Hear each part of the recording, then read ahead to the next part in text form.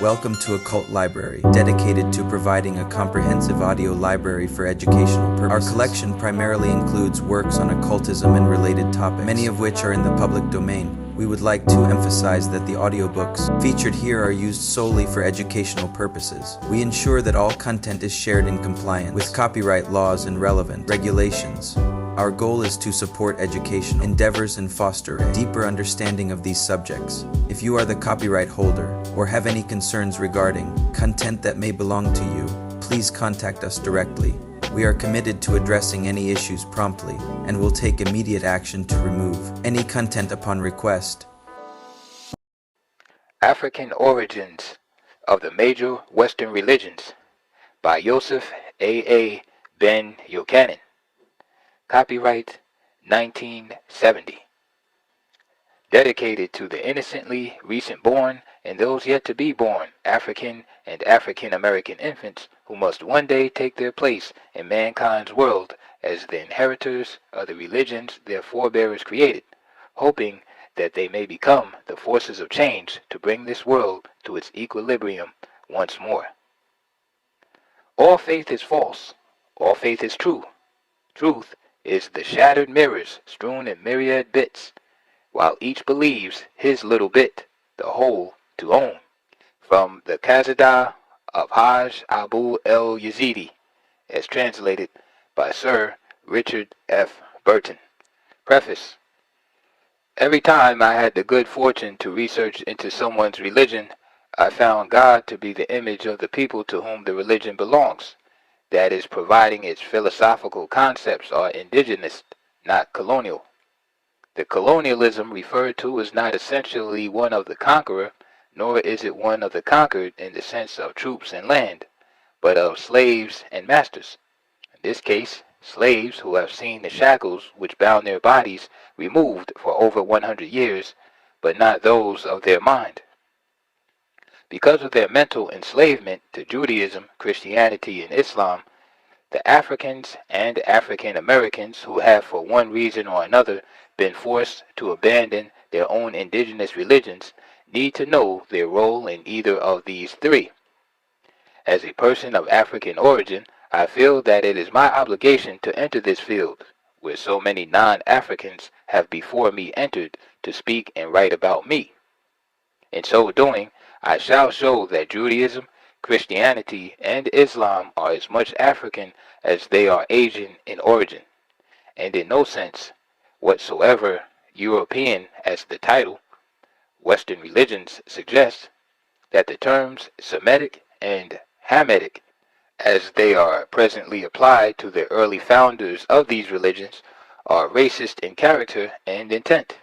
The sole purpose is to deny the existence of that which most Europeans and European Americans call Negro, Africans south of the Sahara, and Bantu, among other such nomenclatures of contempt in the development of religion and thought in ancient North Africa, particularly Sais, or Egypt.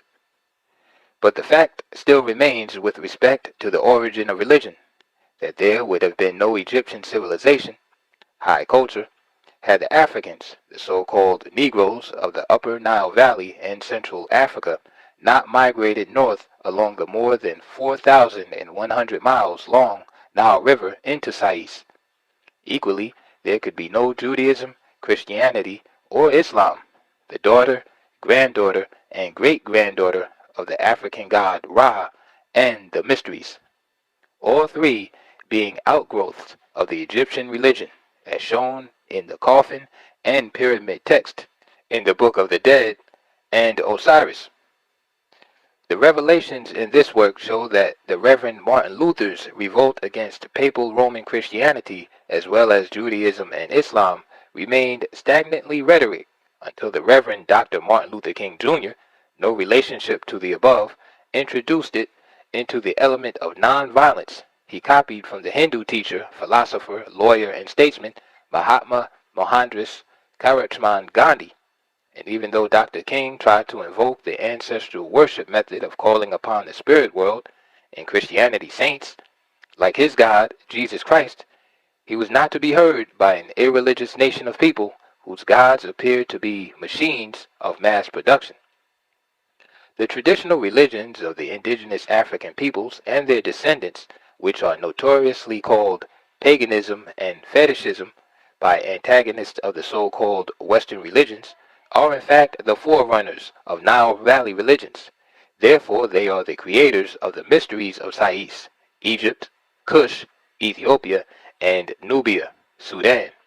This is shown in the text of this volume, along with the fact that the mysteries were developed from the ancient religious rites of the indigenous Africans who once occupied the lands around the major Great Lakes of Central Africa and along the headwaters of the Nile River. That civilization in Al-Kibulan, Africa, traveled from south to north with the flow of the Nile River and all its component parts. With them, they brought religion and philosophy, all at which existed before the first nation in Europe, Greece, came into being. The similarity between existing religious practices and parts of West, Central, East, and South Africa with that of the ancient indigenous Africans of Sais, Egypt, is not coincidental, but instead is common to the heritage which began along the Great Lakes of Central Africa and the headwaters of the Nile River, as shown in this work.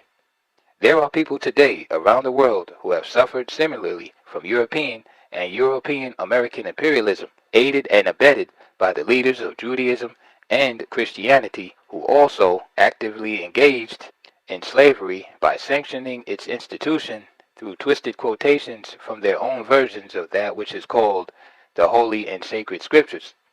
Therefore, information of the nature found in this work may be considered of current importance, but there was never a period in the history of mankind when they were of no importance.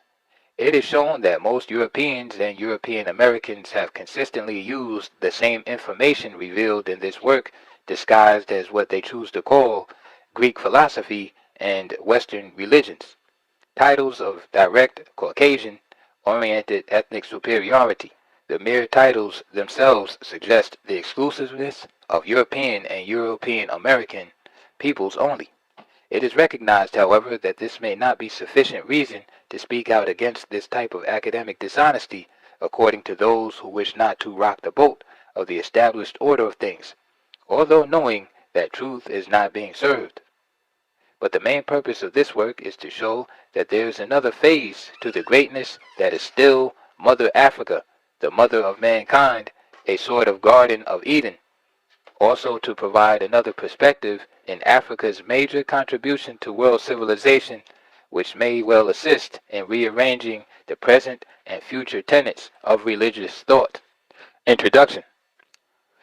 No positive religion that has moved man has been able to start with a tabula rasa and express itself as if religion were beginning for the first time, in form if not in substance. The new system must be in contact all along the line with the older ideas and practices which it finds in possession. A new scheme of faith can find a hearing only by appealing to religious instincts and susceptibilities that already exist, and it cannot reach these without taking account of the traditional forms in which all religious feeling is embodied, and without speaking a language which men accustomed to these old forms can understand. The above is the manner in which Robertson Smith began his classic study entitled Religion of the Semites. But Mr. Smith's words could be extended to include that no major religion of today is exclusive of moral and philosophic concepts of any of the peoples with whom it had contact in its earliest development. This would, of course, give credit to those African and Asian predecessors who were the ones that really began the religions which are today called Judaism or Hebrewism, Christianity, and Islam, formerly Mohammedanism.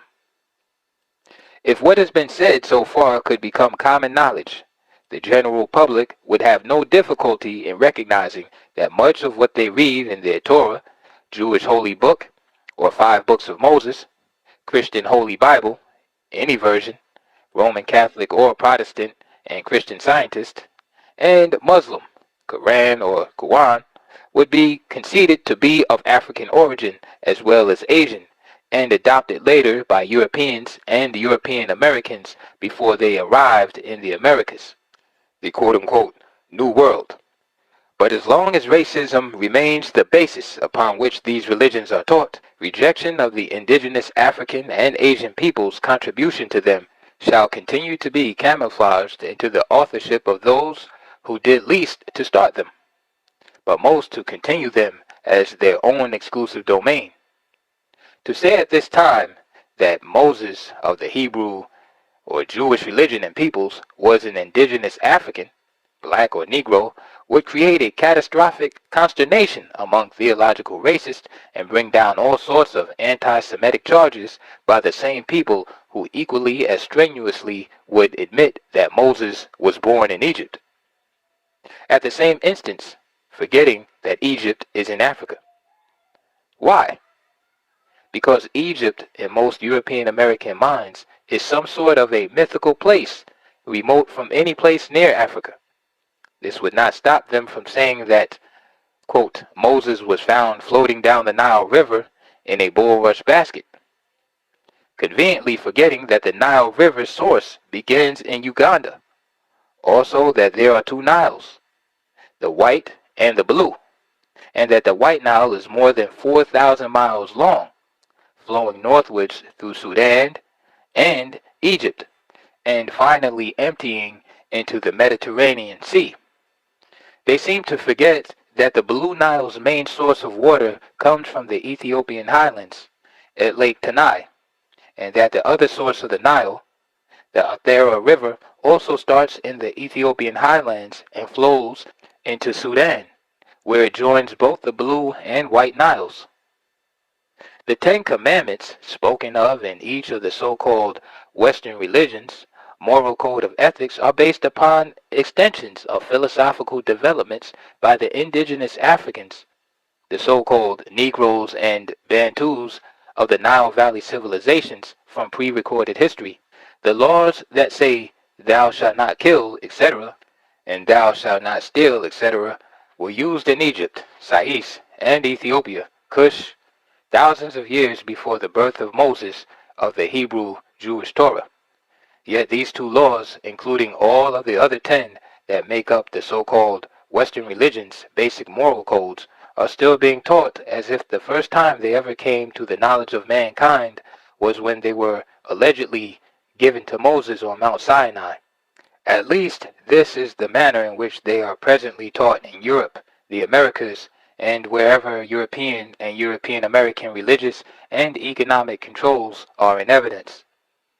It will be shown that the statements so far may hold true with regard to the almost successful attempts to make all philosophical concepts in the major religions cited as beginning with the usually mentioned Greek philosophy and Greek philosophers. In this sense, the Greeks are treated as if they were in no way whatsoever influenced or taught by the Egyptians, Ethiopians, and other indigenous Africans along the Nile Valley, whence the philosophical concepts now called Greek philosophy were originated, thousands of years before the creation of the Greek nation. In this regard, Professor George G. M. James, in his book entitled Stolen Legacy, states on the title page, quote, the Greeks were not the authors of Greek philosophy, but the people of North Africa, commonly called the Egyptians. Strange as it may seem, the ancient Egyptians were being called Caucasian by most European and European American educators, purposely ignoring Herodotus' description of them in his book, The Histories, Book 2.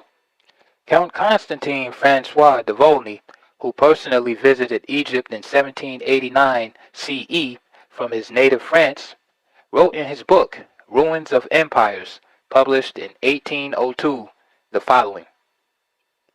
The earth, under these holy lands, produces only thorns and briars. Man soweth in anguish, and reapeth tears and cares. War, famine, pestilence assail him by turns, and yet are not these the children of the prophets?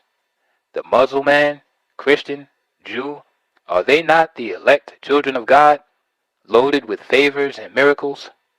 Why then do these privileged races no longer enjoy the same advantages? Why are these fields, sanctified by the blood of martyrs, deprived of the ancient fertility? Why have those blessings been vanished since, and transferred for so many ages to other nations in different climates?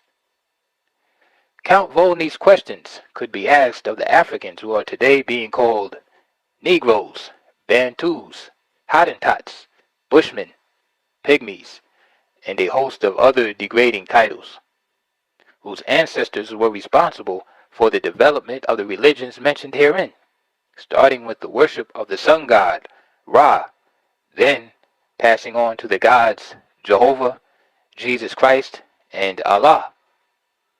The first question must be, how much longer are we to remain outside of the religions we originated in our mysteries in Egypt and other high cultures along the Nile? The answer in this case would be simple. At least the peoples of Africa can still point to such religious works as recorded in the Book of the Dead, translated from its original hieroglyph by Sir E. A. Wallace Budge, Facing Mount Kenya by Jomo Kenyatta, the edited works in John's Muntu. Of course, there are countless others that show the variety of depth in the philosophical concepts of African traditional religions, Judaism, Christianity, and Islam, presently being analyzed. In the Book of the Dead, the origin of heaven and hell are clearly seen to be nothing more than places, poor ones at that, of the indigenous Africans of Egypt's netherworld and mysteries developed along the Nile Valley, all of which stemmed from civilizations that preceded the birth of the first Harable, Hebrew of Jew, Abraham, Avram or Abram, centuries before the creation of the first Hebrew nation, Palestine. Therefore, in this work, the god Ra is shown to be the quote-unquote jealous god, who wants, quote, no other gods before me, etc. This the Hebrews copied in Egypt and changed in the following manner. Thou shalt have no gods before me, saith Yahweh. In the case of Reverend Placide Temple's book, Bantu Philosophy, this Roman Catholic priest failed miserably to dispel the confusion in his own mind to prove that there are basic philosophical concepts in traditional African religions on an equal level of spiritual consciousness to Judaism, Christianity, or Islam. Yet he continued to show how much better Christianity, his own religion, is than any other so-called Bantu religions and Bantu thoughts he examined. Jan Heinz Jan, who claims no special religious affiliation or preference in his work, attempted to show many basic philosophical elements in a few traditional African religions which are comparable to the three religions called Western religions. In his book, Muntu, The New African Culture, pages 29 to 30, as translated by Marjorie Green, Grove Press Incorporated, New York, 1961, from its original work in German entitled Muntus, published by Eugene Diedrichs Verlag, Dusseldorf, Germany, 1958, Mr. Jan gives the following account on voodoo. 1. Old accounts of the cult. Voodoo, word of dark vowels and heavily rolling consonants. Voodoo, mysterious nocturnal sound of drums in the Haitian mountains of abominations they have read about. Voodoo, idolatry, sorcery. Voodoo, epitome of all impiety, all depravity and terror. Witches' Sabbath of the infernal powers in irredacible heresy. What is it all about? Some people have tried to derive the word from the dance of the golden calf, Vieux Dieu, and it has also been related to the heretical side of the Valdesians, Vaudois, who were reputed to practice witchcraft. In fact, the whole practice of witchcraft in the Middle Ages was called voodooisle. The word is written in many different ways: Vadu, Vadu, voodoo, etc., but it comes from Dahomey in West Africa, where it means genius, protective spirit. In the Fan language, it is Vuda, and in Uve, voodoo. The name of the cult, like the cult itself, is of West African origin, for the Haitians, for the most part, come from there. The reason why it was the religious conceptions of Dahomey in particular that came to prevail in Haiti is apparent from a London report of 1789, which tells us that 10 to 12,000 slaves were exported yearly from the kingdom of Dahomey. The English exported only 7 to 800 of these, the Portuguese about 3,000, and the French the remainder. In other words, more than 6 to 8,000 a year who were shipped to the French Antilles, above all the Saint Dominique, as the principal French colony of Haiti was then called. The earliest indication of the survival of African cults in Haiti we owe to an anonymous French report, which says, "The slaves are strictly forbidden to practice the dance, which in Suriname is called water mama, and in our colonies the ma de agua, water mother. They therefore make a great secret of it, and all we know is that it highly inflames their imaginations. They make immense efforts to do evil things. The leader of the plot falls into such transports that he loses consciousness." Moreau de Saint-Méry, an enlightened scholar, lawyer, and politician who was born in Martinique and practiced law for 9 years in Haiti before playing an important part in the French Revolution, employed the leisure hours of the North American exile forced on him through his quarrel with Robespierre in describing in detail the geographical, social, and political conditions in Haiti. In his works of several volumes, this relative of the Empress Josephine describes, among other things, a voodoo ceremony. According to the Arada Negroes, voodoo means a great supernatural being, a snake that knows the past and the present, and through the medium of the high priestess and of a negress foretells the future. These two are called king and queen, master and mistress, or papa and mama. The meeting takes place, he says, only secretly and at night, far from profane eyes. The initiated put on sandals and wrap themselves in red clothes. The king and queen wear girdles. A chest, through the boards of which one can see the snake, serves as an altar. The faithful present their wishes. Then the queen leaps upon the chest, falls at once into a trance, begins to prophesy, and gives her commands. Sacrificial gifts are brought. The king and queen receive them. The receipts are used to meet the expenses of the community and to assist needy members. Then follows an oath similar to that at the opening of the meeting and as fearful as the first, an oath of secrecy and obedience. Jan's details of a voodoo ceremony on pages 42 and 43 of his book show very clearly the common relationship between traditional concepts in Judaism, Christianity, and Islam, and voodooism, which most 20th century moderns do not know exists. He continues on. In the voodoo ceremony, the first Loa to be invoked is Legba. He is the lord of roads and streets, the Hermes of the voodoo Olympus, the protector of crossroads and doors, the protector of the herd. His wife, Ayazan, is the goddess of the markets and the highest goddess of the Arada Olympus. Legba's symbol, his veve, is the cross, a cross which has, however, only its form, not its meaning, in common with the Christian cross. The vertical board means the deep and the heights, the street of the lowest, the invisible ones. The foot of this vertical world axis is rooted in the waters of the deep. Here, on the island under the sea, is Guinea, Africa, the legendary home. Here the Loas have their permanent places, from which they hasten straight upward to the living. Every vertical, above all every sti, and especially the Potio Matan in the hindfoot, symbolizes the tree of the gods, which unites the damp earth from which all things spring with heaven. The horizontal bar of the cross signifies the earthly and the human world. Only at the crossroad, where the human and divine axis meet, does contact with divinities take place. And this crossroad is guarded by Legba. In Dahomey and Nigeria, he is the interpreter of the gods, who translates the requests and prayers of men into their language. In Haiti, he has the function of opening the barriere that separates men from the lowest. He is invoked in the Van Valu rhythm and dance. The music and song of the dance are very similar in purpose to that of the so-called storefront churches of Harlem. Thus, the following from Jan's description above. Atibo Legba Louvre Laye Pumwe. Papa Legba Louvre Baye Pumwe.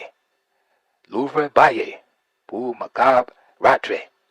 Atuban Legba Ouvra La Barre pour moi. Papa Legba Ouvre la barrière pour moi. Ouvre la barrière pour me faire capable d'entrer. There are many more stanzas to this song, however. The reason for not showing the entire song is due to the fact that the main purpose of noting it was not to learn the entire song, only to get an insight into the projection of man and his God as seen in the voodoo ceremonial dance and song. On the island of Cuba, not too far from Haiti, voodooism becomes maniquismo, a name which carries in the mind of most European Americans the synonymous meanings of black magic, Satanism, idolatry, heathen superstition, etc. Fernand Ortiz, one of the foremost writers on this subject, known to European Americans, disclaimed any religious origin whatsoever for Maniquismo in his book, La Africana de la Música Folcloria de Cuba, La Habana, 1950. Ortiz called it a secret society, a kind of Freemasonry to which only the initiate, who has sworn his allegiance, may belong. Ortiz, who is of Roman Catholic Christian origin, overlooked the fact that Christianity is still a secret society in many lands today, that it too was once so labeled everywhere. It was and still is a religion to which only the initiates, who have sworn their allegiance, may belong. But Ortiz's position is typically what happens when an exponent of one or no religion pretends to write an unbiased analysis of another person's religion. If one is to take Ortiz's premise as the criteria for what is a religion and what is a secret society, then the baptism, christening, and confirmation rites of the Christian initiations must be omitted. Equally, circumcision of the Jews and Muslims also. The exclusion of women from direct worship with their men in Orthodox Judaism and Islam. Or, are these not secret rites? Are they not special requirements in which only sworn members alone may rightfully indulge? The opinions and expressions already shown are but a mere sampling of how religious personalities see each other's religion. Not only how they see each other in religious roles, but how they also deny the existence of each other's God.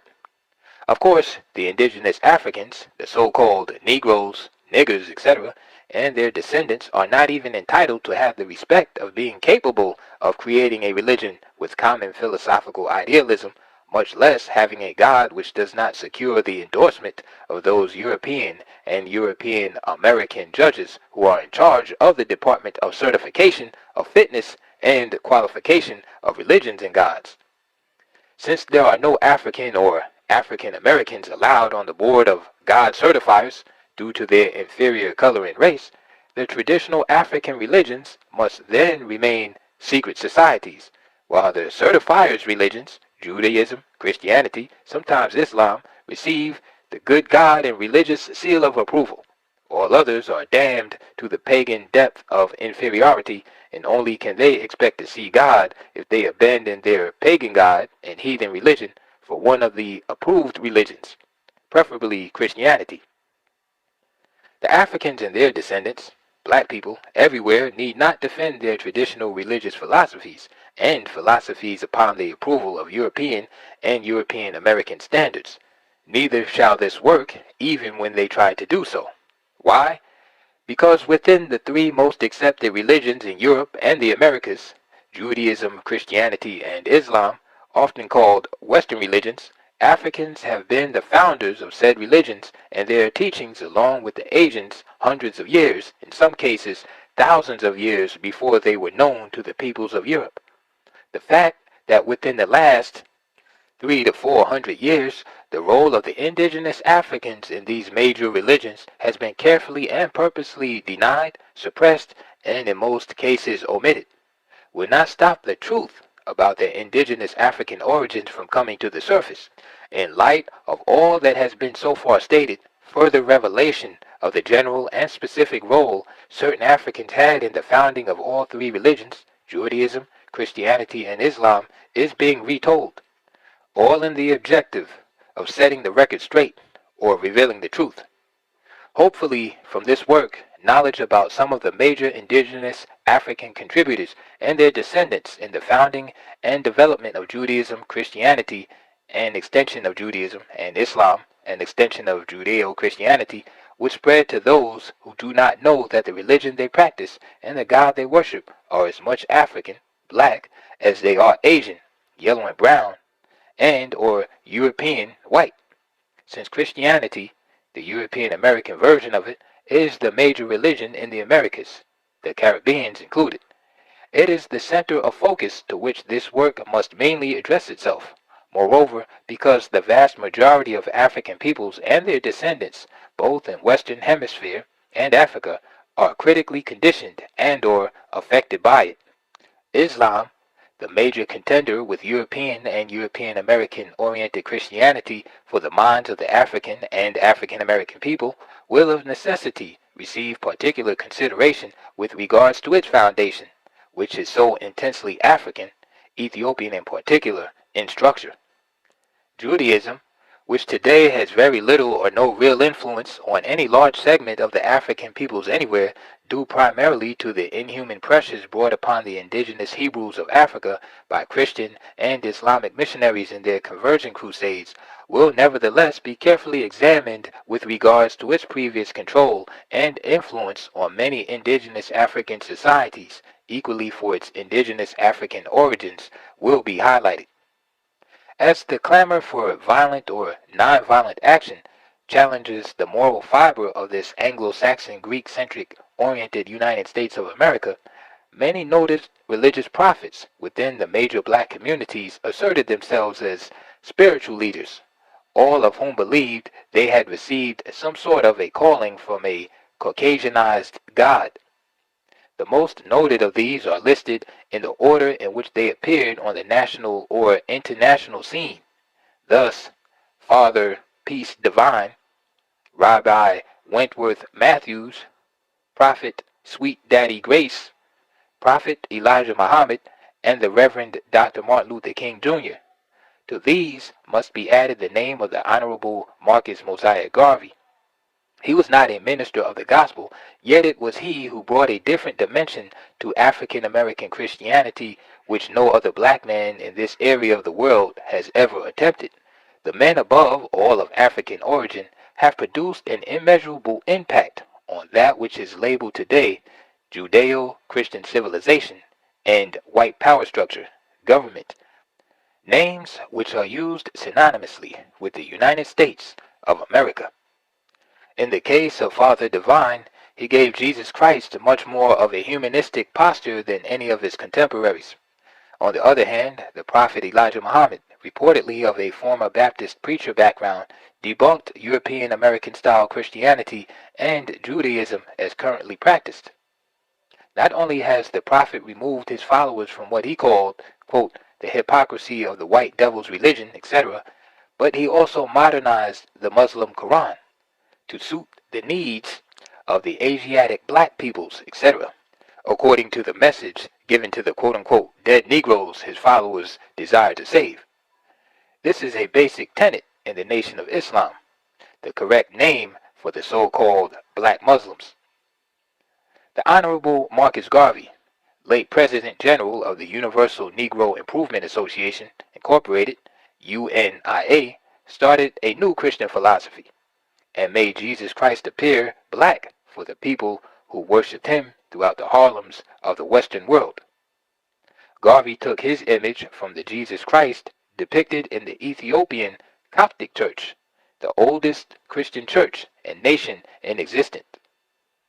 This work's ultimate goal is to show the definite links between juju, voodoo, and other exclusively indigenous traditional African religions with Judaism, Christianity, and Islam, among other religions more commonly known to the European Americans, and of course to those of other ethnic groupings. It will also show that when Juju and Voodoo, as well as other traditionally African religions, meet the conversion efforts of either three so-called Western religions, Judaism, Christianity, and Islam, the latter three must accommodate the first two by adopting many aspects of the basic tenets in order to keep the new converts.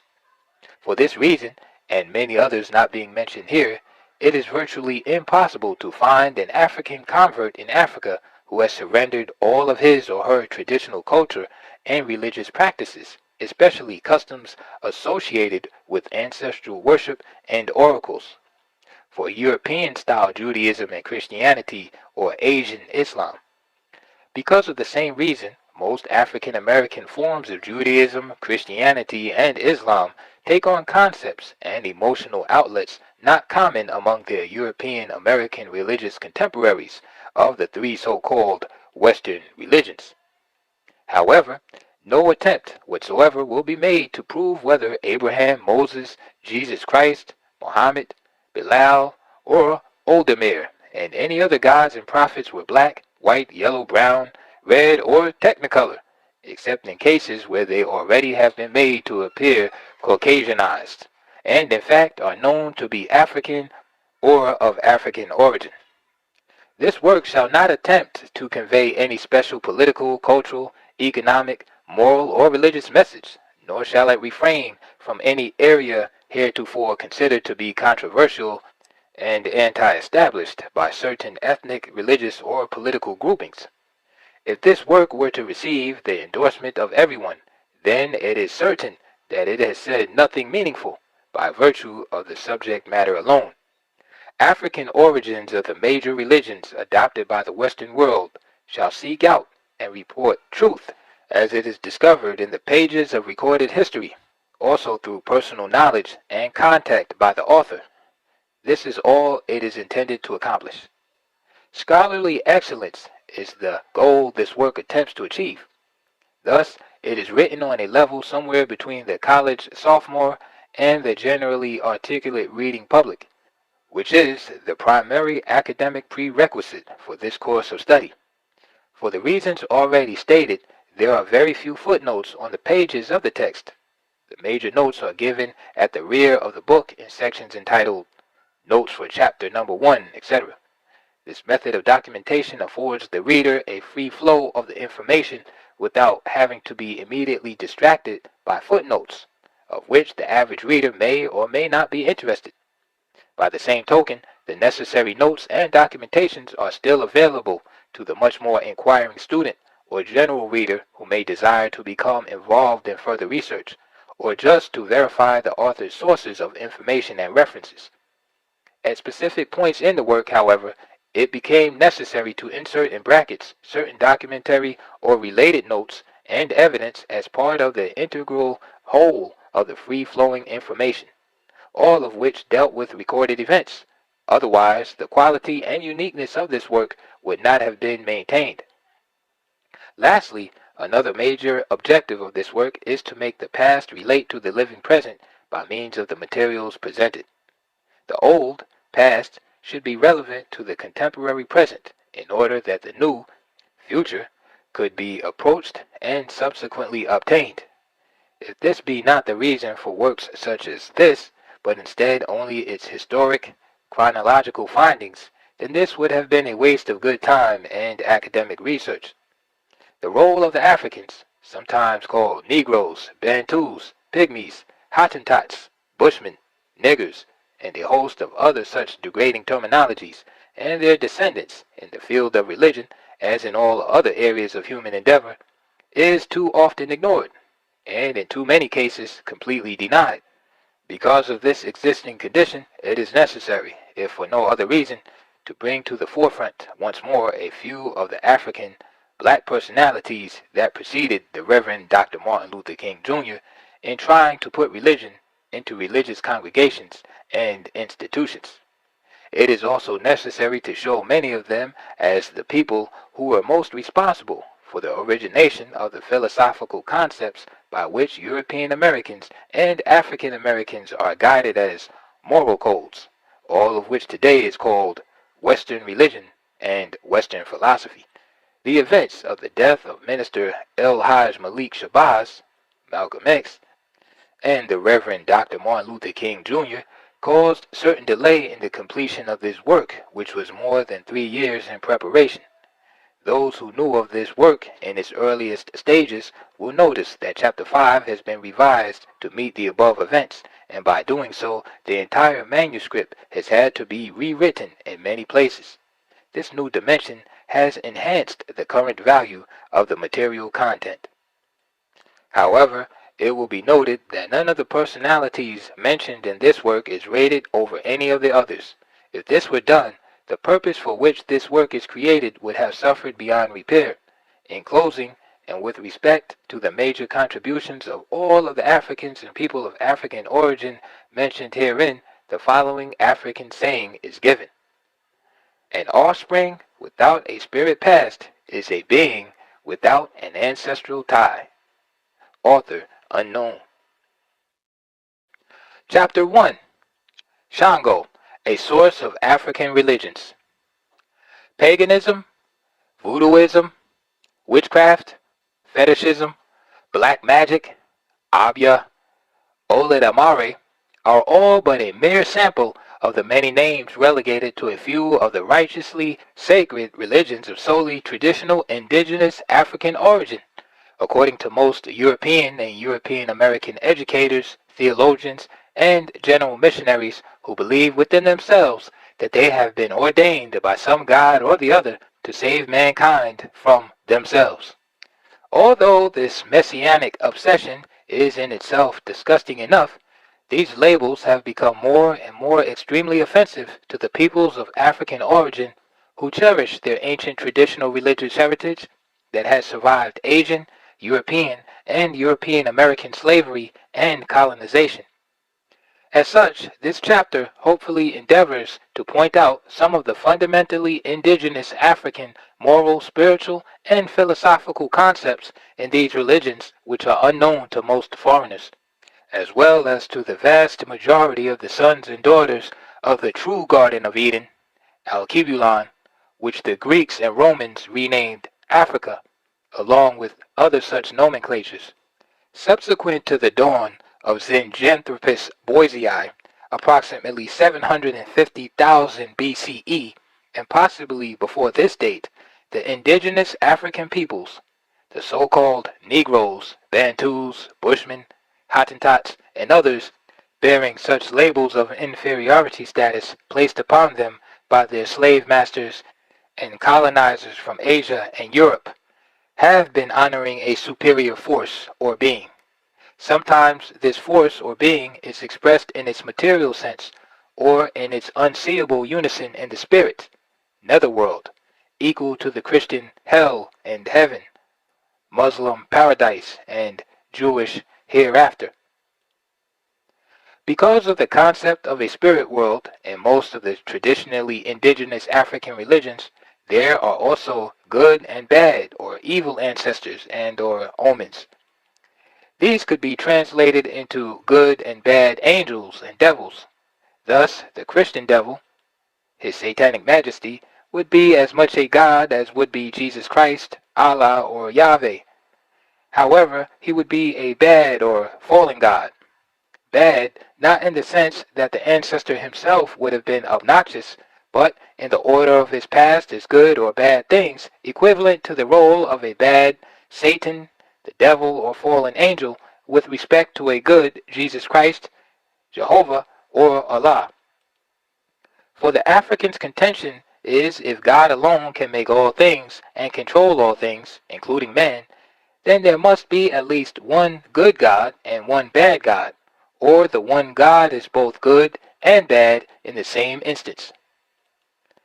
Contrary to most European and European American style Christian dogmatism, which expounds the racist belief that black African, Negro, Bantu, etc., traditional religions are solely visualistic and idealistic, the fact is that most indigenous African traditional religions of pre-slavery and pre-colonial European and European American periods that survived are as fundamentally philosophical and spiritual as the so-called idealistic religions.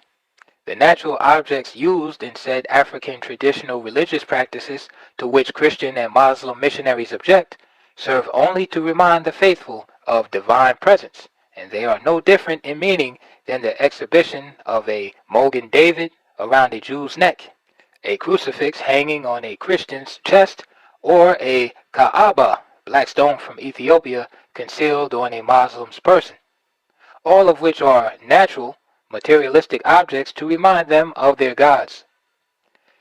Citations of an example of the above remarks are to be found in the libations, sacrificial drinking, still being practiced by the indigenous Africans of traditionally African religions. The extent of this custom is seen in the fact that the greatest of the fathers of the Christian Church, St. Augustine, an indigenous African, the most noted of Christendom's moralists, commented on its usage in religious devotion quite favorably. It is no less sacred, Augustine felt, than the drinking of wine during the Christian's Holy Communion in memory of the Last Supper, or a rabbi taking his sips of wine on the Sabbath eve, Omag Shabbat, Friday evening. Yet, these fundamental mainstays in most traditional indigenous African religious teachings have been employed in the mystery systems of North, East, West, South, and Central Africa more than 3,000 years before the birth of the Hebrew religion, which is thousands of years before the African of Egypt, Moses, supposedly left his homeland on the Nile river banks to resettle the African Jews of Egypt in Canaan. Strange as it may seem, the liberation of Canaan by the Hebrews would be an act of imperialism and of genocide had it taken place in the 19th or 20th century. Nevertheless, the mere fact that people have said that God, Jehovah, ordered this colonization of one group of people he made by another seems to justify said barbarism in the minds of most, even today. If the Egyptians should claim that God ordered them into the same area taken from the Moabites, Hittites, Jebusites, etc., the same as he ordered the Hebrews some time ago, over 3,000 years ago, who will believe them? To say that the indigenous West Africans' involvement in the use of alcoholic beverages, palm wine, for libations, religious invocations, or secular toastings, is the custom of pagans and the uncivilized, which is too often said, is to label equally all Westerners who drink wine ceremoniously in Hebrew or Christian rituals of being guilty of the same. Then, is it godly when a white man drinks wine in a church or synagogue, but ungodly in the case of a black man? In voodoo ceremonies, libation marks the period when certain rituals begin and others end. For example, the libation ritual during the ceremony that precedes the placing of sacrificial foods on the main altar, Bagai, Holy of Holies, before the prayer of sacrifice, also marks the entrance of the Papaloa, high priest. This custom is as common among the African Haitians as it is among the Waidas of West Africa. In Christian ceremonies, especially during Holy Communion, it is customary for the attendants, mass boys, priests, etc., to set the altar with bread, host, in preparation of the recital of a pagan ritual that demands, "Take ye and eat this, Christ's body, etc., for wine, alcohol it is. Drink ye this, Christ's blood, etc." The priest or minister's first drink, libation, before he dips the host, Christ's body, into the wine, Christ's blood, and calls upon God, Christ's Father, which is similar to invoking the spirit of the Yorubas of West Africa's god, Oladamere, and his Orishas, minor gods. This is clearly stated in the Take ye this my blood, and drink in my memory, etc. A typically paganistic and cannibalistic ceremony if performed by Africans or African Americans in voodoo. In this ceremony, not similar to the ancient custom when the Druids of Northern Europe allegedly drank their enemies' blood and ate their brains to capture their spiritual and physical strength. Is there any major difference between the practice when the Papaloa, high priest, who is similar in rank to a Roman Catholic bishop, Protestant archbishop, Jewish chief rabbi, or Muslim grand imam, is aided by his subordinate, priest, and mambo, priestess, at the beginning of the eating of the manjas, sacrificial food, as the Bagian, acolyte, or assistant to the high priest, shakes the asan rattle, made from a hollowed gourd with dried corn kernel inside, 3 times, while the members of his congregation respond by bowing their heads.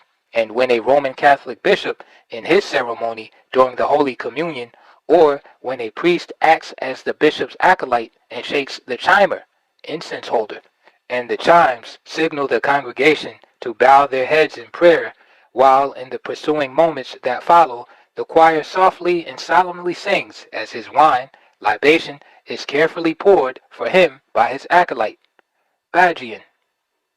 Is the burning of sweet incense in voodoo rituals ungodly, but godly in Jewish, Christian, and Islamic ceremonies? If this is true, then Western religions, incense is the right way, and maybe the choir in their religious ceremonies, with its organ and or piano background music, is also the only one to be rated godly. If Western religions, choirs are the only ones approved by the authorized gods, it is only natural that the voodoo choirs with their background ogun, triangular instruments beaten by sticks, and tambours, series of drums, must be rendered ungodly. Why? Because a group of powerful men, European and European Americans who dominate and control religious propaganda, ordained it so? God, or Vodum, Jehovah, Oladarame, Jesus Christ, Allah, and Babaloa. Neither one is less the divinity that enters and seizes the righteous in a Pentecostal, Baptist, or voodoo ceremony because he or she is called by either one of these names mentioned. In any of the fundamentally so-called saved soul churches of African American and European American sponsorship, one can easily note that voodoo and juju have been co-opted in many of their forms into the Judeo-Christian setting that is common to Christians and Jews in the United States of America. With this phenomenal development, the so-called Negro spiritual is the most common and acceptable paganistic incantation to European American Jews and Christians. Why? Because they see such African incantations, Negro spirituals, as religious entertainment by truly black-faced minstrels, niggers, etc. Are the Negro spirituals in any way a developmental outgrowth of European American style Christianity, or are they not an extension of indigenous African traditional religious chants that underwent European and European American style Jewish and Christian influences? The latter is definitely the case. Of course, this conclusion will be very heatedly denied by those who wish not to be labeled, among other things, pagans, savages, uncivilized, cannibals, etc., but the fact still remains that juju, voodoo, witchcraft, and magic, all basic elements within the so-called Western religions, have been emphasized in the African American, black, owned and controlled synagogues, churches, and mosques. The history of the African Americans' belated entrance into European American style Christian Protestantism and Roman Catholicism is in itself evidence that the Africans, who were at the time shadow slaves of European and European American Jewish and Christian slave masters, were not wanted by the in-groups, the slave masters.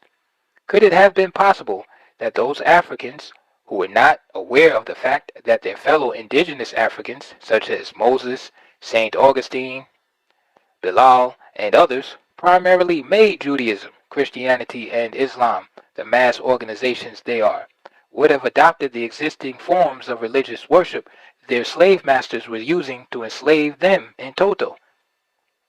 Not at all so. The mere fact that they were forcibly excluded from all forms of Jewish, Christian, and Islamic Western religious worship, and that they were even persecuted and prosecuted for any attempt at practicing either on their own, is further prima facie evidence that there is a distinctly different Judaism, Christianity, and Islam developed by the African Americans that is not attributable and or applicable to and by European Americans. The uniqueness of their common eating habits represents no major differences between the two groups. For example, the African American was forced to develop an appetite for chitterling, ham hock, pig's ears, tails, and feet. Why? Because all other parts of the pig, like all other edible animals, were reserved for the European and European American slave masters, Christian and Jewish, in and out of religion. In the case of the so-called Western religions, the Africans were even denied the right to read any book whatsoever, that is, including the Jewish or Christian Holy Scripture, much less the Muslims, which was not tolerated among the colonists, even after they became independent as the United States of America. One must remember that the Africans, although crushed in their every attempt to participate within the culture of the bestial environment of slavery, did communicate with each other in the cotton fields and other places where they labored, through voodoo, juju, and other richly spiritual and religious devotions they developed in their indigenous homeland, the continent of Al-Kebulan, Africa. The bestiality of the slave masters further made them learn each other's religious songs and chants. This conglomerate of religious exaltation, therefore, became the background for the latter development, which is today erroneously called Negro spirituals instead of African incantations or voodoo chants. It is to be remembered that the slaves were Africans, not Negroes. Negroes were originated by the European slave masters, so was Negro land. See Black Man of the Nile by Joseph ben Jochannan. There was nothing Negro about the development of the spirituals. They were developed by millions of Africans, not one of whom was a free man, not one a citizen, not one a human being under the laws of Great Britain up until 1776 CE. Neither were they so considered after the American War of Independence from Great Britain, nor after their federal constitution was written, and from thence through the 14th Amendment of said document in 1885 CE, and to a very great extent, not even today, in 1970, more than 350 years after the first group of Africans were brought to the United States of America as indentured and chattel slaves. Further proof lies in the fact that Africans on the European and European American slave farms, plantations, or in the businesses and big houses sang their African spirituals and chanted their other voodoo and juju praises to Africa's gods long before they could even understand what the gods of their European and European American captors and slave masters were all about. This European-style Christian God, Jesus Christ, was different to the Jesus Christ presented to them in Ethiopia before he was introduced to the Romans in Rome. Fare thee well, etc. may be to most black and white peoples in the United States of America today some sort of poetically broken English. Yes, certainly poetic, and definitely broken in its English. Yet it came from a Negro spiritual that had its origin in the savagery of the Jewishness and Christianless slave masters' sadistic cruelty and genocide upon their helpless and defenseless African slaves. Fare thee well, that the blows from the master's bullwhip with its metal pellets would not maim another African slave if he or she was not lucky enough to die from the blows instead. This is what these words that were composed during the world's worst era of genocide by one group of mankind's inhumanity toward the other, European and European American, physical and mental enslavement of the African peoples in Africa, the Caribbean islands, and continental Americas were saying, "Go down, Moses, way down in Egypt's land. Tell old Pharaoh, let my people go," etc., may in itself suggest Jewish Hebrew origin. Yet, in fact, it was the poetic expression which was so common in the Africans' rebellion of their disgust and contempt for their Christian and Jewish slave masters that were being exalted.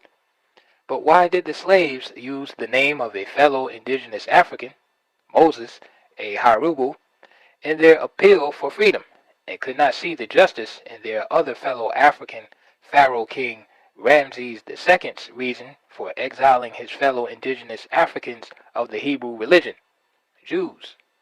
Because of many reasons, most common of which are: A. They did not know that Moses was an indigenous African as they were. B. Biblical Egypt had always been taught in churches and synagogues as a mythical place where Africans, whom the slave masters renamed Negroes, did not exist. C. They were brainwashed into believing that the enslavement of the African Jews by their fellow African worshippers of the god Ra was an act against their God Jehovah of the Jews and Jesus Christ of the Christians. But their own slavery, on the other hand, was the will of God. D. And that their own enslavement was for their own benefit, since slavery saved them from being eaten by their much more cannibalistic, uncivilized, pagan fellow Africans, who were not as fortunate as they were to hear the message of God, Jesus Christ. The hatred implanted into the preceding words with regard to Moses and his troubles with his fellow African, Pharaoh Ramses II, is still sung with greater passion in African American churches than songs of their own enslavement, such as Old Man River and Lift Every Voice and Sing. And most of the sophisticated so-called middle-class minded Negro churches, such as the Negro Presbyterians, Anglicans, Roman Catholics, Lutherans, Moravians, etc., these songs seem to be banned by a kind of gentleman's agreement to, hopefully, bury their historic past memories of chattel slavery. In this manner, the beneficiaries of slavery, their slave masters' descendants, can easily forget the fact that the slave's labor which created said wealth goes still unpaid. Lift Every Voice and Sing, etc., begins the once famous Negro national anthem that was composed by the late African-American James Weldon Johnson. However, it is still being sung among the less sophisticated African-Americans, blacks, who find no solace in its continued exclusion in European America. But today it too has become a part of the voodoo and juju, African American spiritual, of the Cultural Revolution. It too has been relegated to be sung only upon occasions when the African American is overshadowed by some white cloud of misery, such as the cold-blooded murders of the minister Malcolm X, El Haj Malik Shabazz, and the Reverend Dr. Martin Luther King. But it must also give way to the much more popular, "When I die, I'm going to walk all over God's heaven, heaven, heaven," etc., when the fallen brother or sister African American is a close and personal friend or blood relative. Why? Because the latter song preaches resignation and satisfaction with slavery, whereas the former slightly suggests a bit of protest on the part of a people who are still in their state of mental slavery, yet conscious enough to muster a bit of protest in their struggle for self-esteem. Voodoo and juju chants and testimonials can be heard in the preaching of the last Sermon on the Mount that echoed, free at last, great God Almighty, I'm free at last. I've been up to the mountaintop, and I've seen the promised land," etc. But with a crashing, booming bang from an assassin's weapon of violence, the life of the man on the mountain, a byproduct of voodoo and juju, along with European and European Americanized Judeo-Christianity, the Reverend Dr. Martin Luther King Jr. was free at last. This man, who had melodiously mastered his African chants, found only in the African American, so-called Negro Baptist Church and other testimonial sharing and soul releasing African forms of Christian experience around the entire world, had also revived voodooism and jujuism, even to the point of provoking the love of the god Oludumare and his Orishas, minor gods. This analysis may not find many believers in its proclamations, but the fact remains that Dr. King was typical in his approach as any voodoo preacher of today. When voodoo priests take a rooster in their divine incantation and begin their dance to the god Dambala Oedo, one can hear the same in the spiritual crescendo of the tambourine and piano playing that accompany the religious dancing within the African American testimonial that Dr. King preached, particularly when Obia and voodoo spirits take hold of their worshippers, to the extent that they floatingly move into the ecstasy of religious trance.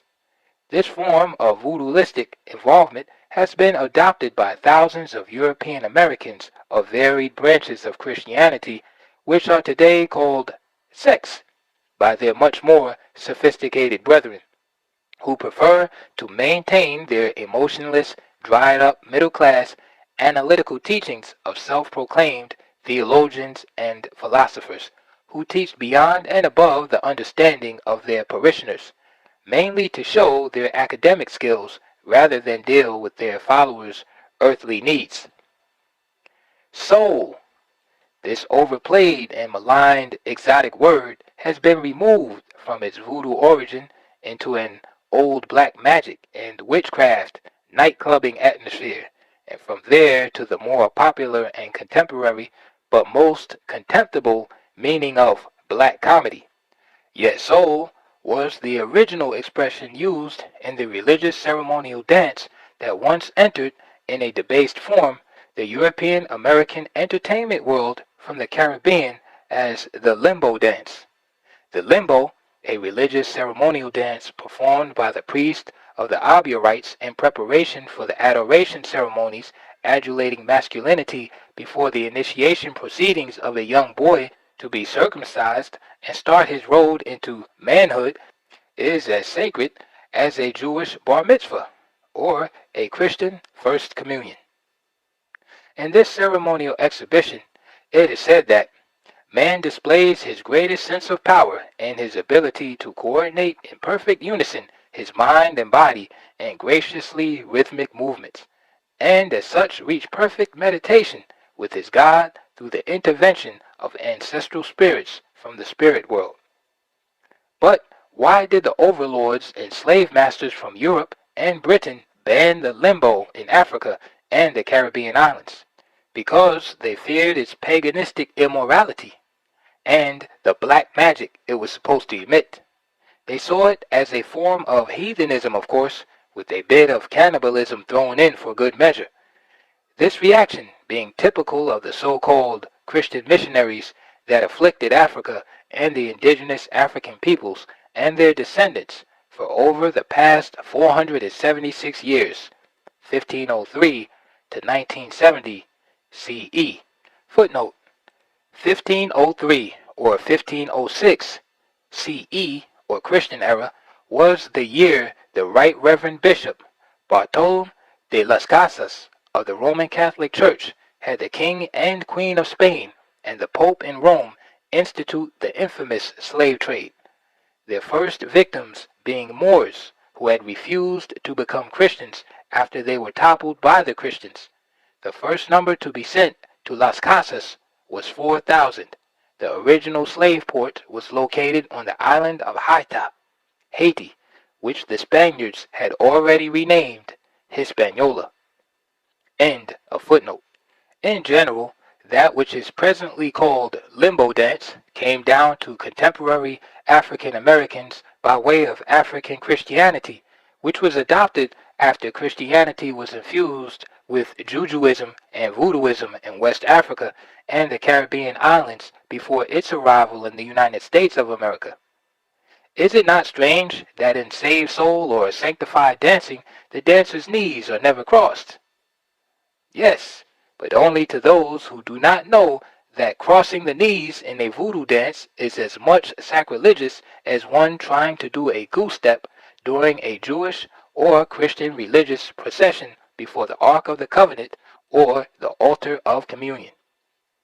The history of this most sacred religious tradition came down to the African American and the African Caribbean from generations succeeding generations through action, even though not a single word was permitted to be written down, all of which was inspired by God, the African god, Voodoo. One sees the same corollary in the Jewish, Christian, and Muslim traditional religious dances or movements of the priests, rabbis, ministers, and imams. This tradition, the limbo dance, is as much the order of a god of Africa, through his inspired holy prophets that were called upon by his angels, as the gods of Europe and Asia who called upon Abraham, Moses, Jesus Christ, and Muhammad. Or is it that God too is guilty of racism, and that he, she, or it could never call upon an African to be one of the prophets? Maybe it is that Oludamere, the god of the Yoruba and millions more of West Africa, is not the equal of Jehovah, Jesus Christ, or Allah. If the European and European American can see beyond his or her own narrow belief that he alone is perfect, and that mankind did not have to call upon him to save humanity for any God whatsoever, then and only then is it possible for him to see the influence juju, voodoo, magic, abya, witchcraft, and most other forms of other people's religion and God that preceded the creation of Judaism, Christianity, and Islam had on them in their own beginning and now. In his book, Bantu Philosophy, the late Roman Catholic priest Placide Temples wrote, In Search of a Bantu Philosophy, 1. Life and death determine human behavior.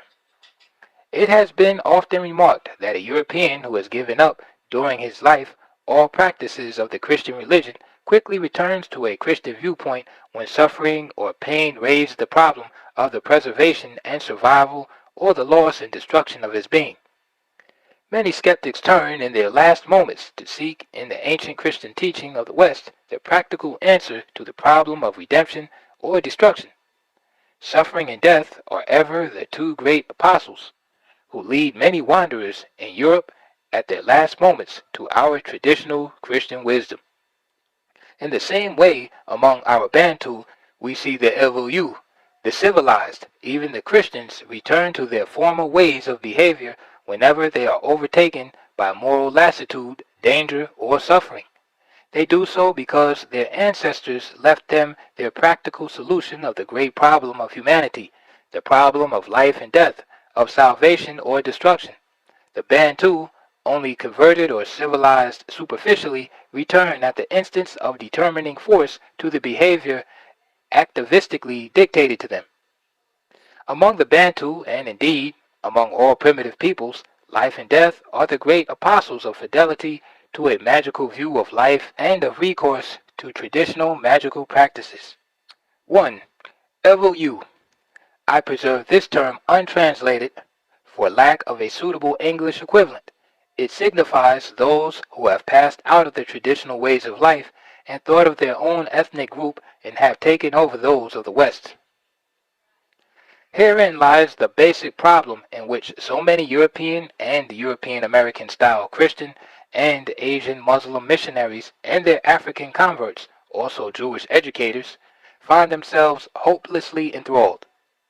Reverend Temples also tried to be impartial, he said, his claim being the same as all others who professed Judaism, Christianity, or Islam, and at the same instance pretend that their own prejudices can be scholarly subdued sufficiently to make impartial analysis of Africa's traditional religions.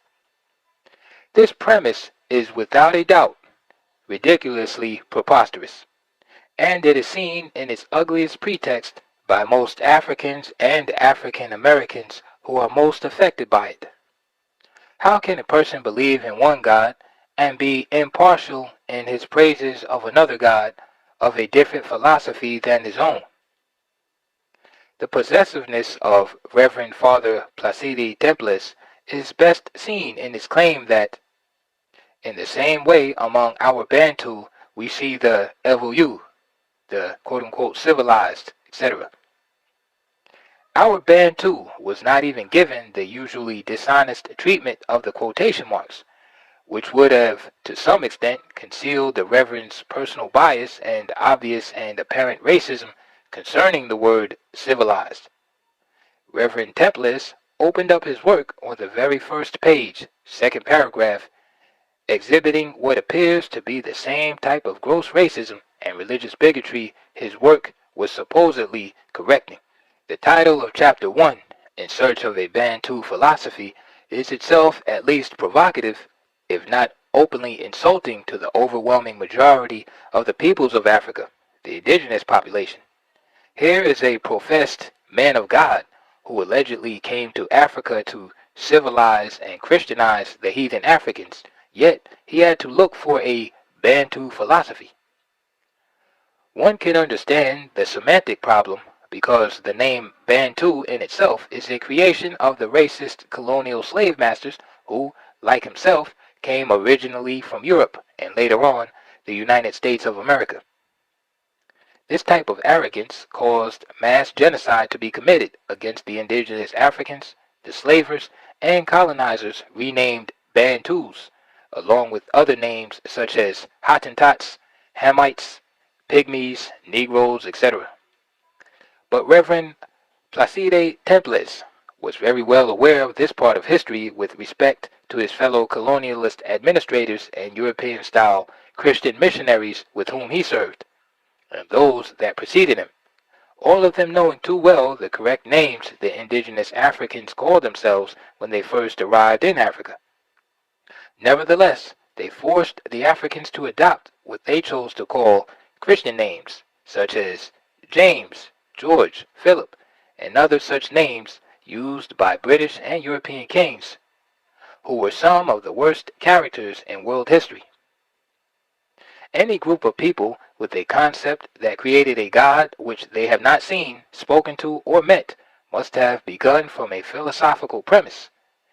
This is seen in the mysteries the Jews, Hebrews, copied from their fellow Africans of Egypt, Sais, to produce their first Torah, which the Christians subsequently copied from the Jews to create their Holy Bible, all versions, and the Torah and Bible the Muslims later adopted from the Christians and Jews to produce their Quran.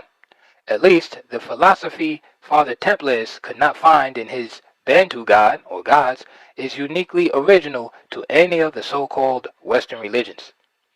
It was developed along with other traditions and experiences the indigenous Africans had rather than upon European and European American style Christian doctrines which had nothing in common with West, South, or Central African civilizations before the European, white man, arrived at these areas of Africa, Al-Kebulan. On the other hand, Jack Mendelson, a Unitarian minister, in the second preface of his book entitled God, Allah, and Juju, used an entirely different approach in 1962 than Templis did in 1954. He opened on pages 9 and 10 with the following remarks. I accept African independence without reservations. This is my bias, and it is well to state it at the beginning. I acknowledge also without reservations the equal dignity of Africans. I believe that Africans are under no more obligation to justify their freedom and dignity than Westerners are, nor are they under any less obligations. We, Africans and Westerners, are of the same species. In practical terms, the outcome of African freedom will depend on many forces, some of which are purely African. Others, however, are much influenced by Western sentiments, conduct, and relations with Africa. A good many of these forces are political and economic. They are written about profusely, but politics and economics are not the only forces shaping Africa's future. Religion is also a factor to be reckoned with, a vitally important one. Little enough has been written about it. especially in the broad fashion of this book. Questions of profound significance for Africans and for the sentiment of Westerners about Africa are: what is the future of Christianity as the religious commitment of Africa's rising leadership? What is the future of Islam in the same context? What normal base do African elitists see being built under the newly independent societies? What do African intellectuals mean when they appeal to traditional African spiritual values as such a base? If magic is an inherent part of such traditional values, how does it affect moral and intellectual development? What kind of religious and moral training does the African intelligentsia advocate as part of the educational process? What does the concept of the separation of church and state mean in modern African society? How does religious commitment relate to the overall style of life of African leaders? What vital relevance is there, if any, in the traditional African structure of time, the unseen spirit world? How does all of this relate to the allure of communism as an alternative spiritual force? Before commenting on Mendelssohn's preface, it is necessary to cite what he had to say in his dedication to that small circle of men and women in each African society who hunger for what is essentially African, even as they thirst for the best of the world's learning and modernity. They are still few in number and are having no easy time of it. The small circle of men and women in each African society, etc., which Reverend Mendelssohn knows in his mind are still few in number, is conceivable, but not necessarily true, and needs corroboration. The balance of his statement is just another missionary's conclusion that appears prejudged to suit the pattern of something else dissimilar to that which he wrote in the first paragraph of his preface, shown underscored for emphasis. The extract from the preface, pages 9 and 10, as highlighted by the last question. Thus, how does all of this relate to the allure of communism as an alternative spiritual force? Would it not be logical that the indigenous Africans should now relate more so to their own traditional Juju religion, with its built-in communalism, which is much more highly advanced in terms of human relations than that which is today called democracy, for their own religious solutions? Why is the question in relation to the Africans' freedom always communism more than capitalism, Islam, Judaism, or Christianity, including Unitarianism, neither of which is conducive to any of the indigenous African civilizations in existence? Each of these foreign isms has had at least 400 years in Africa, except communism, to prove itself in the eyes of the Africans, and has utterly failed. On pages 21 and 22, Reverend Mendelssohn stated the following: what of the Christian missionary movement? Its slow but steady progress has now run headlong into the New Africa. The charges leveled against it are both humorous and biting. In their freewheeling moods, young Africans never seem to tire of retelling the old chestnut. The missionaries came to us and said, "We want to teach you to pray." "Good," we said. "We would like to learn to pray." So the missionaries told us to close our eyes. We closed our eyes. There was a Bible in our hands, but our land was gone. If the good Reverend believes that this is not true, he should read accounts by his own forerunners in the missionary field, especially The Planting of Christianity in Africa by C.F. Grove, New York, 1948-58, 4 volumes. The Reverend continues, but there are also bitter words, words repeated endlessly across the breadth of Africa. The Christian missionary movement was an attempt to quench the African spirit. It tried to turn Africans into European Christians. It kicked down our culture to show us which side God is on. Missionaries are unrealistic about polygamy. Wherever the white man still has the upper hand, the missionaries remain strangely tolerant of racial discrimination. The missionaries drag their feet when it comes to training Africans for church leadership and authority. The missions have been indifferent, even hostile toward African nationalism. There's been no real sympathy for the political aspirations gripping young Africans. If Mendelssohn, at this late date in Christian missionary involvement in Africa as an adjunct to colonialism, cannot understand why Africans would turn to any ism other than capitalism and European or European American style Christianism from the above alleged comments, his slumber is very deep indeed. There is not an African old enough to reason who is not aware of the truth in the above charges. Even Africans who have unfortunately joined what is being peddled as Christianity in Africa to this very day by men of the cloth from Europe and the United States of America, the so-called African or native clergy, know these facts. They know that imperialism, colonialism, chattel slavery, and now neo-colonialism were and are partners of European and European American style Christianity. Africa's Tarnished Cross is the name selected by Mendelssohn for the chapter in which the preceding quotations are shown. But should it not be Europe and European America's Tarnished Cross? Why insinuate that the Christian cross, European and European American style, is at all African? The indigenous African peoples did not import this style of Christianity into Africa. It came there with the slave masters and its co-colonialist mate, imperialism, which it now desires to disavow. Why? Because it is too now under attack and being rejected for what it has proven to be, in fact, in the eyes of the Africans and their new nations.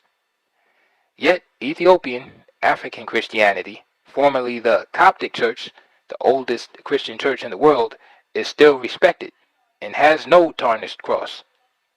Religion in Africa Today, the subtitle of Mendelssohn's book, follows the usual order in which the traditional religions of Africa have been lowly rated by the missionaries, as shown in the pattern followed in his book's title, God, Allah, and Juju.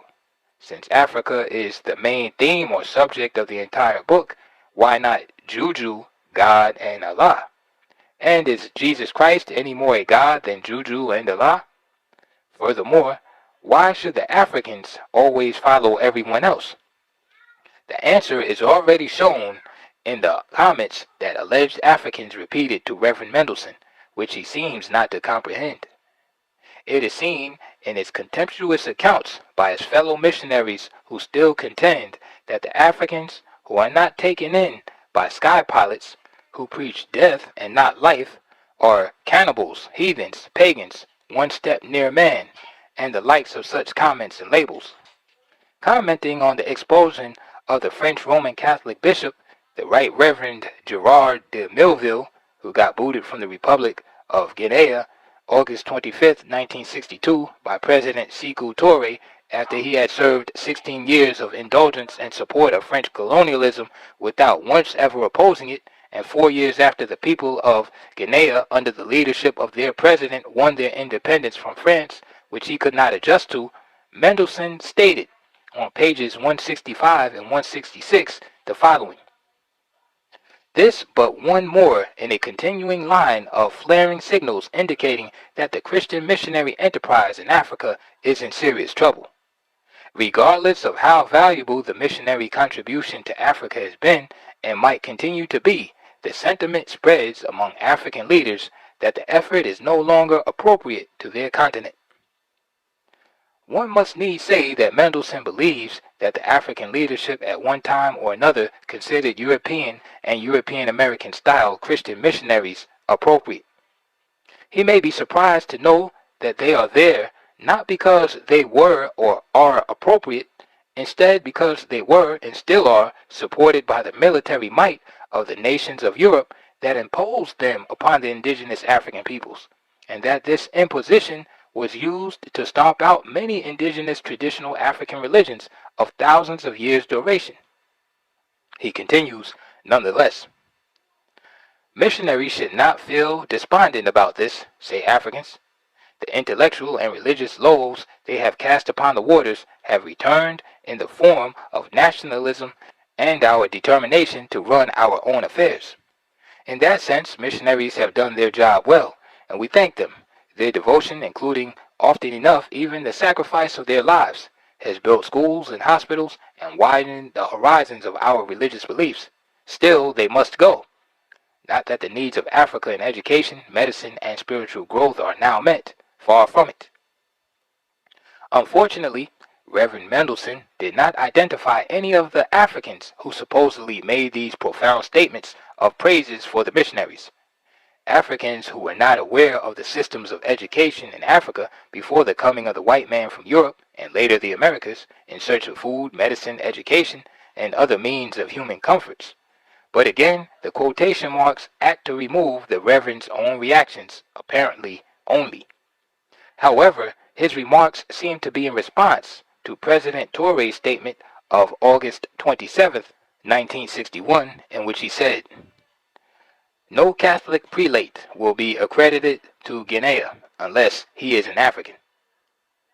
President Touré's prohibition was rather mild in comparison to the general feeling of other Africans in high positions who have witnessed the courtship and marriage between Christian missionaries and their church to the colonial administrators, and of course to the heads of the various Christian orders in their national headquarters of the national governments to which they pledge unfailing loyalty, while claiming God's, Jesus Christ, endorsement. This is best seen in the case of all missionary groups by virtue of the colonial and neo-colonial powers' authority, through force or economic stronghold on the African nations, which are further perpetuated in each case where there is a sanctioned state religion, generally that which the former colonizer set up before leaving physically, of Christianity, European or European American style. As a result, this type of religious structure and the Europeanized Africans who operate them are obligated for continued leadership and control by the former slave masters and colonizers. If for no other reasons, this is one of the major ones which the present leadership prefers not to have continued. Unfortunately, the Reverend Mendelssohn is not the only Christian who wants to see Christianity in Africa at all cost, irrespective of the African's opinion about it. Like most of his colleagues, the missionary sees new hospitals, schools, medicine, and other such material values being of greater importance to the Africans than the price the Africans had to pay for these things. This is providing one is to accept a position that the Africans had none of these facilities before colonialism.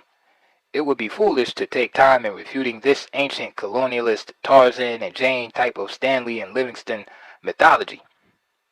One has to learn that the re-Africanization of African things that were Europeanized for over 400 years also includes the so-called Western religions, and in particular those which are still being passed off as Christianity, which in reality are nothing more than the religious accommodation of what is also called today Western democracy, or the free world system of economic individualism. Again, it is quite unfortunate that the Africans are so much underrated by communists and capitalists alike, each believing that his way is the only way to the answer to mankind's problem, each forgetting that each man, including Africans, can think for himself, and that it was gunpowder, not Jesus Christ, Allah, Jehovah, Marx, Mao, or any other god that made the African slaves for over 400 years. Therefore, the African god Olodumare, once more in the history of Africa, becomes as much a recognized supreme being in Nigeria and other parts of Africa as the gods Jehovah, Allah, and Jesus Christ are elsewhere, and as they were in Africa from the beginning of the infamous slave trade until political independence in Africa, a fact which too many Christian missionaries cannot yet accept. This recognition is actually saying that Olorum is the master of the netherworld, owner of heaven, as much as Jesus Christ, Jehovah, and or Allah. And of course, that he also rules over every man in the universe from his joyous heaven, just as he maintains a wretched spirit world for those that fail Oludumare. Also that Olodumare is the God over all other gods. Yes, this, the Africans of this religion hold true, according to their God-inspired men. A noted African scholar and author dealt with this same problem in the following dialogue. "You say that there is one supreme God who made heaven and earth," said Acuna on one of Mr. Brown's visits. We also believe in him and call him Chukwu. He made all the world and the other gods. There are no other gods, said Mr. Brown. Chukwu is the only god, and all the others are false. You carve a piece of wood, like that one. He pointed at the rafters from which Akuna's carved Nkenga hung, and you call it a god, but it is still a piece of wood. Yes, said Akuna, it is indeed a piece of wood. The tree from which it came was made by Chukwu, as indeed all minor gods were, but he made them for his messengers, so that we could approach him through them. It is like yourself. You are the head of the church. No, protested Mr. Brown. The head of the church is God himself. I know, said Akuna, but there must be a head in this world among men. Somebody like yourself must be the head here. The head of my church, in that sense, is in England. That is exactly what I'm saying. The head of your church is in your country. He has sent you here as his messenger, and you have also appointed your own messenger and servants. Or let me take another example. The district commissioner, he is sent by your king. The above drama took place in the classic work, Things Fall Apart, by Mr. Chinua Achebe of Nigeria, West Africa. This story relates how a European missionary first entered a particular village in eastern Nigeria during the early 1900s and tried to change the peoples from their own traditional African god that served them faithfully for thousands of years for his own god from Europe, of whom these Africans knew nothing. It also deals with the value of the living oracle, prophet in African life, as against the belief in appealing to saints, dead people, in European and European American style Christianity. But the crux of the above dialogue is seen in the fact that the missionary had the audacity to come into eastern Nigeria and condemn the people's God, calling it a piece of wood. He forgot that they could see their God at least, which was more than he could say for his. Moreover, they knew where to find theirs when they wanted his service, but could he find his when he needed service? The dialogue continued along the line that is still commonly used by Christian, Muslim, and other foreign missionaries in their attempt to belittle the traditional gods of Africa, while at the same instance honoring their own gods of Europe, Asia, and the United States of America, Jesus Christ and Allah in particular. In this regard, Mr. Achebe continues, "You say that there is one supreme God who made heaven and earth," said Akuna on one of Mr. Brown's visits. "We also believe in him and call him Chukwu. He made all the world and the other gods." "There are no other gods," said Mr. Brown. "Chukwu is the only God, and all others are false. You carve a piece of wood, etc., etc." Mr. Brown repeated everything he had stated above in this visit. Here, as one looks back at the last 5 paragraphs on page 25, it is seen that the indigenous Africans defended their religions with as much vigor as did the foreign European-style Christian missionaries like Mr. Brown tried to sell theirs. Mr. Achebe continues further in the next paragraphs. "They have a queen," said the interpreter on his own account. "Your queen sends her messenger, the district commissioner. He finds that he cannot do the work alone, and so he appoints Katma to help him. It is the name with God, or Chukwu. He appoints the smaller gods to help him because his work is too great for one person." Not being able to convince Mr. Akuma, the African, that his God, Jesus Christ, was a superior diviner to Chukwu, Mr. Brown, the European from England, resorted to the economic white power which was always available to the colonialist Christian missionaries to whip Africans who would not convert into line. This method, or forced conversion, was always used when missionaries' logic about their European-styled blind Jesus Christ failed to convince and convert the Africans through nonviolent persuasion. Mr. Achebe continues, "In this way, Mr. Brown learned a good deal about the religion of the clan, and he came to the conclusion that a frontal attack on it would not succeed, and so he built a school and a little hospital in Umufia. He went from family to family, begging people to send their children to his school, but at first they only sent their slaves or sometimes their lazy children. Mr. Brown begged and argued and prophesied. He said that the leaders of the land in the future would be men and women who had learned to read and write. If Umufia failed to send her children to the school, strangers would come from other places to rule them. They could already see that happening in the native court, where the DC was surrounded by strangers who spoke his tongue. Most of these strangers came from the distant town of Umuru, on the bank of the great river where the white man first went. In the end, Mr. Brown's arguments began to have an effect. More people came and learned in his school, and he encouraged them with gifts of singlets and towels. They were not all young, these people who came to learn. Some of them were 30 years old or more. They worked on their farms in the morning and went to school in the afternoons. And it was not long before the people began to say that the white man's medicine was quick and working. Mr. Brown's school produced quick results. A few months in it were enough to make one a court messenger or a court clerk. Those who stayed longer became teachers, and from Umufia laborers went forth into the Lord's vineyard. New churches were established in the surrounding villages, and a few schools with them. From the beginning, religion and education went hand in hand. Mr. Brown's mission grew from strength to strength. Because of its link with the new administration, it earned a new social prestige. But Mr. Brown himself was breaking down in health. At first he ignored the warning signs, but in the end, Mr. Brown had to leave his flock, sad and broken. Religion and education went hand in hand.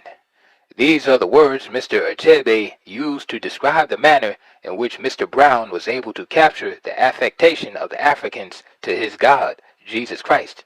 In other words, if the Africans wanted to eat, they had to have the required education and skills of their imposed colonialist masters in the new government. To secure such needed food and educational skills, they were forced to fall into the waiting, outstretched arms of the missionaries whose religion, European-style Christianity, they had rejected. They were caught by the age-old African proverb that says, "Jumping from the log to the fire is a fatal solution to the problem." One is to assume that the European God, Jesus Christ in this specific case, inspired his missionaries to use whatever violation of his 10 Commandments, which Moses was supposed to have received on Mount Sinai, but in fact co-opted from the negative confessions, they felt fitting in any conversion situation, providing it led to the acquisition of new converts. This was the preferred manner in which God, Jesus Christ, and Allah won converts from the gods, Juju, Oludumare, Chukwu, and others in every part of Africa from the beginning of the slave trade to the present late 20th century. However, this method is certainly overshadowed by chattel slavery, when Africans by the millions were beaten into accepting European-style Christianity by their slave masters, many of whom were ordained ministers of the church, many also being captains of slave ships and owners of the same. The most notorious of the slave ship owners and captains was the Reverend John Hawkins of the Church of England, Anglican Church, whose flagship was named Jesus Christ de Lubeck.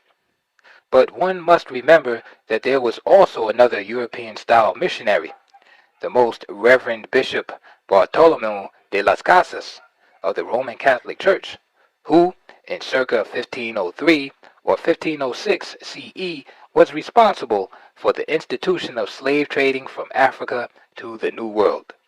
The first of such African slaves were shipped to the island of Haiti, which the Spaniards had already named Hispaniola. Looking back to the Reverend Placide Temple's book, Bantu Philosophy, one sees certain fundamentals which are said to be the basis for Juju, Voodoo, Shango, Dambala Quedo, and all other African, European, Asian, and American religions. Yet they cannot be accepted as such by European and European-American religionists. Why? Because one man sees the other man's God or religion as being inferior to his own. His God is no better than his own image of himself. If he feels that an African is less than a European or European-American, he must also assume that his God must have also made the same conclusion. Therefore, the Jews are the chosen people for Jews and Christian alike. But are they the chosen people for Muslims, Hindus, Buddhists, Yorubas, or even Christians who claim no Jewish ethnological tie with the so-called Jewish race one hears so much about of. Emphatically not. In conjunction with this point of view, the Reverend Placide Templis noted, quote, "The white man, a new phenomenon in the Bantu world, could be conceived only according to pre-existing categories of Bantu thought.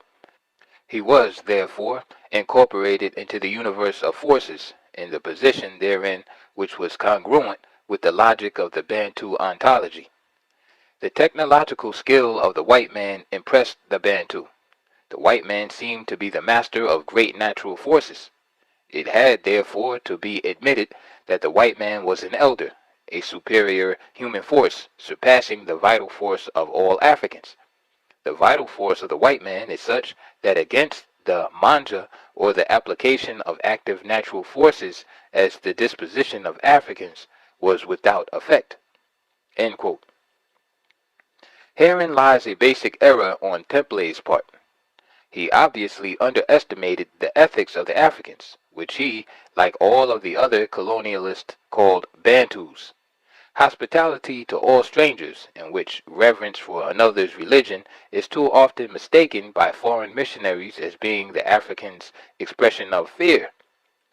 The same holds true for any foreigner in their midst, who may be able to perform material feats, which they have not yet done. Outlining what he chooses to call the general laws of vital causability, Temples listed the following. 1. Man, living or deceased, can directly reinforce or diminish the being of another man. Such vital influence is possible from man to man. It is indeed necessarily effective as between the progenitor, superior vital force, and his progeny, an inferior force. This interaction does not occur only when the recipient object is endowed, in respect of the endowing subject, with a superior force which he may achieve of himself, or some vital external influence, or especially by the action of God. Footnote: Temples was himself a quote-unquote white man. He was only expressing his own chosen people's myth. Did not the so-called Bantu have a color like the white man? Should the Africans he called Bantus not be called black men? Is it not true that white is as much a color as black? Why this type of racism in religion? End of footnote. 2. The vital human force can directly influence inferior force beings, animals, vegetables, or minerals, in their being itself. 3. A rational being, spirit, names, or living, can indirectly have an effect upon another rational being by communicating his vital influence to an inferior force, animal, vegetable, or mineral, through the intermediary of which it influences the rational being. This influence will also have the character of a necessarily effective action, save only when the object is inherently the stronger force, or is reinforced by the influence of some third party, or preserves himself by recourse to inferior forces exceeding those which his enemy is employing. Temples had to journey all the way to Africa and involve himself in a major study in order that he might understand if there is a philosophical basis for any African traditional religion.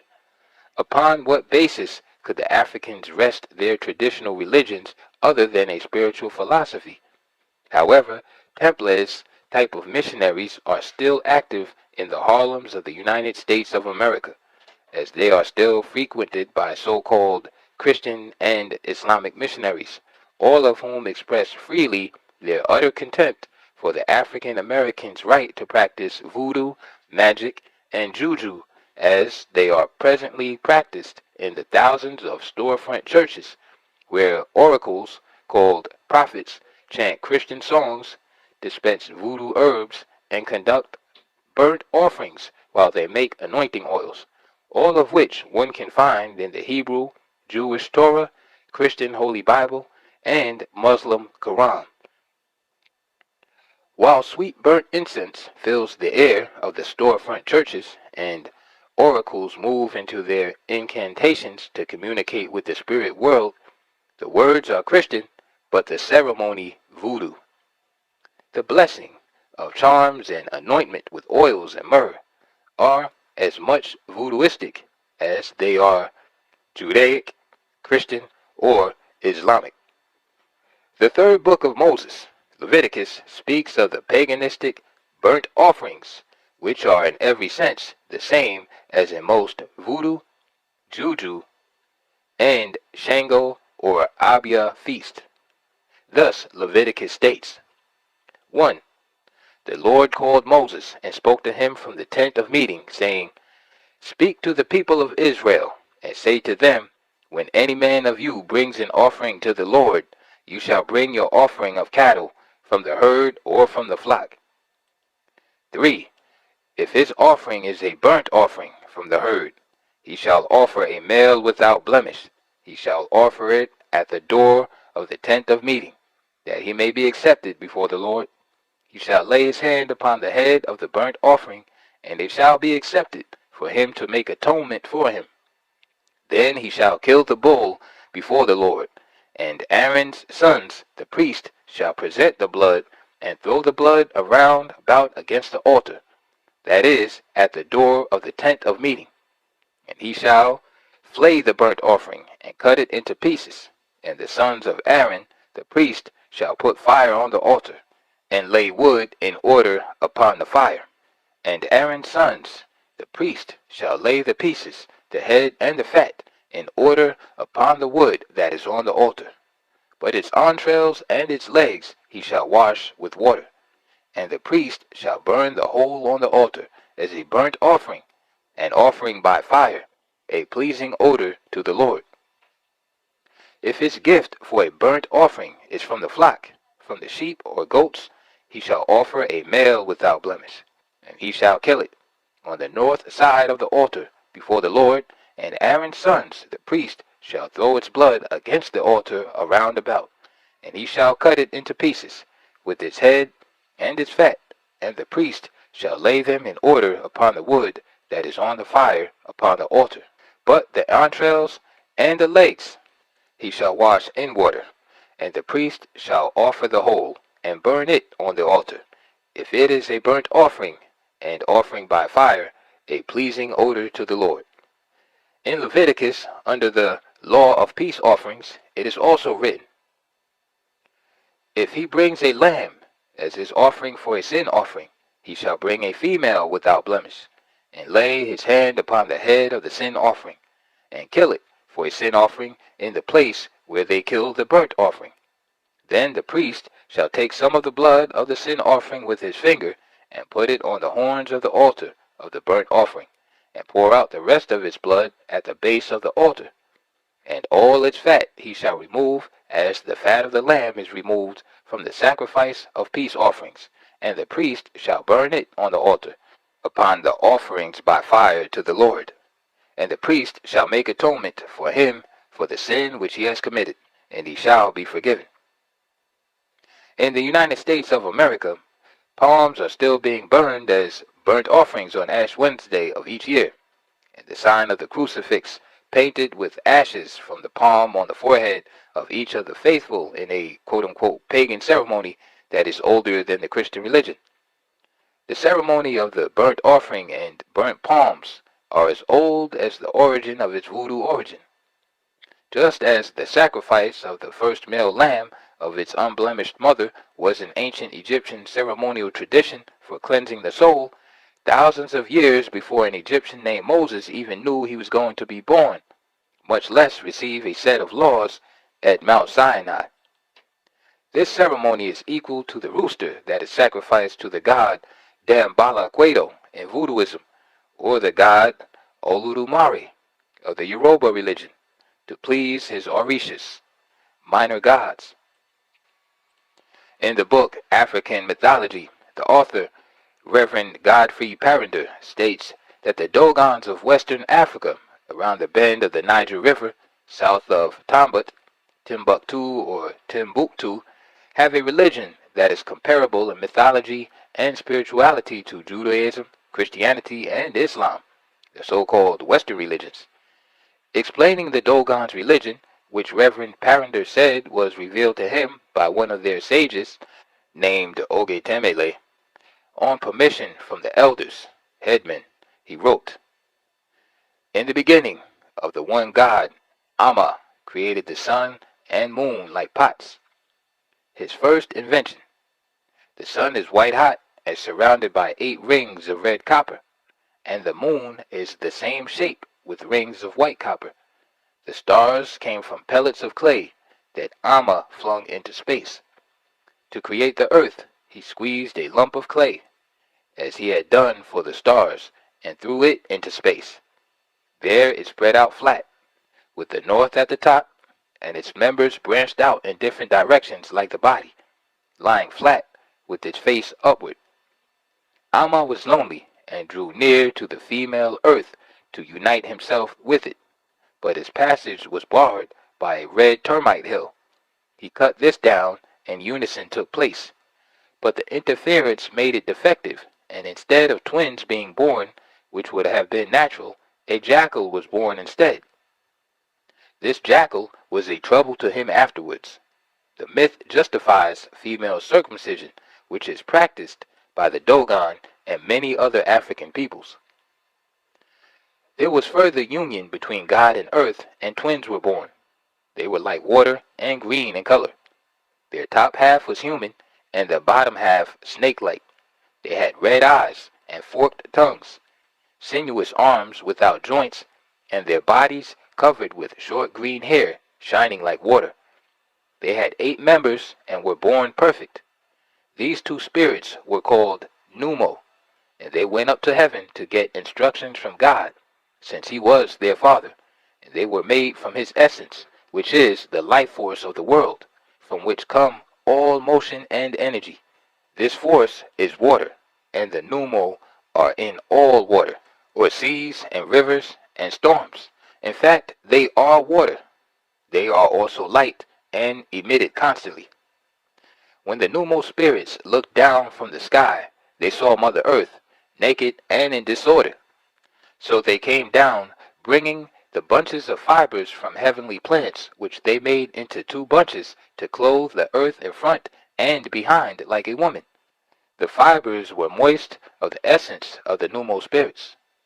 By means of this clothing, the earth obtained a language, elementary but sufficient for the beginning. The jackal, deceitful firstborn of God, was jealous of his mother's possession of language. He seized the fiber skirt in which the language was embodied. The earth resisted this sinful attack and hid in her own womb, symbolized as an ant hill in which she changed into an ant.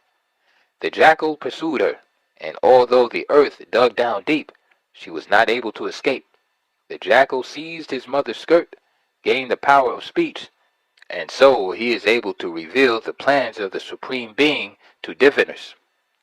The result of this unfilial attack was the defilement of the earth, and Amma decided to create live beings without her.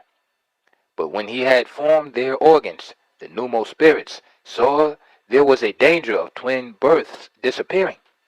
So they drew a male and a female outline on the ground, on top of one another, and so it was, and has been ever since, that every human being has 2 souls at first. Man is bisexual, but a man's female soul is removed at circumcision, and the corresponding event happens to a woman at excision. The myth continues with the coming of the first man, and though they still refer back to God, they will be considered later under a separate heading. Meanwhile, the gifts of God to man occur in a number of myths. If the above story, with all of its universality in the explanation of man's origin, is a myth, what is the story about Adam and Eve and creation in the first book of Moses, Genesis, following, "In the beginning God created the heavens and the earth. The earth was without form and void, and darkness was upon the face of the deep, and the Spirit of God was moving over the face of the waters. And God said, Let there be light, and there was light. And God saw the light was good, and God separated the light from the darkness. God called the light day, and the darkness he called night. And there was evening, and there was morning one day. And God said, Let there be a firmament in the midst of the waters, and let it separate the waters from the waters. And God made the firmament, and separated the waters which were under the firmament from the waters which were above the firmament. And it was so. God called the firmament heaven. And there was evening, and there was morning, a second day. And God said, Let the waters under the heavens be gathered together into one place, and let the dry land appear. And it was so. God called the dry land earth, and the waters that were gathered together he called seas. And God saw that it was good. And God said, Let the earth put forth vegetation, plants yielding seed, and fruit trees bearing fruit, in which is their seed, each according to its kind, upon the earth. And it was so. The earth brought forth vegetation, plants yielding seed according to their own kinds, and trees bearing fruit, in which there is seed, each according to its kind. And God saw that it was good. And there was evening, and there was morning, a third day. The story continues with the making of light, seasons, stars, birds, sea monsters, other living creatures, etc. But in verse 24, it begins to take on animals and other forms which man deals with daily, thus the making of cattle, man, etc. And God said, Let the earth bring forth living creatures according to their kinds, cattle and creeping things and beasts of the earth according to their kinds. And it was so. And God made the beasts of the earth according to their kinds, and the cattle to their kinds, and everything that creeps upon the ground according to its kind. And God saw that it was good. Following the creation of everything else, the Jewish Jehovah, Christian Jesus Christ, and Muslim Allah, with the help of one or more persons, created man, called Adam, according to the following. Then God said, Let us make man in our image, after our own likeness, and let him have dominion over the fish of the sea, and over the birds of the air, and over the cattle, and over all the earth, and over every creeping thing that creeps upon the earth. So God created man in his own image. In the image of God he created him. Male and female he created them. And God blessed them. And God said to them, Be fruitful and multiply, and fill the earth and subdue it, and have dominion over the fish of the sea, and over the birds of the air, and over every living thing that moves upon the earth. And God said, Behold, I have given you every plant yielding seed which is upon the face of all the earth, and every tree with seed in its fruit. You shall have them for food. And to every beast of the earth, and to every bird of the air, and to everything that creeps on the earth, everything that has the breath of life, I have given every green plant for food. And it was so. And God saw everything that he had made, and behold, it was very good. And there was evening, and there was morning, a sixth day. Still not satisfied with what he had already created, God decided to create a woman called Eve for his Adam. The act continues in the following manner, according to the story. The Lord God took the man and put him in the Garden of Eden to till it and keep it. And the Lord God commanded the man, saying, You may freely eat of every tree of the garden, but of the tree of knowledge of good and evil you shall not eat, for on the day that you eat of it you shall die. Then the Lord God said, It is not good that the man should be alone. I will make him a helper fit for him. So out of the ground the Lord God formed every beast of the field and every bird of the air, and brought them to man to see what he would call them. And whatever the man called every living creature, that was its name. The man gave names to all cattle, and to the birds of the air, and to every beast of the field. But for the man there was not found a helper fit for him. So the Lord God caused a deep sleep to fall upon the man, and while he slept, took one of his ribs, and closed up its place with flesh. And the rib, which the Lord God had taken from the man, he made into a woman, and brought her to the man. Then the man said, This at least is bone of my bones, and flesh of my flesh. She shall be called woman, because she was taken out of man. Therefore a man leaves his father and his mother, and cleaves to his wife. They become one flesh, and the man and his wife were both naked and were not ashamed.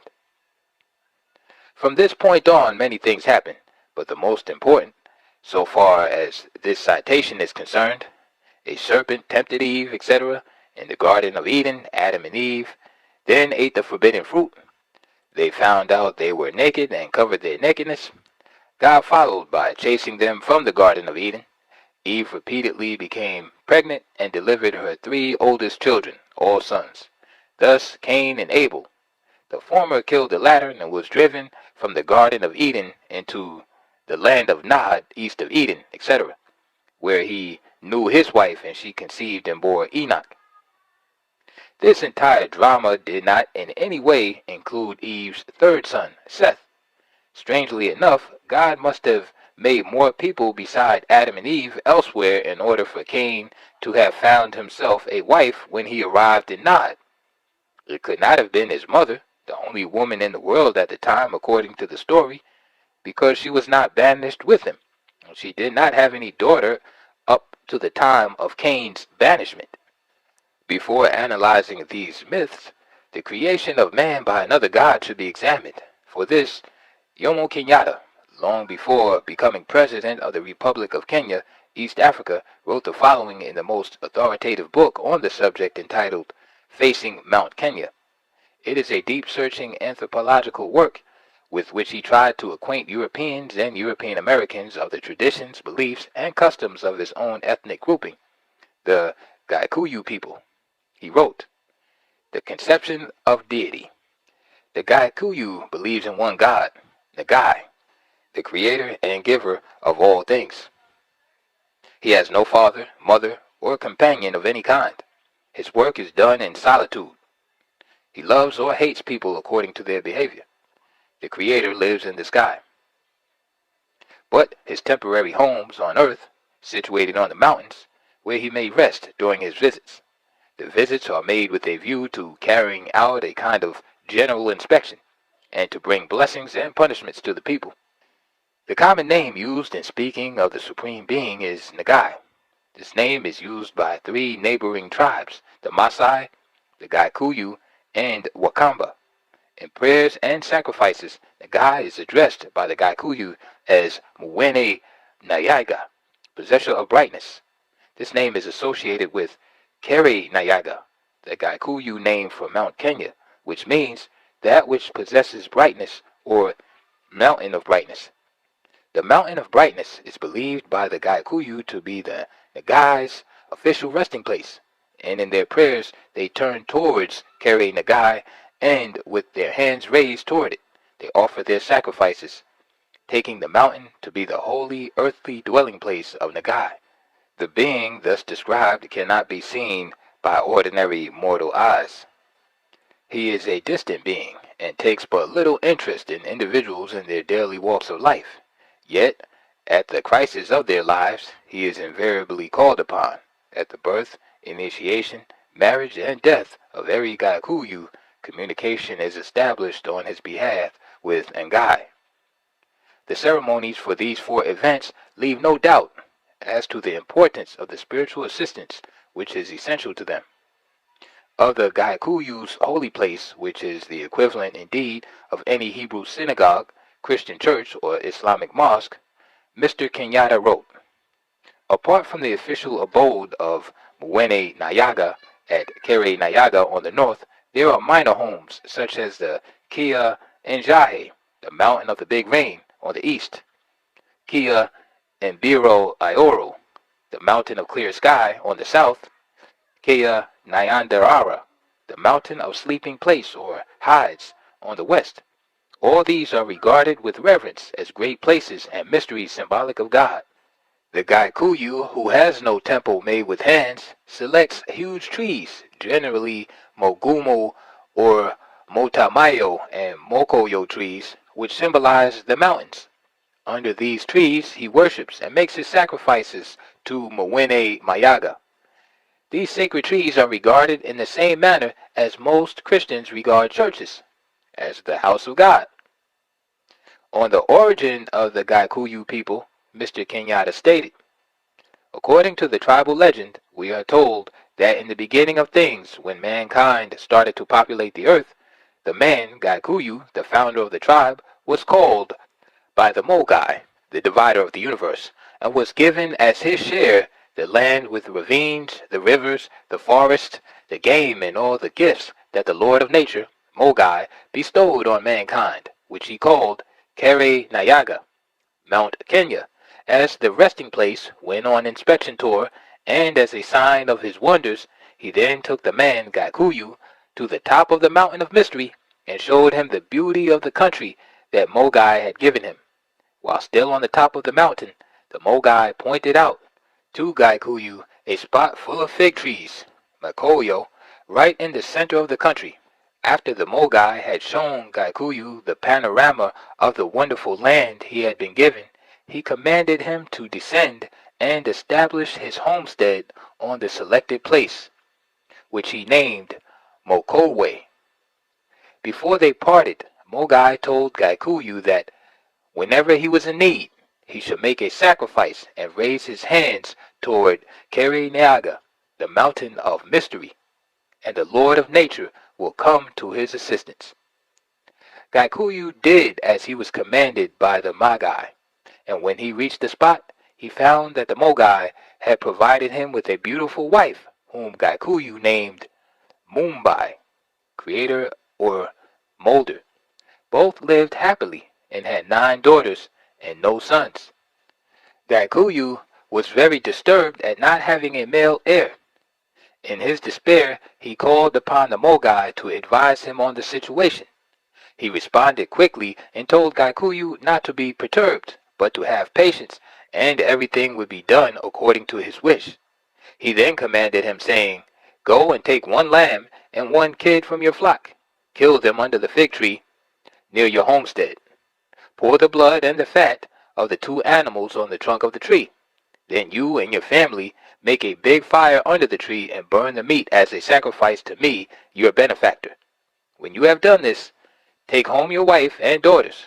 After that, go back to the sacred tree, and there you will find 9 handsome young men who are willing to marry your daughters, under any condition that will please you and your family."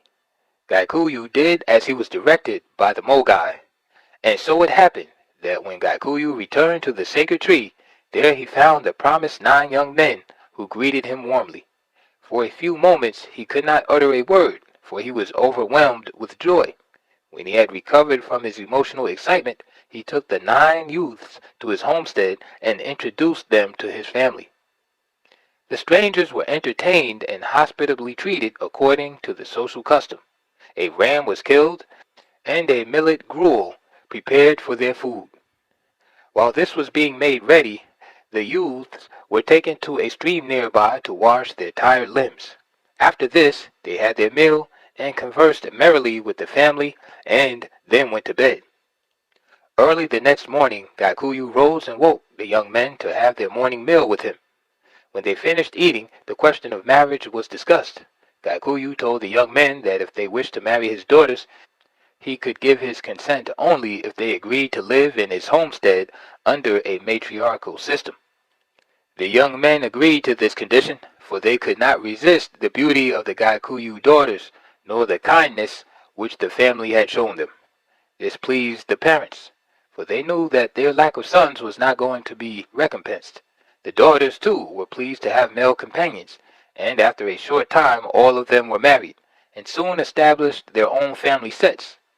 These were joined together under the name of Mabari Ya Moambi, i.e., Mumbi's family group, in honor of their mother, Muimbi.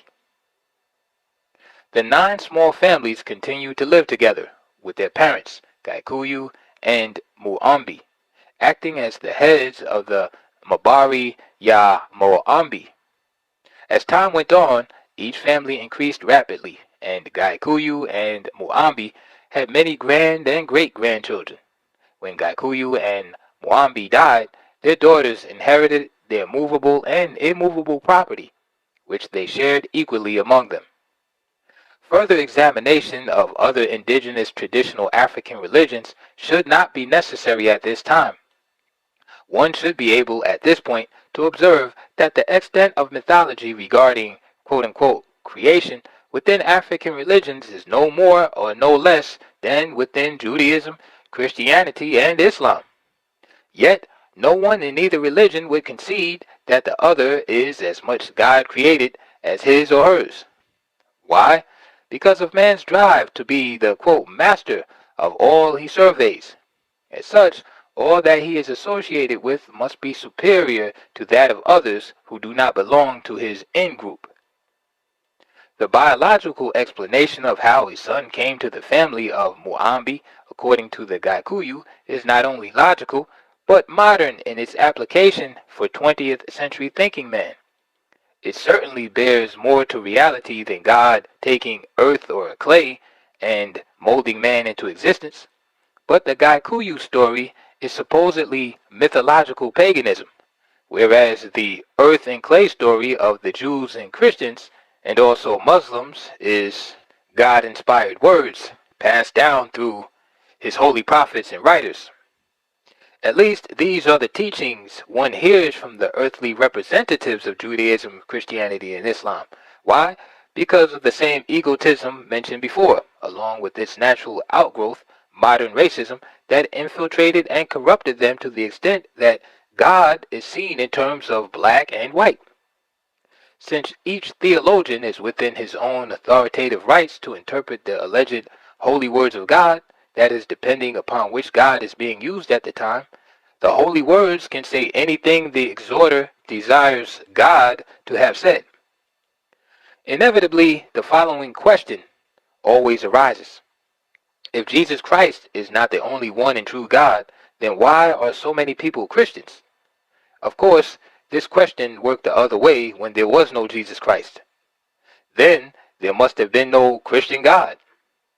But amongst Christians, this type of logic is confusing and therefore sacrilegious. If sacrilegious, it is more than likely pagan. The premise of a good or bad, true or false religion is the cardinal problem which makes it almost impossible for many researchers to report freely and without bias on their findings about the traditional African gods within voodoo, juju, obya, magic, witchcraft, and all other traditional African religions relegated to animism by European and European American style Christian religionists, Jewish chosen people, and Muslim jihadists and other paternal and maternal protectors of their African and African American Negro children. This must be done, of course, because people of African origin supposedly lack the necessary capacity of the large brain which is only to be found in Caucasians of Europe and European America. At least, this seems to be the basic premise upon which traditional African religions have been degraded by most who now label themselves Westerners in place of their formerly prestigious Caucasians. Upon further examination of the Dogon's god, one noted that in the creation of heaven and earth, clay was also used. But according to the same Dogons, man was not made from clay, but, quote, the stars came from pellets of clay that Amma, God, flung into space. It is further revealed that, quote, Amma was lonely and drew near to the female earth to unite himself with it. The same sexual relationship between God and a female existed in Judaism, Christianity, and Islam, as seen in the following. Then God said, let us make man in our image, after our likeness, etc. Obviously, God would not likely make man in his own image with another male, but this traditional myth seems to be common among Western peoples. Whether or not the traditional African religions, quote-unquote, us, as animal or thing, it is always female. This so-called primitive or pagan rationalization was, and still is, said to be naturally instinctive, and no high degree of academic sophistication was necessary for ancient man to have deduced such a rationale. Yet, everywhere in Africa, original man is shown to have had a mother. The concept of sacred trees within the religions of the Yorubas of Nigeria, Gaikuyu of Kenya, and Bundus of Angola, Twa The so-called pygmies of the Congo and Burundi are embodied with soul, because trees do eat, move, and do other things like most animals, man included. As such, most indigenous Africans recognize them as having spirit. This is the reason some Africans can be seen praying for forgiveness whenever they must cut down a tree.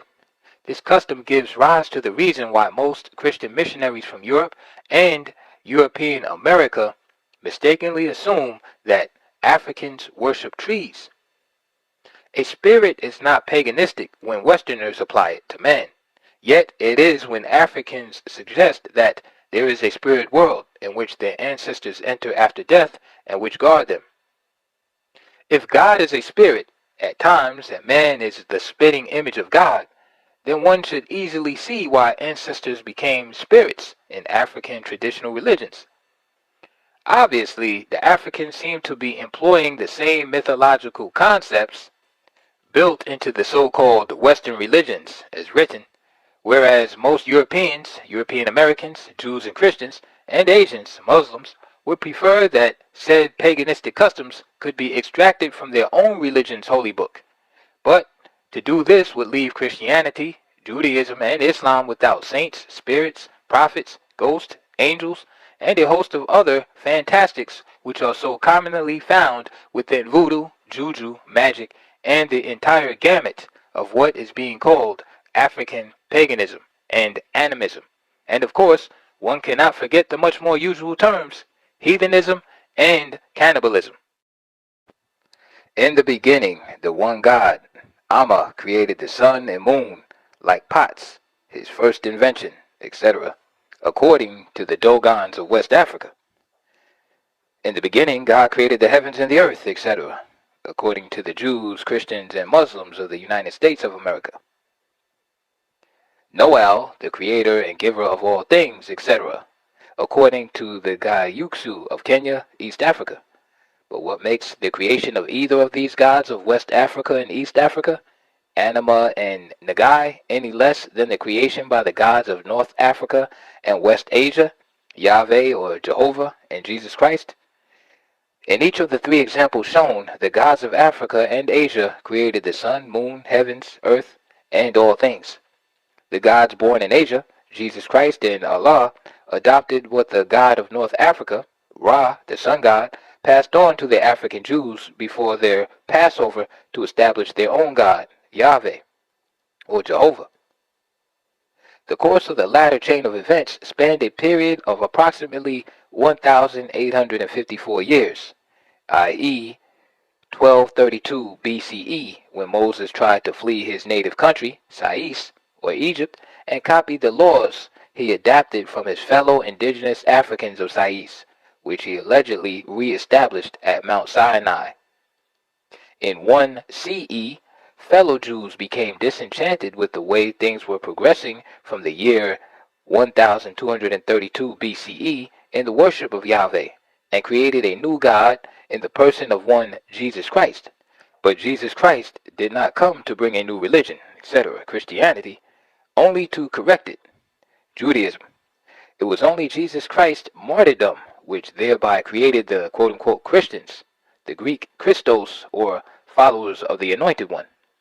But in 622 CE, or AH1, the year after the Hijra, Muhammad of Arabia, a former camel driver, condemned both Jews and Christians for failing the one God he called Allah, from the ancient Arabian goddess Al-Lat that was worshipped in Arabia for thousands of years before Muhammad's birth, and established Islam at the oasis of Yathrib, Medina, and thereby re-established the continuation of the mysteries.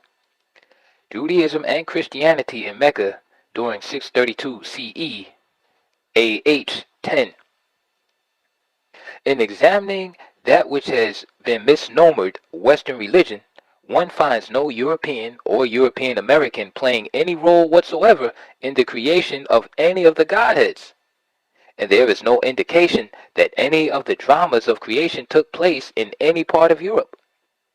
All of the dramas so far mentioned having took place in Asia Minor, today's Middle East, the Arabian Peninsula or Western Asia, North Africa, West Africa, and East Africa. This, of course, is not to imply that there was no creation by a god of or in Europe. What it does say, however, is that none of the gods, prophets, or founders of any of the three religions, Judaism, Christianity, and Islam, the so-called Western religions, was indigenous to Europe, a Caucasian or white man. It is further saying that Judaism and Islam both had indigenous Africans in the leadership roles from the first day of their recorded origin. In Judaism, after Abraham, Isaac, and Jacob, it was Moses and his fellow indigenous African Jews of Egypt and those in Cush, or Ethiopia, where Moses married one of his many wives, which made his sister, Miriam, and brother, Aaron, protest. Islam had Muhammad, whose grandfather was of African origin, and his closest advisor and co-founder of Islam, an African from Ethiopia, Kush or Abyssinia, named Mazart Bilal ibn Rabab. How do all these avenues to the gods relate to African Americans throughout the Americas and their African-influenced so-called Western religions?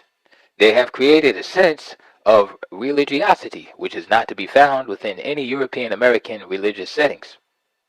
This same sense of religion is reflected in the blues, the sorrowful testimonial that found its way into jazz. Because of this influence, Mahalia Jackson and Aretha Franklin, both African Americans, can sing the Star-Spangled Banner like no European American can with quote-unquote soul. But behind this voodooistic background is a Baptist, Aretha's father, a very well-known Christian minister who saw to it that she was brought up in his church's choir. Mahalia Jackson, also Dinah Washington, Sarah Vaughan, and many other well-known black singers of equal billing were brought up in very similar backgrounds of church and choir. For in the black or African American Baptist background, like its African Methodist Episcopate, the basic elements in voodooism have always dominated all forms of music by African Americans, just as it has controlled the spiritual and blues, and of course, jazz. In Haiti, Cuba, Trinidad, Puerto Rico, Jamaica, and other islands of the Caribbean, West Indies, along with the South American mainland, voodoo, juju, shango, nagai, dambala cuedo, abya, and magic compete in the open for the minds of European Americans, Europeans, Africans, African Americans, and the indigenous peoples, misnomered Indians. Because of this, the Roman Catholic Church and other Christian sects, including Protestantism, were forced to embrace much of the traditionally, quote, African spiritualistic mysticism. Not only have they adopted said traditional African religious customs, they were also forced to adopt many traditional religious customs of the indigenous peoples. In the black communities of the United States of America, local storefront churches have become the true centers of uninhibited voodooistic expressions. There one can purchase all sorts of roots, from, quote, Love John the Conqueror to, quote, blood root. Oils are equally available, from, quote unquote, snake oil to plain old palm oil. Graveyard dirt and African red clay can be had at a little extra cost. Metallic charms are blessed by prophets and other diviners. Just as medallions and crucifixes are blessed by Roman Catholic priests, black stones, Ka'aba, by Muslim imams, and Mogen Davids by Jewish rabbis. Burnt incense also fills the air as African and African American spirituals and other imported religious songs from Brazil, the Caribbean islands, and West Africa play to the softly dim-lit room full of worshippers waiting to communicate with the quote-unquote netherworld. Needless to say, Christians have invaded the world of the mysteries, which some find to be extremely financially lucrative. Here also, black magic is abused by too many who do not know with what they are fooling. These highly sophisticated indigenous African traditional religious rites have been deemed quote-unquote witchcraft by ill wishers and the ignorant, mostly because such charlatans have professed to be able to, quote, perform evil deeds through black magic in religion, etc. Witchcraft is as much scientific as the religious rites of Mrs. Mary Baker Eddy's Christian Science. Footnote: the terms witchcraft and witch doctor, neither of which is common to people of African origin, are the creations of those who can find no time to respectfully investigate for the sake of truth and enlightenment. End of footnote. Its witch doctors are as much scientists as the Christian Scientist practitioners. Yet the quote-unquote reading rooms of the Christian Science organization meet with revered acceptance and tolerance by Jews, Christians, and Muslims alike.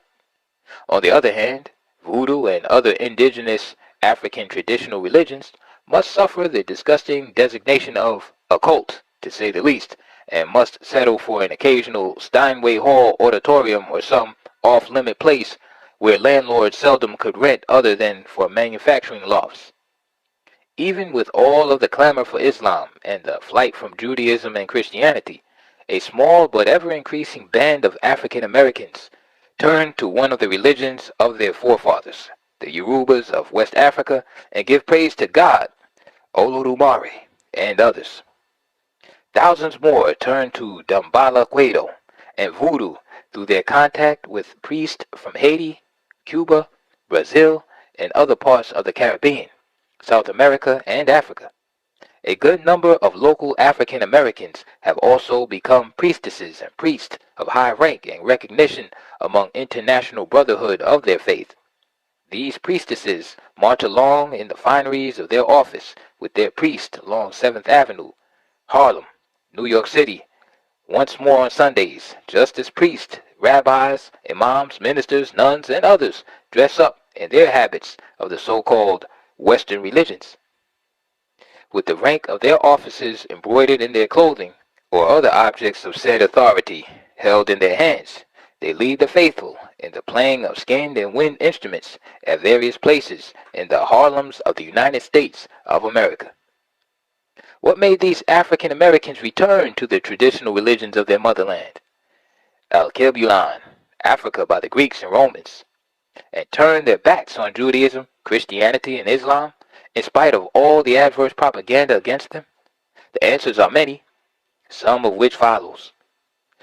A search for identity, a sense of pride, a determination to have their own thing, a sense of belonging, to be able to say, at last, this is mine, which I have created and have always kept sacred. These things are very well true, for what is pride without ownership?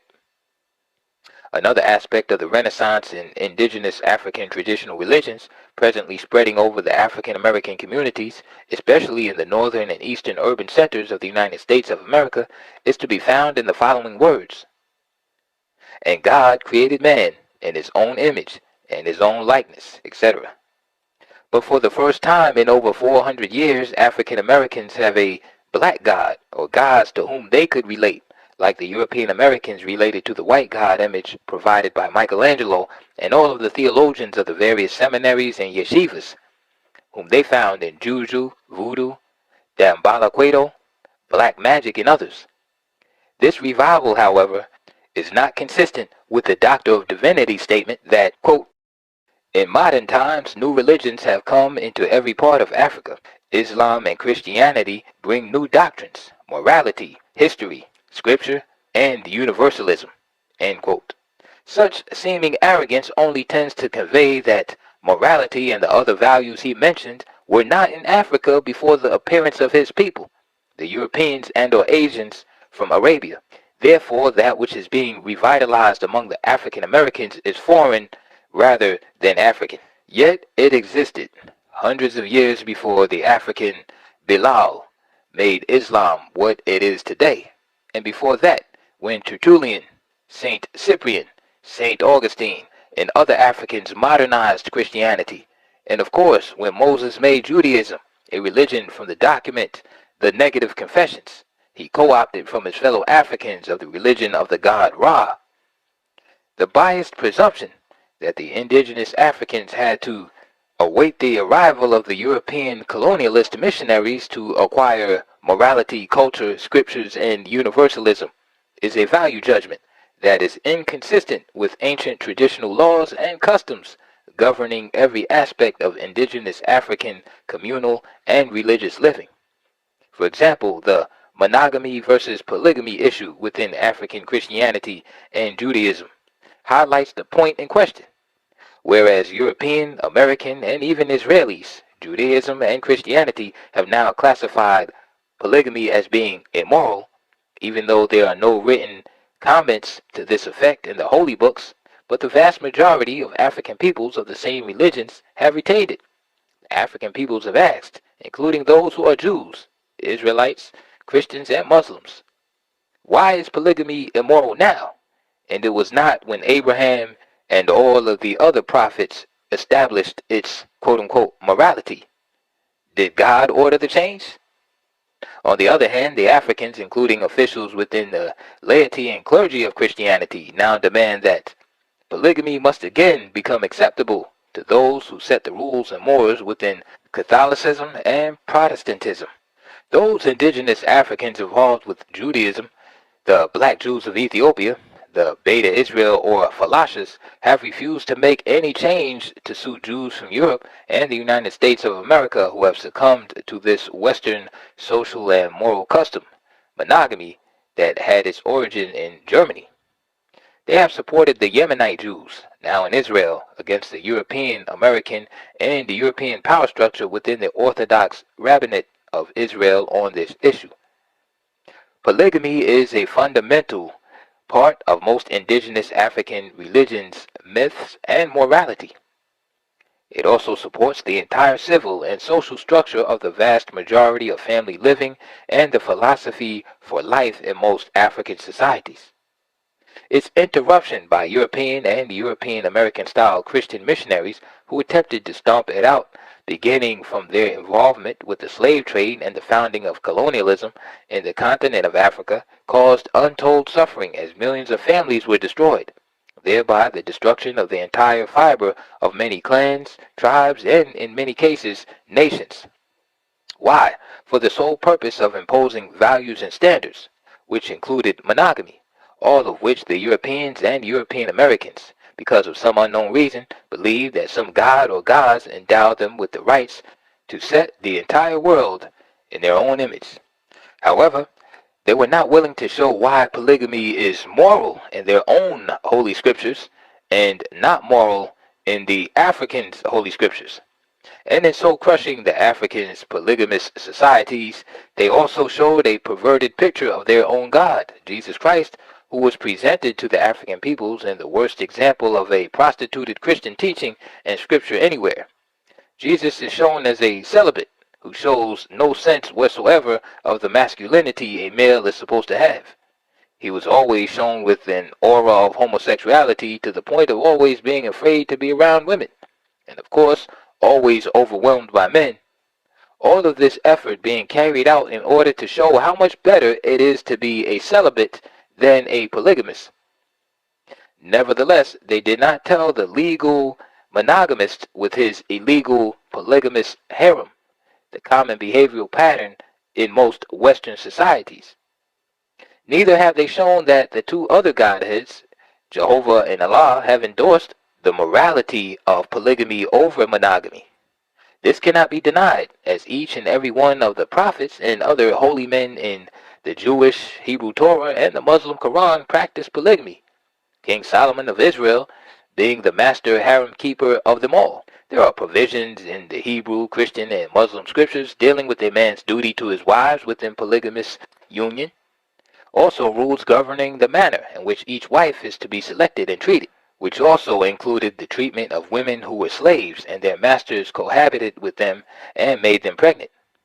To say there was no scripture in any African religion is to deny the existence of religious scripture in Coptic and Yehise, in the oldest Christian religious group in history, the Egyptian and Ethiopian Christian churches, not to mention man's earliest religious script, hieroglyphs from North Africa, a script that became the basis for all religions following or the writing of the Twe people of Liberia, West Africa, once used for all purposes, stopping only when they were converted to Islam and adopted Arabic in place of their own language by force. In the strictest usage of the word scriptures with relationship to the root script, There are very few European languages with their own script. Yet, Scripture, as it is commonly used in its religious significance among the masses, does not necessarily have to be in written form, as all Scripture stems from oral tradition of half-truths, myths, beliefs, and partial history. Among the Yorubas of Nigeria, West Africa, Fulanis of Sierra Leone, and Akan, also of West Africa, Agikuyu of Kenya, East Africa, and the Jukas of Suriname, formerly called Dutch Guyana, of South America, also hundreds of other nations. The masses recite their common scripture in voodoo, black magic, abia, witchcraft, dambala kwedu, and other traditional African religious rites. Scripture, in the loose sense of the word usage, was no less handed down from one to the other in the indigenous African religions than they were among any other group of people, Europeans and European Americans included.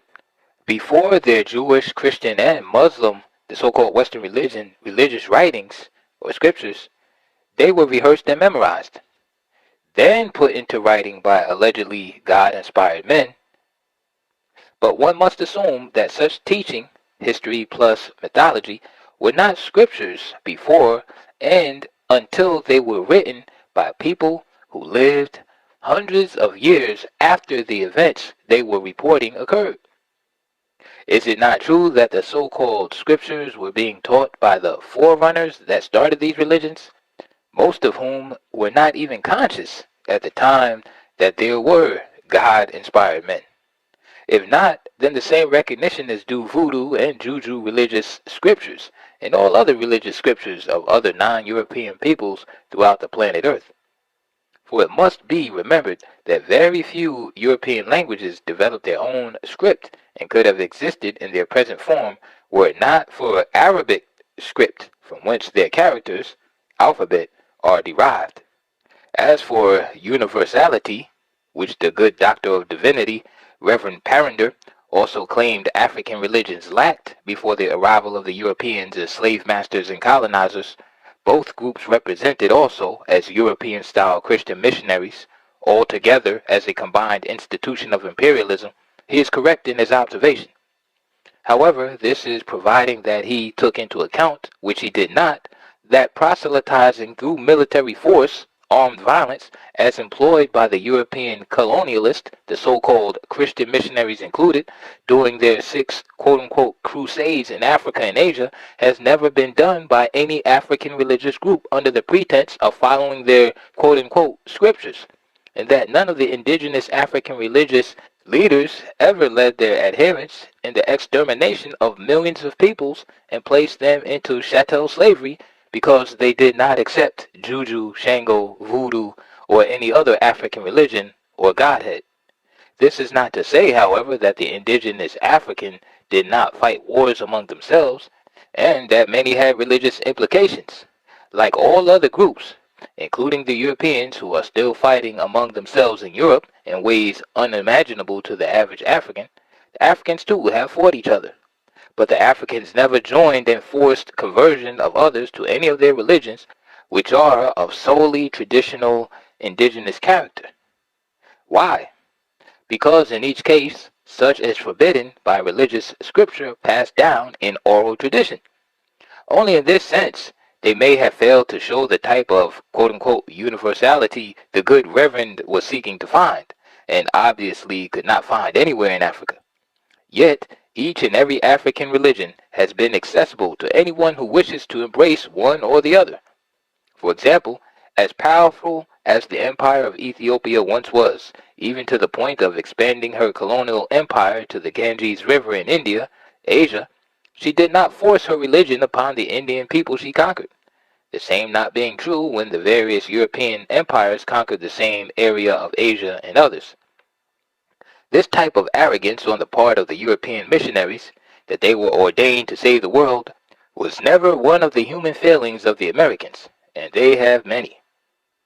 If universality involves what the leaders of European and European American style Christianity and Asian Islam did to the peoples of Africa from the 7th through 20th century CE in the name of Jesus Christ and Allah, the Africans hopefully must remain religious isolationists.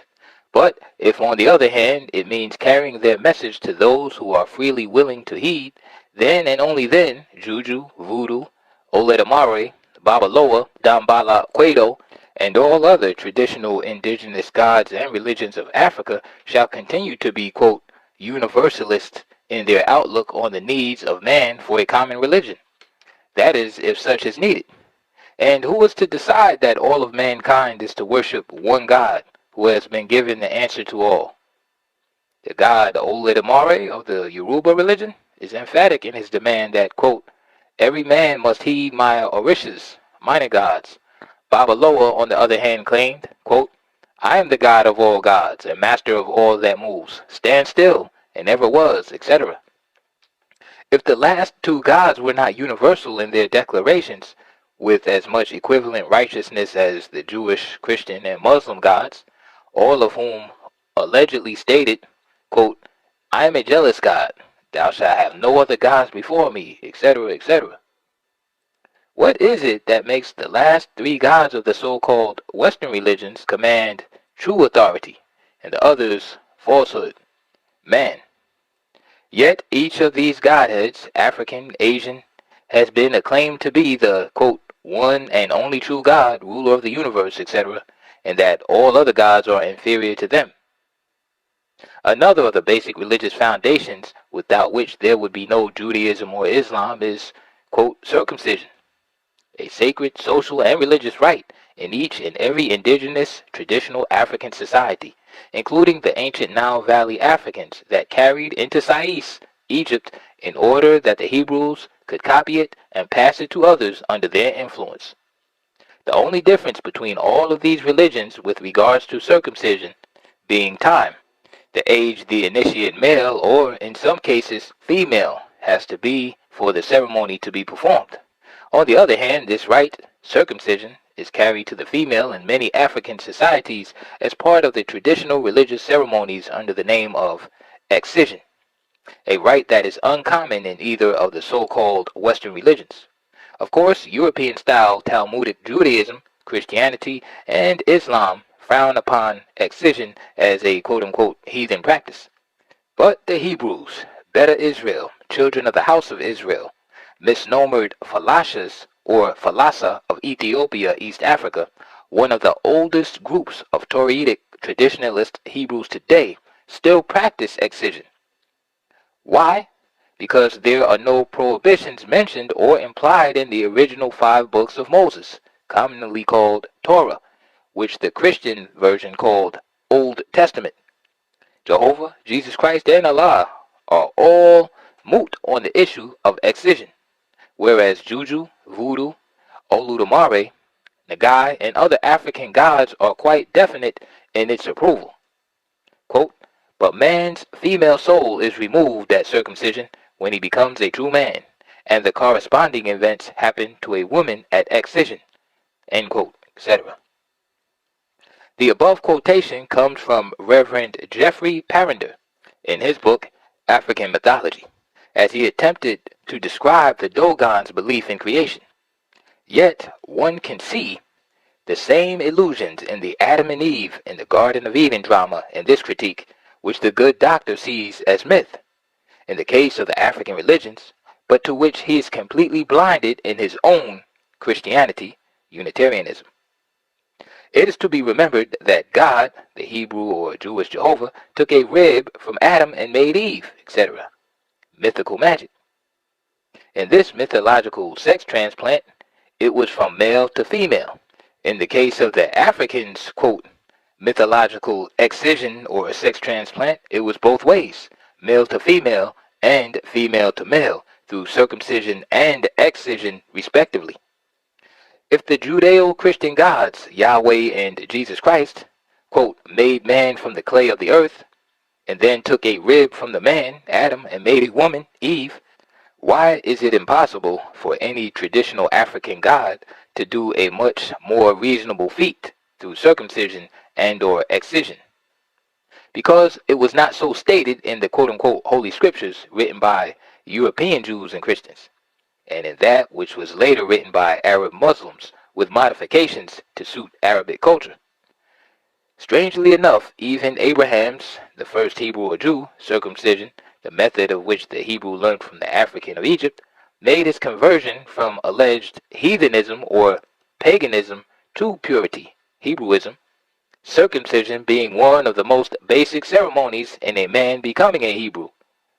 But millions upon millions of indigenous Africans for thousands upon thousands of years before the birth of the first Hebrew, Abraham, had to pass through circumcision or excision. Yet, it is to be remembered that in the city of Ur, Chaldea, where Abraham was born, the people there were already using the methods of both circumcision and excision, which they had adopted from the Africans of Egypt and Ethiopia, both of these countries at the time being the leader of world culture. This system was carried on by way of Abraham's son Isaac and his grandson Jacob, neither of whom were Caucasian, as one is made to assume these days. The descendants of these first Hebrews had to practice the same when they arrived in Egypt and lived along the banks of the Nile River, blue and white, and the Atbara River. These purification rites, circumcision and excision, were integral parts of every African civilization, high culture throughout the entire continent of El-Kebulan, Africa, in particular along the more than 4,100-mile-long Nile River, all of which have been written on various papyri in existence in museums all over Europe, the United States of America, Britain, North Africa, and East Africa.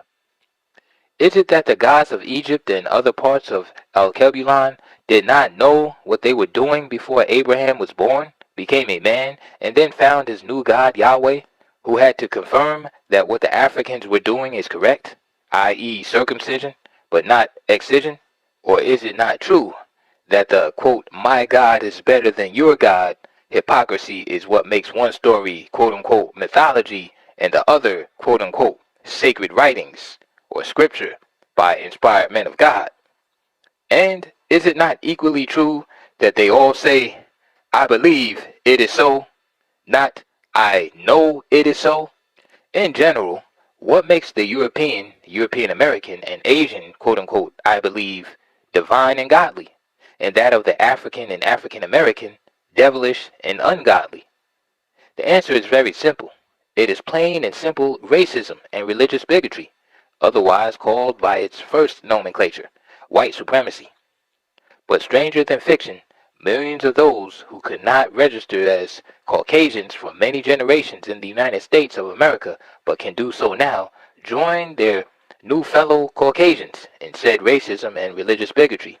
Olodumare, god of the Orishas, god over all other gods, brother of the god Ra, the representative god of one who gave birth to the gods of Judaism and Christianity and Islam, Yahweh, Jesus Christ, and Allah, rules supreme over the universe, according to the followers of his worship, the Yoruba-speaking Africans of West Africa, the African Caribbeans, and the African Americans in the United States of America, especially at their temples in Harlem, New York City.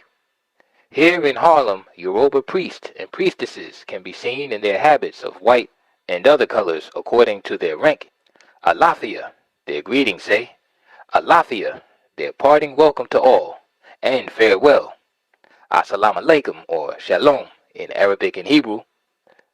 What is the major difference? Languages.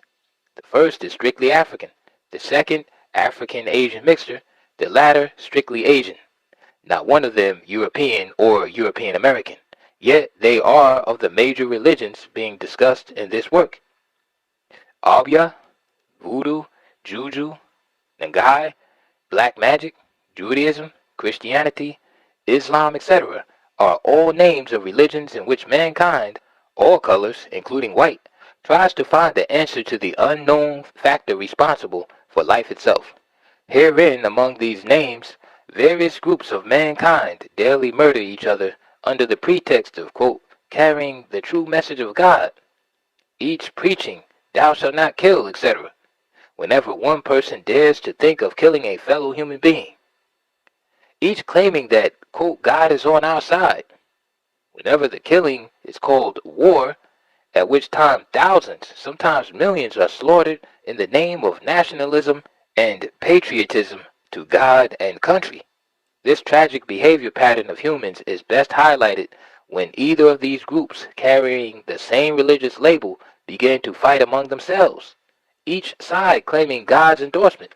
One sees this dilemma in the biblical split between Judah and Israel, Palestine, the civil war between Hebrews with Yahweh, Jehovah Almighty God, on both sides, Germans against English, both Christians, with Jesus Christ on both sides, Turks against Arabs, both Muslims, with Allah on each side. Yet in Nigeria's civil war in West Africa, it was Olodumare, Allah versus Jesus Christ, on their sides and helping each. In this latter case, the gods Olodumare and Allah defeated Jesus Christ. The central government forces defeated the breakaway Eastern region forces. The final outcome should have indicated that, quote, the will of God had prevailed. Or does the, quote-unquote, will of God only prevail when Jehovah or Jesus wins? From the reaction to the so-called Nigerian Biafran War in the United States of America with respect to the alleged genocide of the Nigerian race over the Igbo race, God did not prevail. Why? Because the prevailing God did not contemplate the type of ending said war took. The quote-unquote race war they dreamed up fizzled, just as their theory of northern, western, and southern Nigerians being of one race and fellow Nigerians of the eastern region being of another race. Yet and still, these same people cannot see their own race war in the United States of America. In the book, Man and His Gods, by Homer W. Smith, he wrote, The Great Mother. From remote antiquity, the Egyptians knew well enough they could not indicate upon their maps the actual location of mountains which upheld the sky.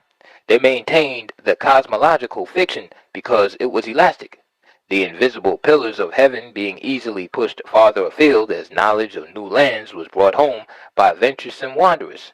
Yet it was with a certain justice that the men of this old kingdom considered their country to be the center of the world, themselves to be the only civilized beings, for at the farthest limits of their travels they found only barbarians, to whom the finer arts of agriculture, masonry, sculpture, painting, and the like were quite unknown. The Egyptians, moreover, were never great explorers, their expeditions being confined to the upper reaches of the Nile or the Red Sea coast, or at farthest venturing across the Isthmus of Suez into the Sinai Peninsula. Consequently, even the country of Syria, which lay immediately beyond the wedge of Sinai, remained for them an almost unknown land until the period of the New Empire, when Thutmose brought its western edge under the double crown. Quote, Members of the Old Kingdom considered their country to be the center of the world, themselves to be the only civilized beings, etc. According to the above report by Mr. Smith, this is quite a revelation, when one considers that the European and Asian, Jewish, Christian, or Muslim peoples followed the Africans, whom they modeled their own religions. Count C.C. Volney supports Mr. Smith's position in his own book, Ruins of Empire, as he wrote, quote, All religions originated in Africa. To indulge in extensive detailing of the differences or similarities between that which is being called Western religion and those still remaining solely traditional and indigenous to Africa could only result in a fruitless game of rhetoric. However, it must be made very clear that the Africans, those who are very cognizant of their historical heritage, do not hold Judaism, Christianity, or Islam in any higher esteem than they hold their own religions, which have not been corrupted by slavery, colonialism, or cultural genocide. It is therefore only befitting that Mr. Homer W. Smith's book, Man and His Gods, be quoted in this regards at least once more. Thusly, Epilogue. As the fallen angel, man would be ludicrous. As an intelligent animal, he has reason to be proud, because he is the first who can ask himself, whither, why, and whence, and confident, because he can know himself as a creature of earth who has risen by his own efforts from a low state. If he would rise higher, he must be true to earth. He must accept that he is its creature, unplanned, unprotected, unfavored, co-natural with all other living creatures, and with the air and water, and sunlight and black soil, from which their dynamic pattern has been fabricated by impersonal and indifferent forms. In every wish, thought, and action, he is seeking to escape the same protoplasmic disquietude that impels the meanest flesh crawling beneath his feet. He must find his values and his ends entirely within this frame of reference.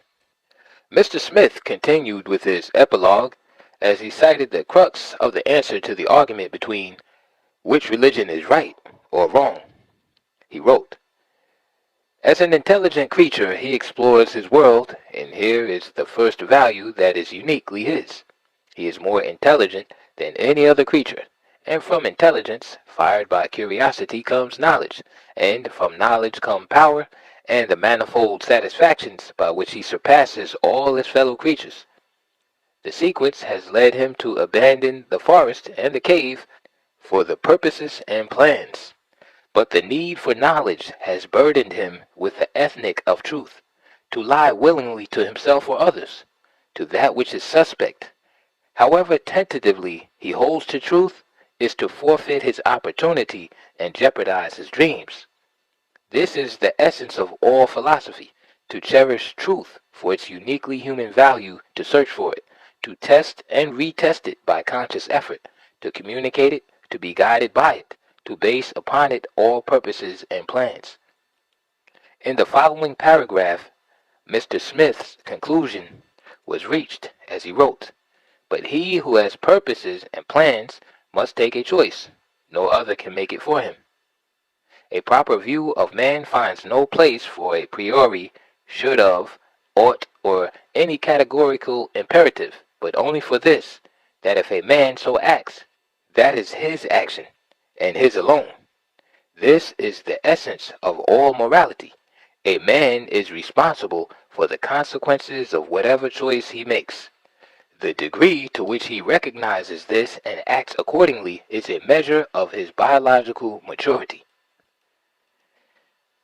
This chapter is being closed with, quote, "the last act of the Osirian drama, the weighing of the heart, in the scales of Thoth, etc., is taken from the Book of the Dead, the 125th chapter, also known as the Negative Confessions.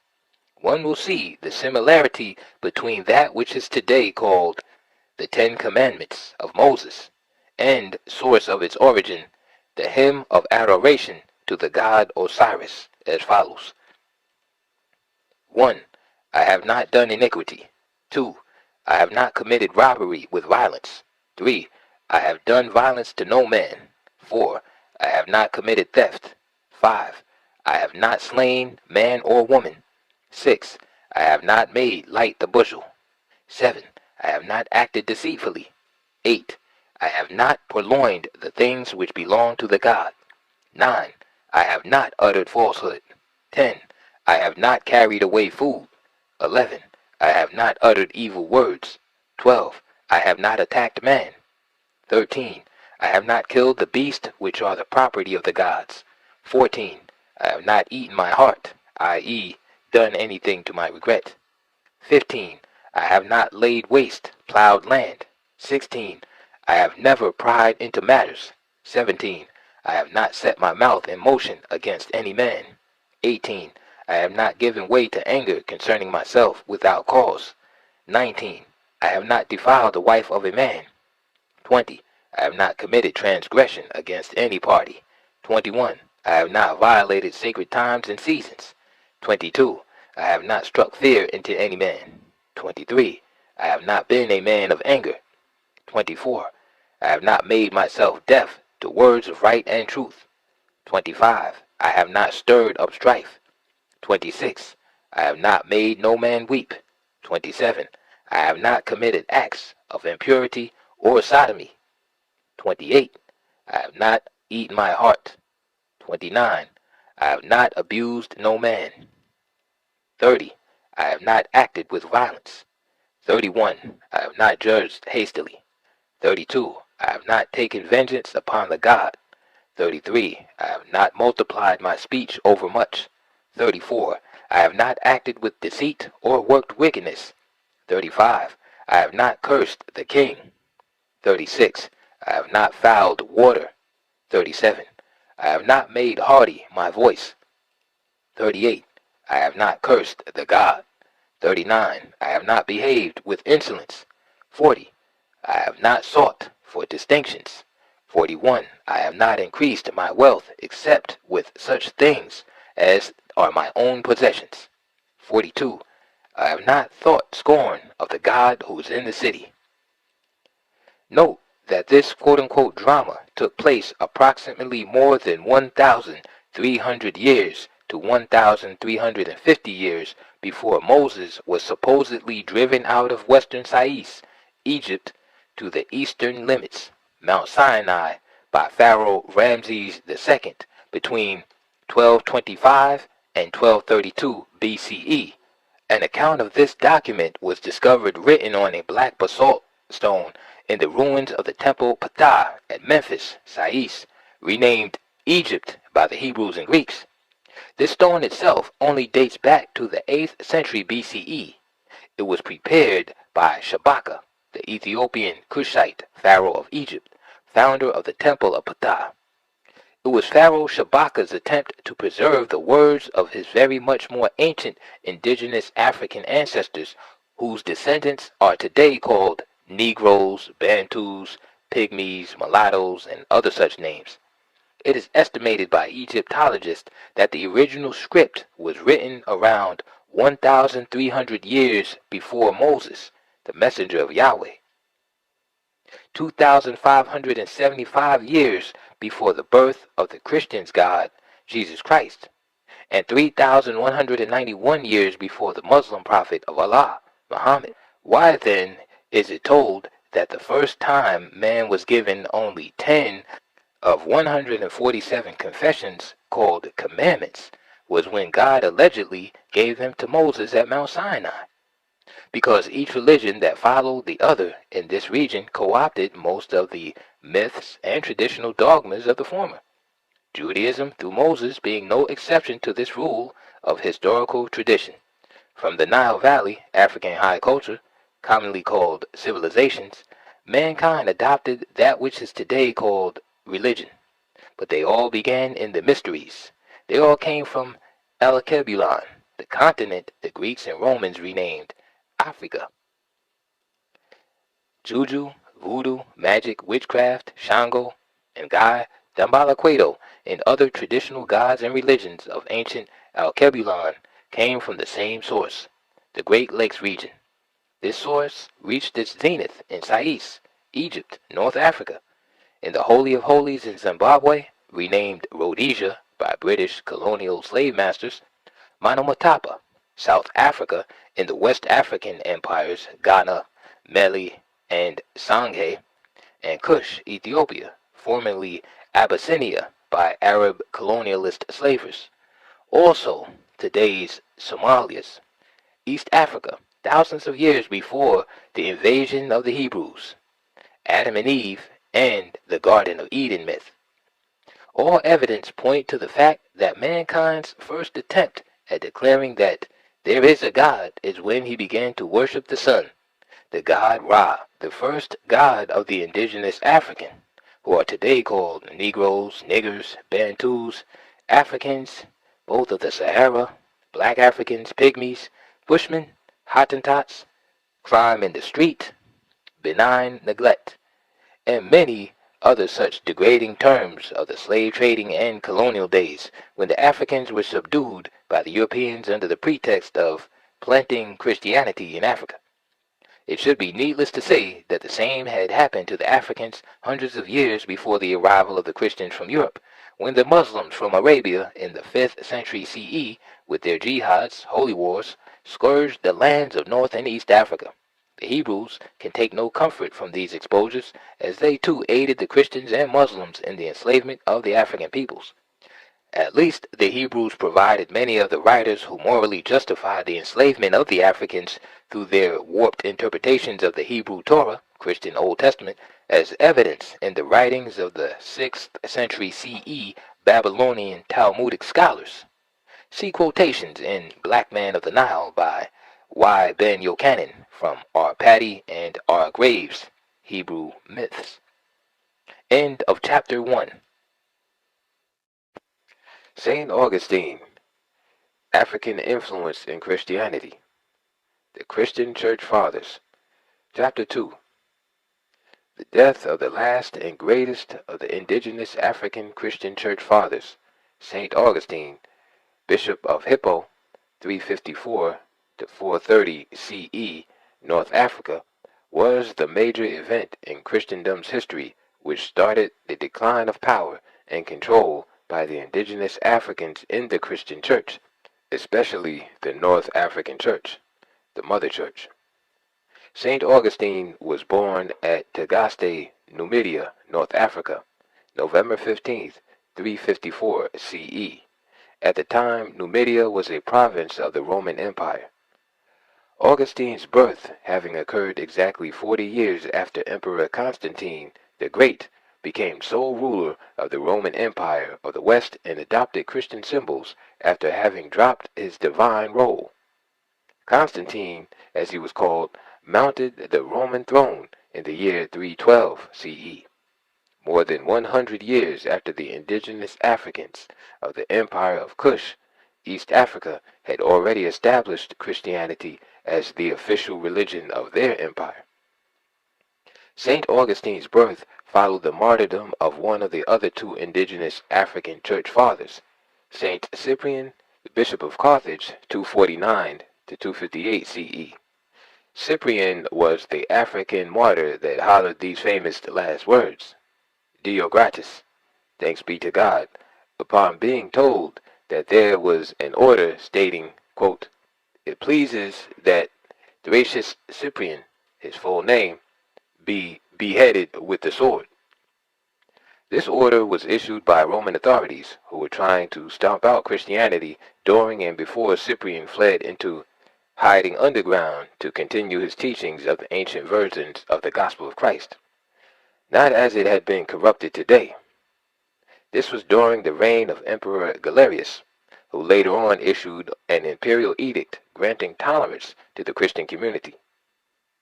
Mrs. Stuart Erskine, considered an authority on this phase of Christian church history, in her book, The Vanquished Cities of Northern Africa, page 80, with regards to martyrdom, wrote that St. Cyprian faced death in honor as, quote, he died magnificently, giving 25 pieces of gold to the executioner.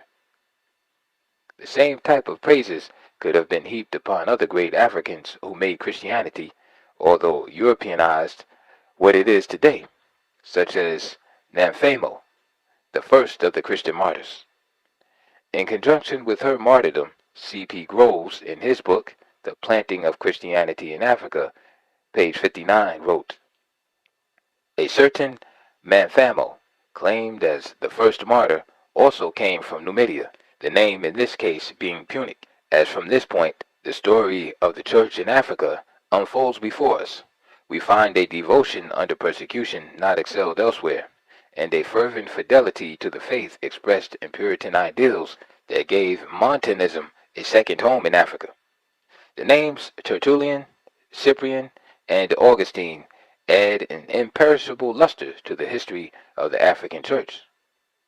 Added with Namphamo were the second and third Christian martyrs, Perpetua and Felicita, both of whom are also indigenous Africans. At this point, it is necessary to introduce another of the indigenous Africans known as the three most important church fathers of Christendom, Tertullian. He was born in Carthage sometime during the year 155 CE. In his era, he was revered as, quote, one of the most outstanding scholars in rhetoric, Latin, and Greek. His mastery of these disciplines led him into becoming the head of a Montanist community in his own homeland's capital city of Carthage, and it was his depth in and love for Latin which caused him to make it the official language of the Holy Roman Catholic Church, an outgrowth of the North African Church, and Christendom in general.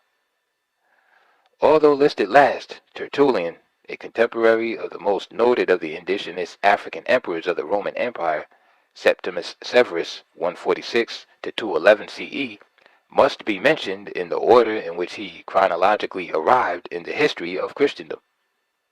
Before dealing with the role of Tertullian in the makings of Christianity, it is necessary to project certain background material on how Christianity came to the Northwest from Northeast and East Africa as a power bloc during the height of Roman imperialism and colonialism throughout most of North Africa. In North Africa, just before the period of Christianity's legal entry into Rome due to Constantine the Great's conversion in the 4th century CE, there were many Hebrew tribes that were of indigenous African origin. These African Jews, as all other Romanized Africans of this era, were sought in a rebellion in Cyrenaica, during 115 CE against Roman imperialism and colonialism. This rebellion also marked the beginning of a mass Jewish migration southward into Sudan, along the way of the city of Air, and into the countries of Fouta Djallon and Senegal, which lie below the parabolic curve of the Niger River's most northern reaches, where the city of Tumbut, or Timbuktu, Mali, presently stands. These Jews were divided into two main groups and took separate directions further southward into West and Central West Africa. One group joined the Fulanis of Fouta Djallon, from whom the present population of indigenous Africans of Borneo and Kamen in Nigeria inherited their Hebrew traditions. This indigenous African Jewish penetration from North Africa into the Sudan even reached the borders of Lake Chad in Central Africa. The indigenous tribes of the Hebrew faith of Cyrenaica had migrated there by way of Numidia before the defeat of General Hannibal Barca and the conquest of Carthage by Rome in 202 BCE. Carthage, about 1000 BCE, was re-established by Phoenician mariners who had left the city of Tyre, around today's Middle East, under the leadership of Princess Elisar, Dido of Phoenicia. The place these mariners, the vast majority of whom were male, first conquered and settled on North Africa's coastline is today called Tunisia, previously Kahart Hadas, or the New Town, by its original indigenous African population. These mariners, who later on amalgamated with the indigenous Africans of Kahart Hadas and other regions around, also defeated other indigenous Africans further west along the coast of North Africa and established the city of Lixus, where presently the Kingdom of Morocco now stands. In Europe, along the Iberian Peninsula, these African Asian peoples also established the city of Cadiz, which is today called southern Spain, formerly Iberia. It is said, however, that the Phoenicians had already passed through the Pillar of Hercules, today's Strait of Gibraltar, formerly called the Strait of Tariq, taken from Gibra Tariqa, about 1100 BCE, approximately 100 years before they settled with the Africans of Kahart Hadas.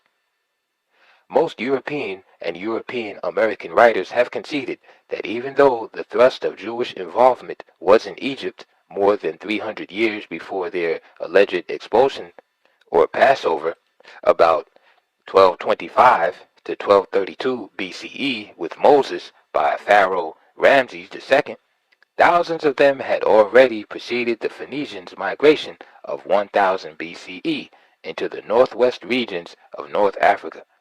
But these same writers have utterly neglected to state that the Hebrews amalgamated with the fellow Africans they met both in Egypt and points farther northwest, southwest, and east, approximately 65 years after the Cyrenaica rebellion in 115 CE, and sometime before July 160 CE, Christianity was introduced into northwest Africa. This date is approximately true because there was never any mention of Christians there before in any of the records of the Roman imperial government that colonized the area. The first mention of the Christians came about with the martyrdom of many of their members on July 17th, 100 CE.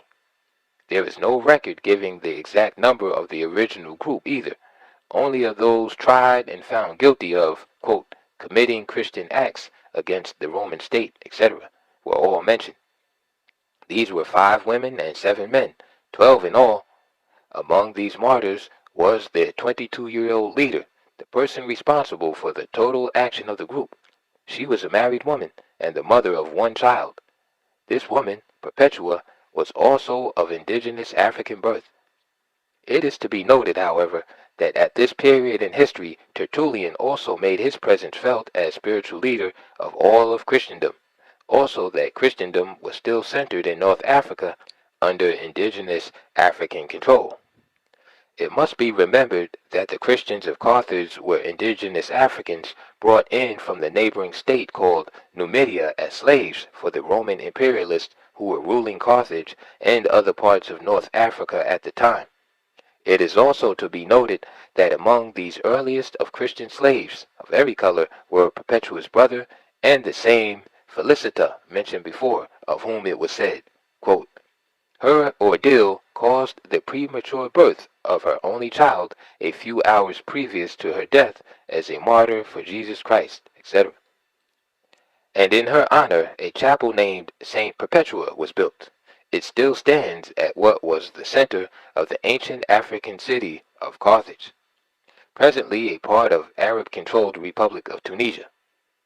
This chapel was constructed with stone pillars and other materials taken from ruined structures that once adorned the glorious city of Carthage during the days of General Hannibal Barca, the African who once ruled all of the Iberian Peninsula, parts of southern Gaul, or France, and all of northern Italy for more than 20 years, with more than 100,000 indigenous African troops. Strangely enough, the greatest of the indigenous Africans who became emperor of the Roman Empire was charged by many European and European American Christian church historians of being, quote, the emperor who ordered the persecution and execution of Perpetua and her followers. His name, Septimus Severus, 146 to 211 CE. But the truth is that Emperor Septimus Severus did not mount the throne of the Roman Empire until 193 CE. This he did subsequent to the murder of Emperor Marcus Aurelius's son, Marcus Aurelius Commodus Antonius, about March 17th, 177 to 180 CE. Septimus Severus, at the time of his elevation to the throne of the Empire of Rome, was Rome's greatest general and a former civil magistrate. It is to be further noted that color was never a condition to his ascendancy to the Roman throne, as only one Roman governor had failed to accept this indigenous African's rule of imperial Rome. The dissident was Alanus, governor of Brittany, England, Scotland, Wales, and Ireland today. But Emperor Septimus Severus quickly did away with this problem as he defeated and killed Clodius in 197 CE during the Battle of Lyon, France. Septimus Severus's victory over Clodius placed an African in complete control of every nation along both sides of the Mediterranean Sea and every European nation along the Atlantic Ocean up to and including Angloland, or Brittany. It also placed this African in charge of the entire Roman Empire at the time when the Roman military was being corrupted due to the extensive employment of mercenaries. Monetary inflation, coupled with high prices and overburdening taxes on all classes of the Roman peoples, also created chaos in the empire.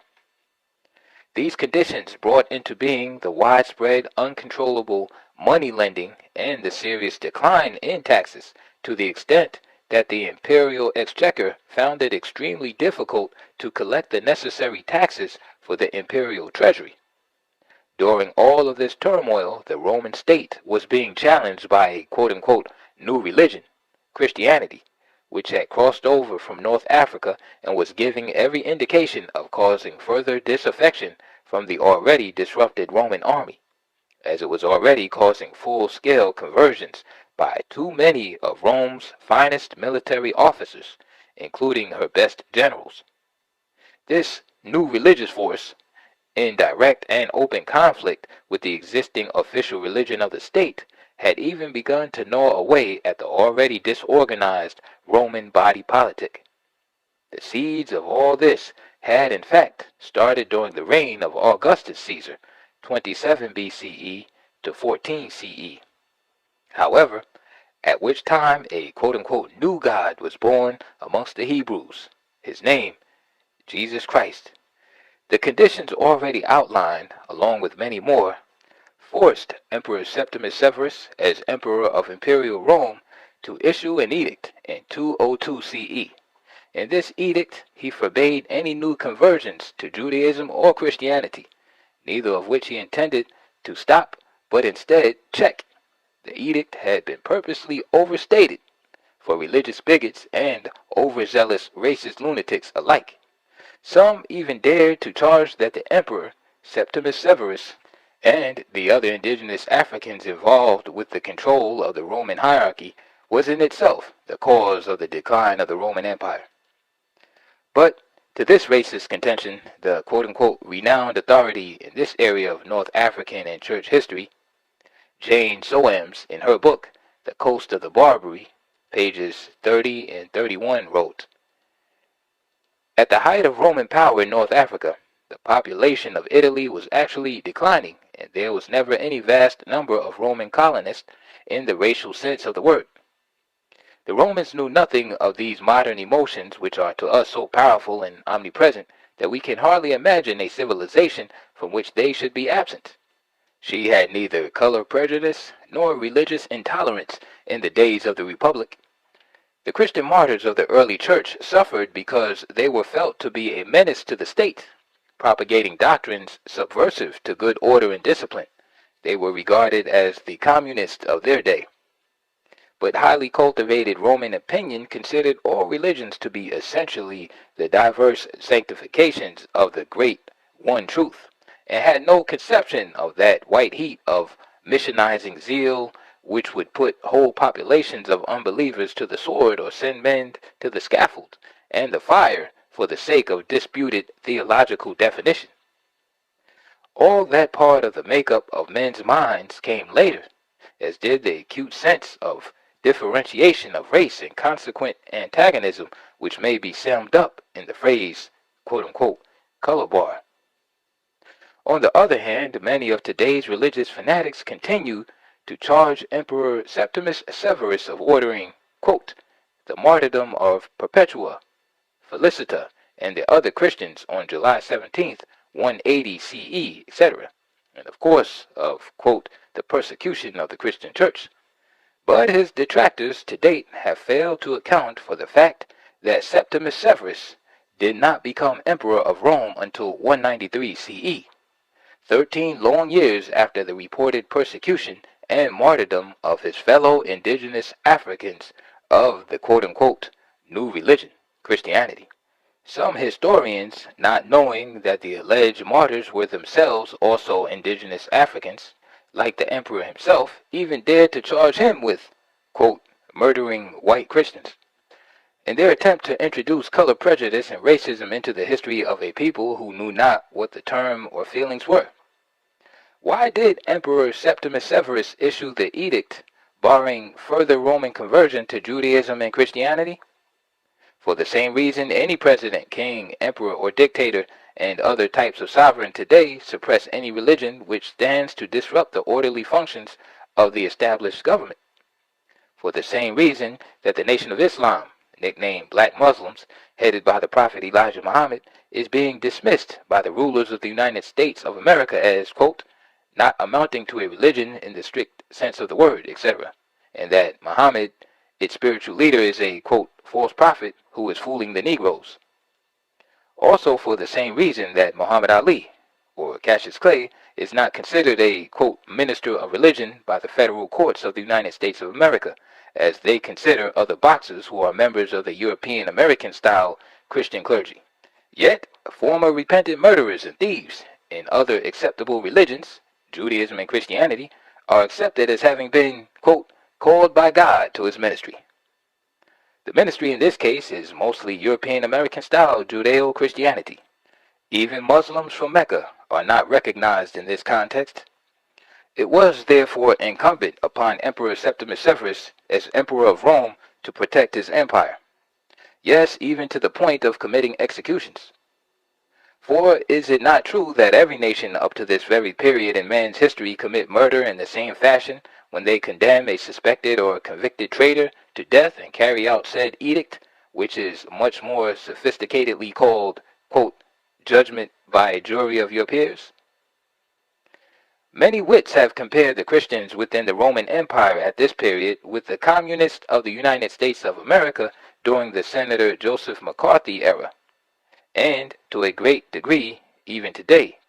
It is also true that there were those who hated both Jews and Christians within the Roman Empire, and most certainly they wanted to destroy Judaism and Christianity.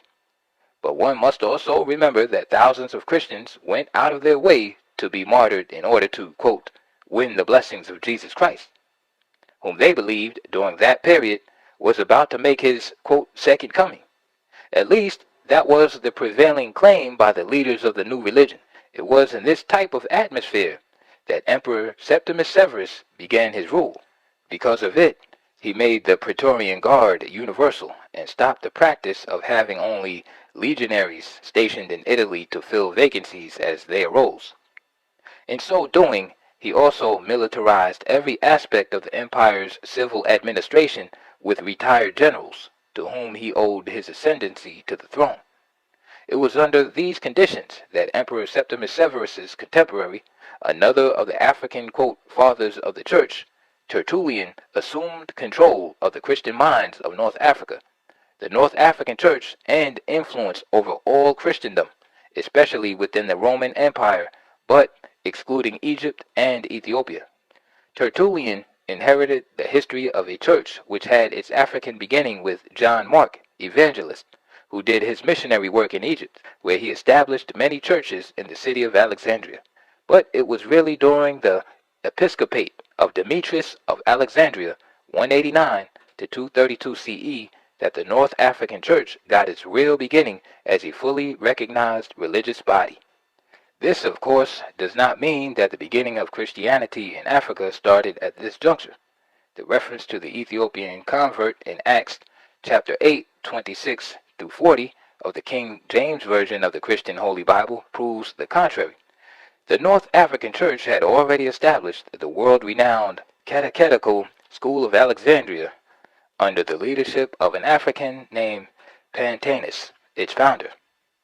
It was at this center of Christendom and Christian scholarship that the world's famous and most distinguished scholars of their time, Origen and Clement, served as bishops along with Pantaenus. It was also from this center that another African of Egyptian birth left to found the world's first monastery of Hermetic living. He was called, quote, Anthony, the Hermit of the Sahara, because he withdrew to that area to meditate in a life of poverty after abandoning his wealth to the Egyptian state. Tertullian, born in Carthage about 155 CE, was to become important in Christendom, as was his contemporary, the Emperor of Rome, Septimus Severus, in government. But this was not to be in the piously spiritual philosophy of his religion. His was the socio-economic relationship of Christianity to man and its cultural involvement, and to civilization in general. In light of this involvement, Tertullian wrote in one of his most famous works, called De Anima, the following. Surely a glance at the wide world shows that it is daily being more cultivated and better peopled than before. All places are now accessible, well known, open to commerce. Delightful farms have now blotted out every trace of the dreadful waste. Cultivated fields have overcome woods. Flocks and herds have driven out wild beasts. Sandy spots are sown. Rocks are planted. Bogs are drained. Large cities now occupy land hardly tenanted before by cottages. Islands are no longer dreaded. Houses, people, civil rule, civilization are everywhere. The man who wrote this had drawn the attention of Christians everywhere, from their citadels in Egypt and Numidia to his own surroundings in Carthage, and to his memory the honored English historian, Miss Stuart Erskine, wrote, "The three great names that bring honor to the African church are Tertullian, the first of the church writers who made Latin the language of Christianity, Cyprian, bishop and martyr, and Augustine, one of the most famous of the fathers of the church."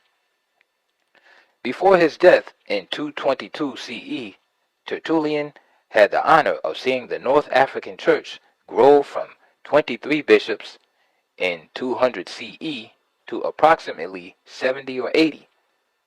But to really appreciate this African's role in the Christian church, one has to refer to Professor C.P. Grove's remarks on page 70 of this book. Cyprian, like Tertullian, was born in Carthage of indigenous African parentage, who were of wealthy means, but Cyprian's exact date of birth is unknown. However, it is known that he was at least 46 years old when he had his, quote, heavenly birth, the phrase he used for explaining his decision to leave the world of a life of wealth for that of religion and poverty. Cyprian's, quote, heavenly birth proved no problem to him, as he had held a professorship in philosophy at the University of Carthage and excelled in rhetoric. This background led him to become Bishop of Carthage in very little time subsequent to his religious transformation. The ascension of Cyprian to a bishopric also led him to his, quote, earthly death, for it was during his reign as Bishop of Carthage that the persecution of the Christians of North Africa really got underway. It was equally true for all of Roman Europe. The words of Mrs. Stuart Erskine best summed up his ending when she wrote, quote, "He died magnificently, giving 25 pieces of gold to the executioners." End quote. Cyprian was fully aware of the possibility that he would be martyred, as the new religion he had embraced became an irritant to the vast majority of the Africans of Carthage and their Roman overlords. He had already seen and heard Christians being thrown to the lions at the amphitheaters as the crowds clamored, "Washed and saved." This expression having been originated by the Christians of Egypt and Numidia before it was adopted by the brethren of Carthage as a rallying cry. Yet it was in other parts of the Roman Empire before its use in Carthage. But, as he expected, their cries very soon thereafter changed to, "The bishop to the lions." Like any other man, this bishop was not interested in his own suicide, as he carried his teachings underground, whence he continued to lead the outlawed Christian assembly for years following. Cyprian, in his characteristic style, which was exclusively his, explained his plight and temporary safety thusly, quote, "The white rose of the crown of labor might be as fair as the red rose of martyrdom." Cyprian was to cry out in a sense of relief from the agony of evading the law and never knowing just when his end would come, at the hands of the Roman imperial executioner, or by the claws and jugular-cutting teeth of the lions. Thus his Deo gratis, or thank God, in response to the command, quote, "It pleases that Thracius Cyprian be beheaded with the sword." End quote. It was now 222 CE, 11 years after the death of Emperor Septimus Severus and the elevation of his only son, Caracalla, on the throne of the Roman Empire. It was also near the height of Emperor Caracalla's 212 to 217 CE attempt to exterminate the Christians from the empire. This period marked an era of one of mankind's most brutal high points of genocide, where one group exterminated the other because of the need to protect an empire. It must be carefully stated, the extermination of the Christians was not because of their adherence to the new religion, instead because of the teachings of the religion that affected, quote, "law and order as established by the imperial government of Rome." The Romans at this period would have exterminated any group, religious or secular, because of their being annoyed at a dying empire. Neither was it race, as some historians have tried so hard to insinuate, nor was it color, which was not a factor in the societies of the ancients. The persecution of the Christians and Jews, irrespective of race or color, had reached its zenith, and Emperor Caracalla had succumbed totally to the bestiality of his colleagues in the Roman Senate and the army, who benefited materially from the confiscation of the personal and real properties of their martyred victims.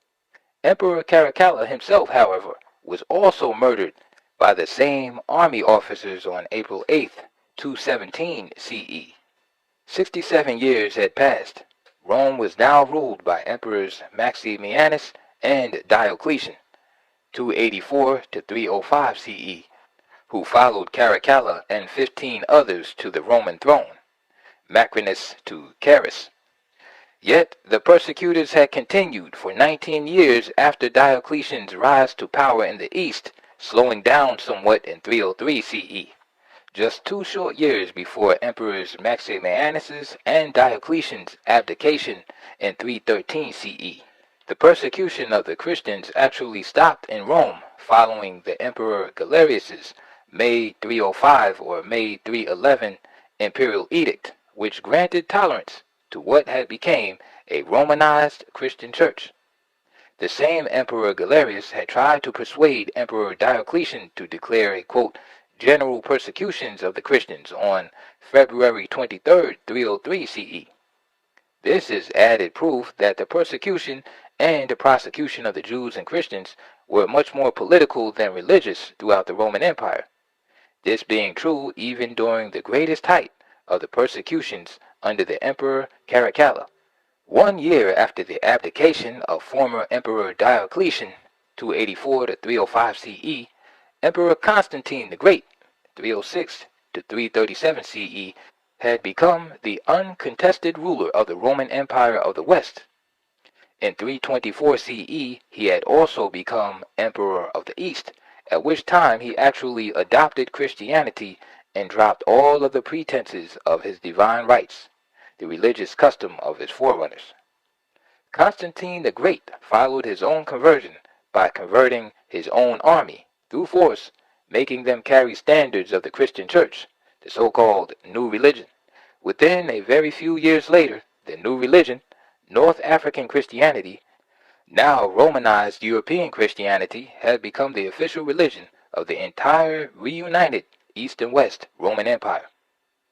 This was the religious and political picture of the Roman Empire when the greatest of the indigenous Africans that became one of Christendom's, quote, fathers of the church, a man who was born in the city of Tagaste, Numidia, November 15th, 354 CE, his name, Augustine, later on called Saint Augustine, 354 to 430 CE.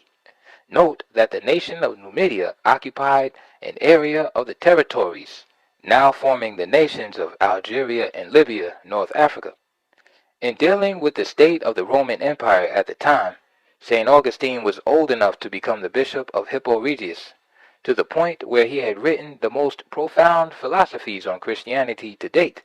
The noted historian Jane Soames wrote, "The empire, essentially a federation of municipalities, tried unavailingly to prevent a movement which weakened and depopulated the cities, and at the same time delivered over the populace more and more completely into the hands of the great landlord, whose wealth depended upon their labor.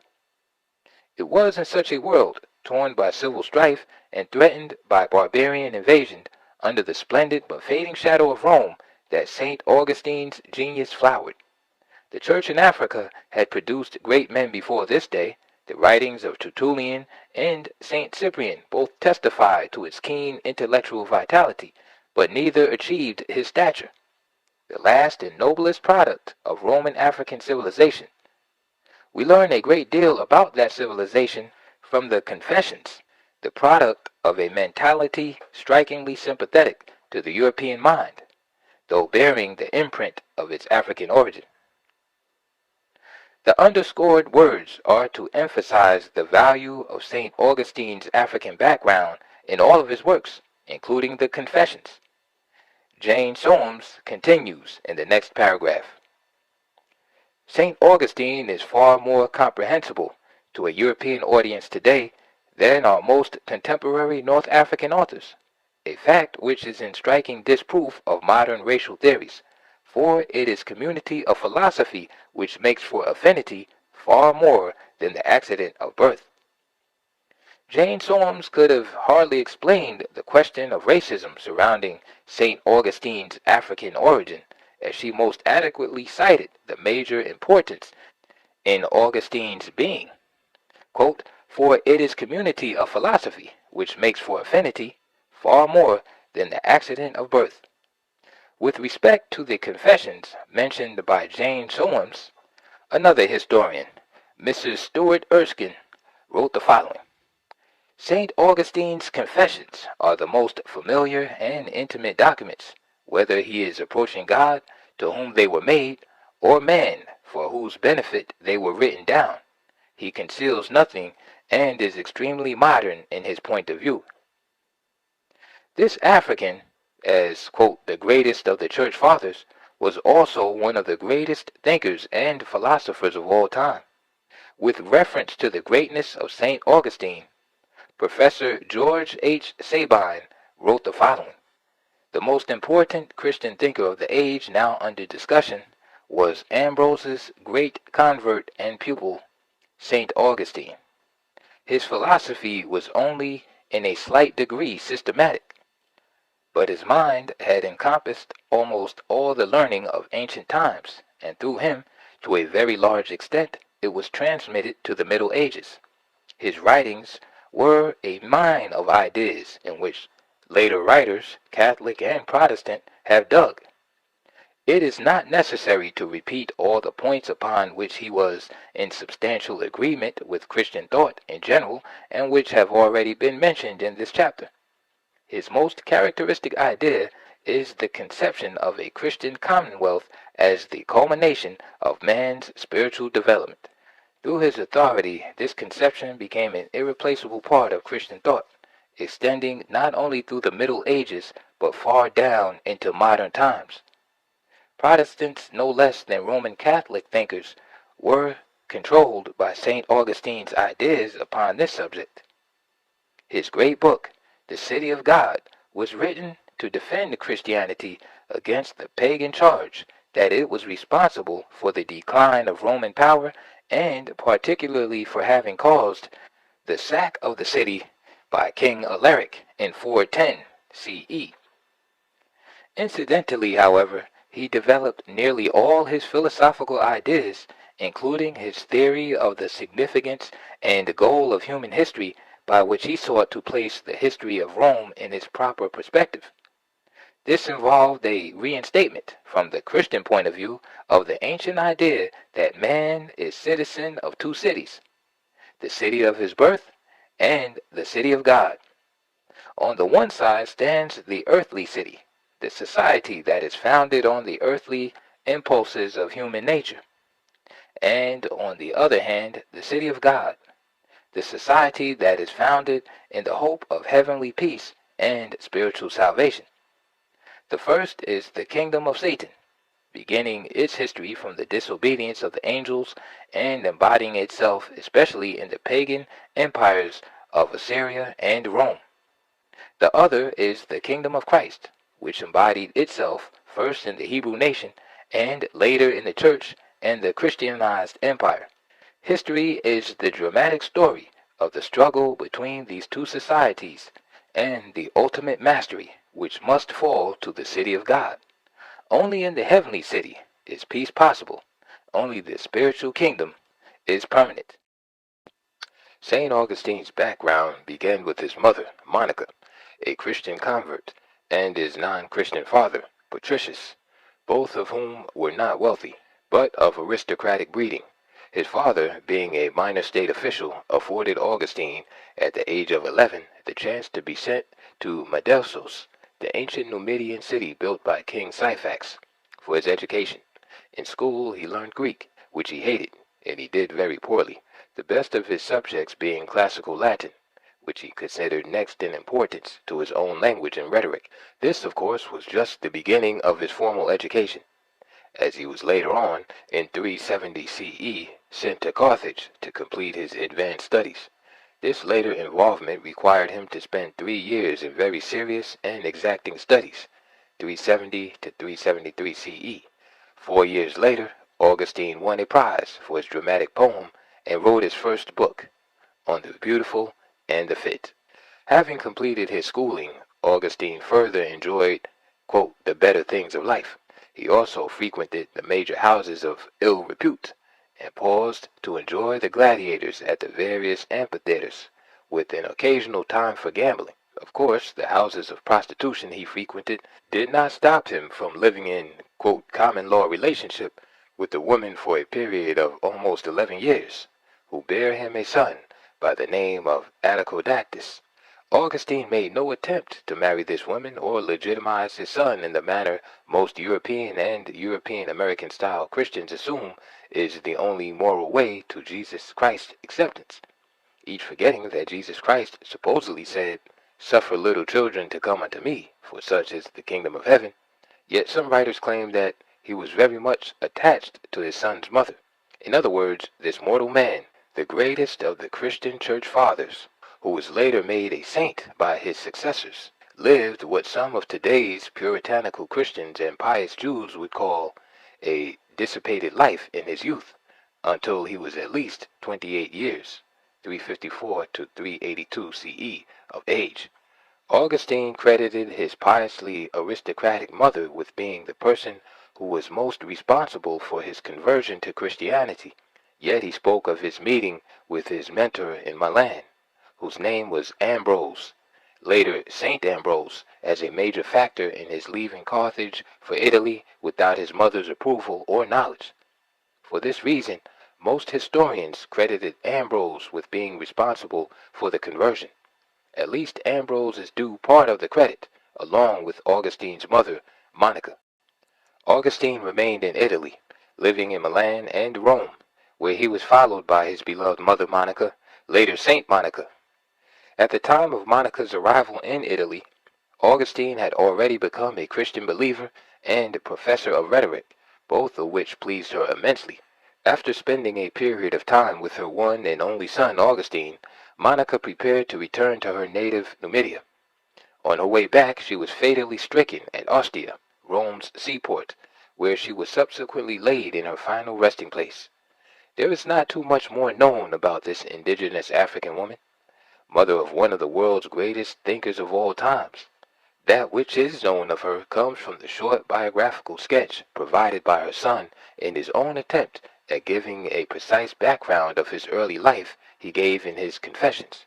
Her sainthood must have rested upon her attempts to impose upon her son her newly founded religious belief, North African Christianity. No other information can be drawn from the skimpy information available about her life. Augustine returned to Carthage shortly after the untimely death of his mother. At this point in his life he had become devotedly attached and involved in Christian ethics and divine matters. To some extent it was due to the shock the sudden death of his mother, to whom he was dearly attached, had on him. From these experiences he developed his extraordinary desire for the permanent religious seclusion he took in the monastery of North Africa in later days. This, of course, does not diminish his other loves that made his final decision to follow said course, much of which will be detailed later on in this chapter. Upon his return to North Africa from Rome and Milan, Augustine's involvement in spiritual matters was so outstanding that he was literally forced to accept the bishopric of Hippo Regius. Augustine took command of the bishopric in the year 396 CE, as ordered by Pope Siricius, later on Saint, 384 to 399 CE. The elevation of Augustine to Bishop of Hippo Regius gave him extra time for added meditation and writing. From this vantage point, he wrote extensively without resting between works. But of all his major works, it is the three major treatises, Confessions, On Christian Doctrines, and the Holy City of God, which most scholars to this very day find to be agelessly profound. His moral, religious, political, and social fervor, and these are still applicable to the present. A very short extract from his Confessions is shown on page 102 of this work, others to appear as required. What has been shown so far about Constantine's life is primarily his youthful background, also his religious conversion and sudden acceleration into prominence as a theologian, philosopher, and bishop. But Augustine also had the misfortune of becoming Bishop of Hippo Regius shortly before Genseric, or Genseric, led his rampaging Vandals, or barbarians, into North Africa from the Iberian Peninsula, Spain. Genseric's invasion was in support of General Bonifacius' disaffection from the Roman Empire in 422 CE, when he unwisely declared himself ruler of the Roman province under his command in northern Africa. During this same period, Valentinian III was emperor of the Western Roman Empire, 425 to 455 CE. He was the son of Honorius's half-sister Galla Placidia, who was sole ruler. Honorius also was the former general that defeated and murdered the Emperor Constantine in 411 CE. He was at the time commander of the army under Emperor Constantius.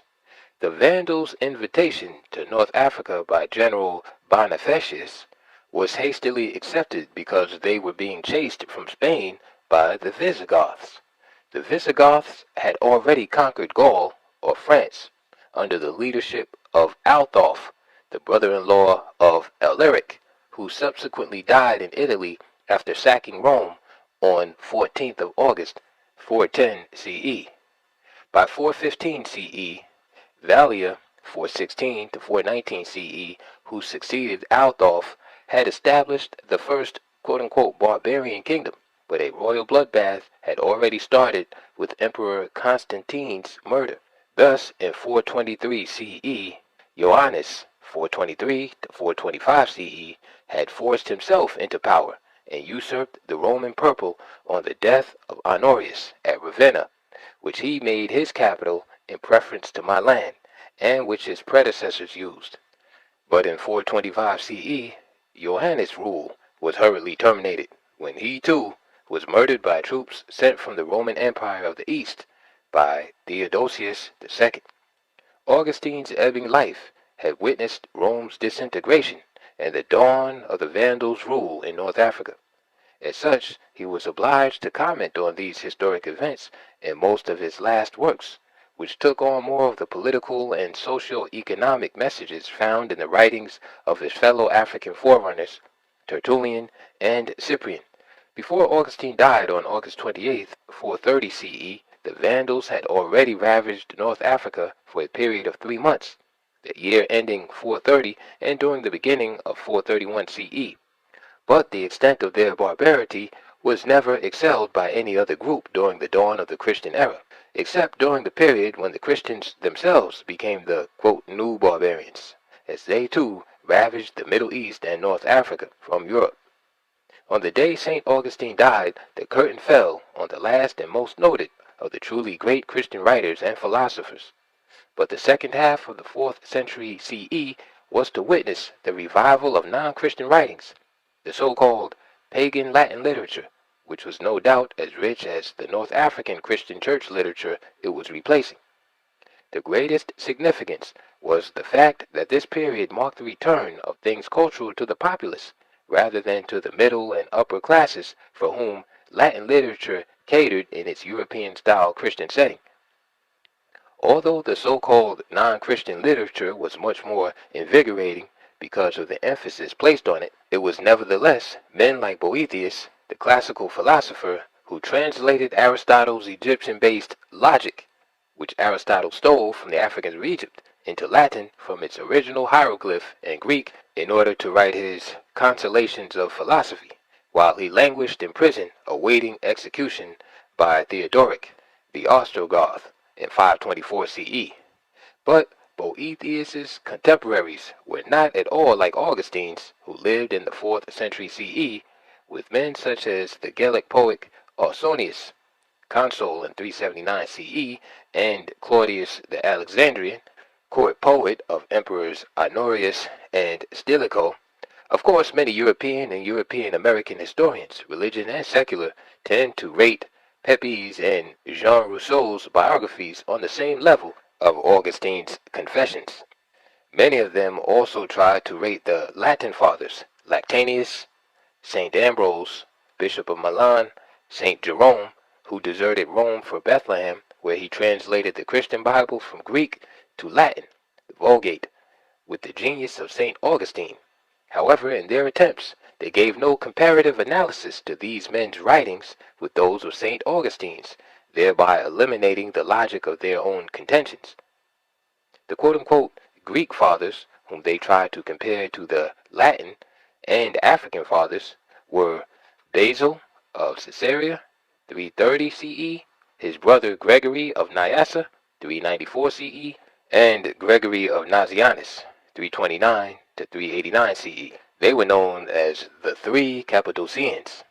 Included were also John Chrysostom, 329 to 389 CE, Patriarch of Constantinople, 381 CE, and Eusebius, 264 to 149 CE, Orthodox Bishop of Caesarea, 315 CE, noted for his Historia Ecclesiastica and other historical works.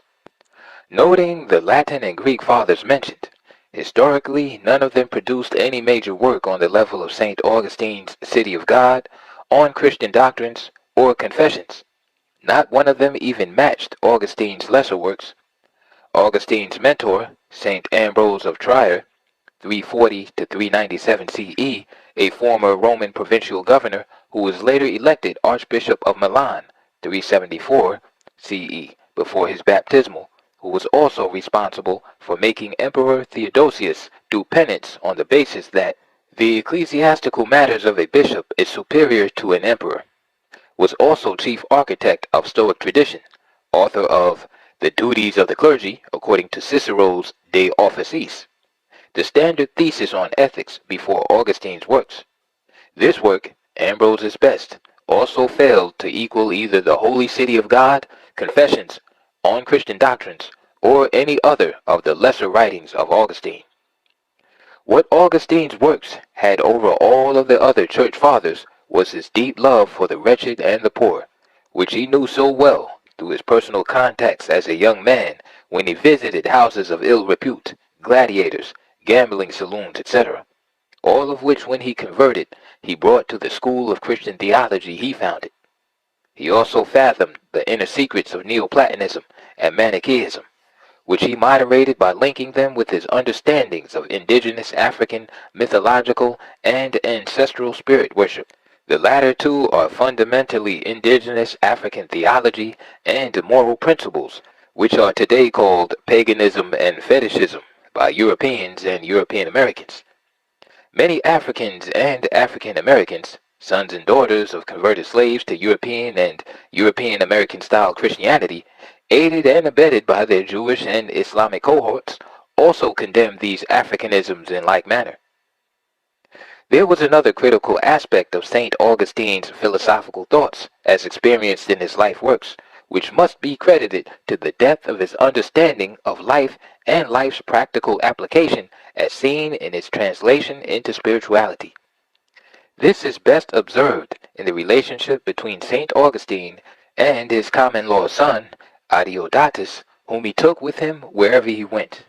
Even in the year 384 CE, when he was assigned a municipal chair at Milan, he took his son with him.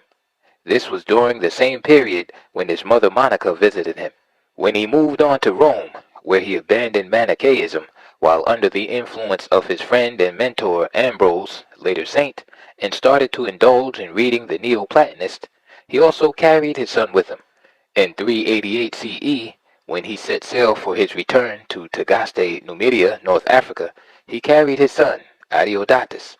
But tragedy struck St. Augustine heavily once more, as Adeodatus suddenly died in 389 CE after a very short illness, a tragedy that was later on to enrich Augustine's thoughts in his philosophical idealism and writings on Christian dogmas about carnal intercourse, the deity of Jesus Christ, the sainthood and immaculate conception of Mary, and the sainthood of Joseph, etc.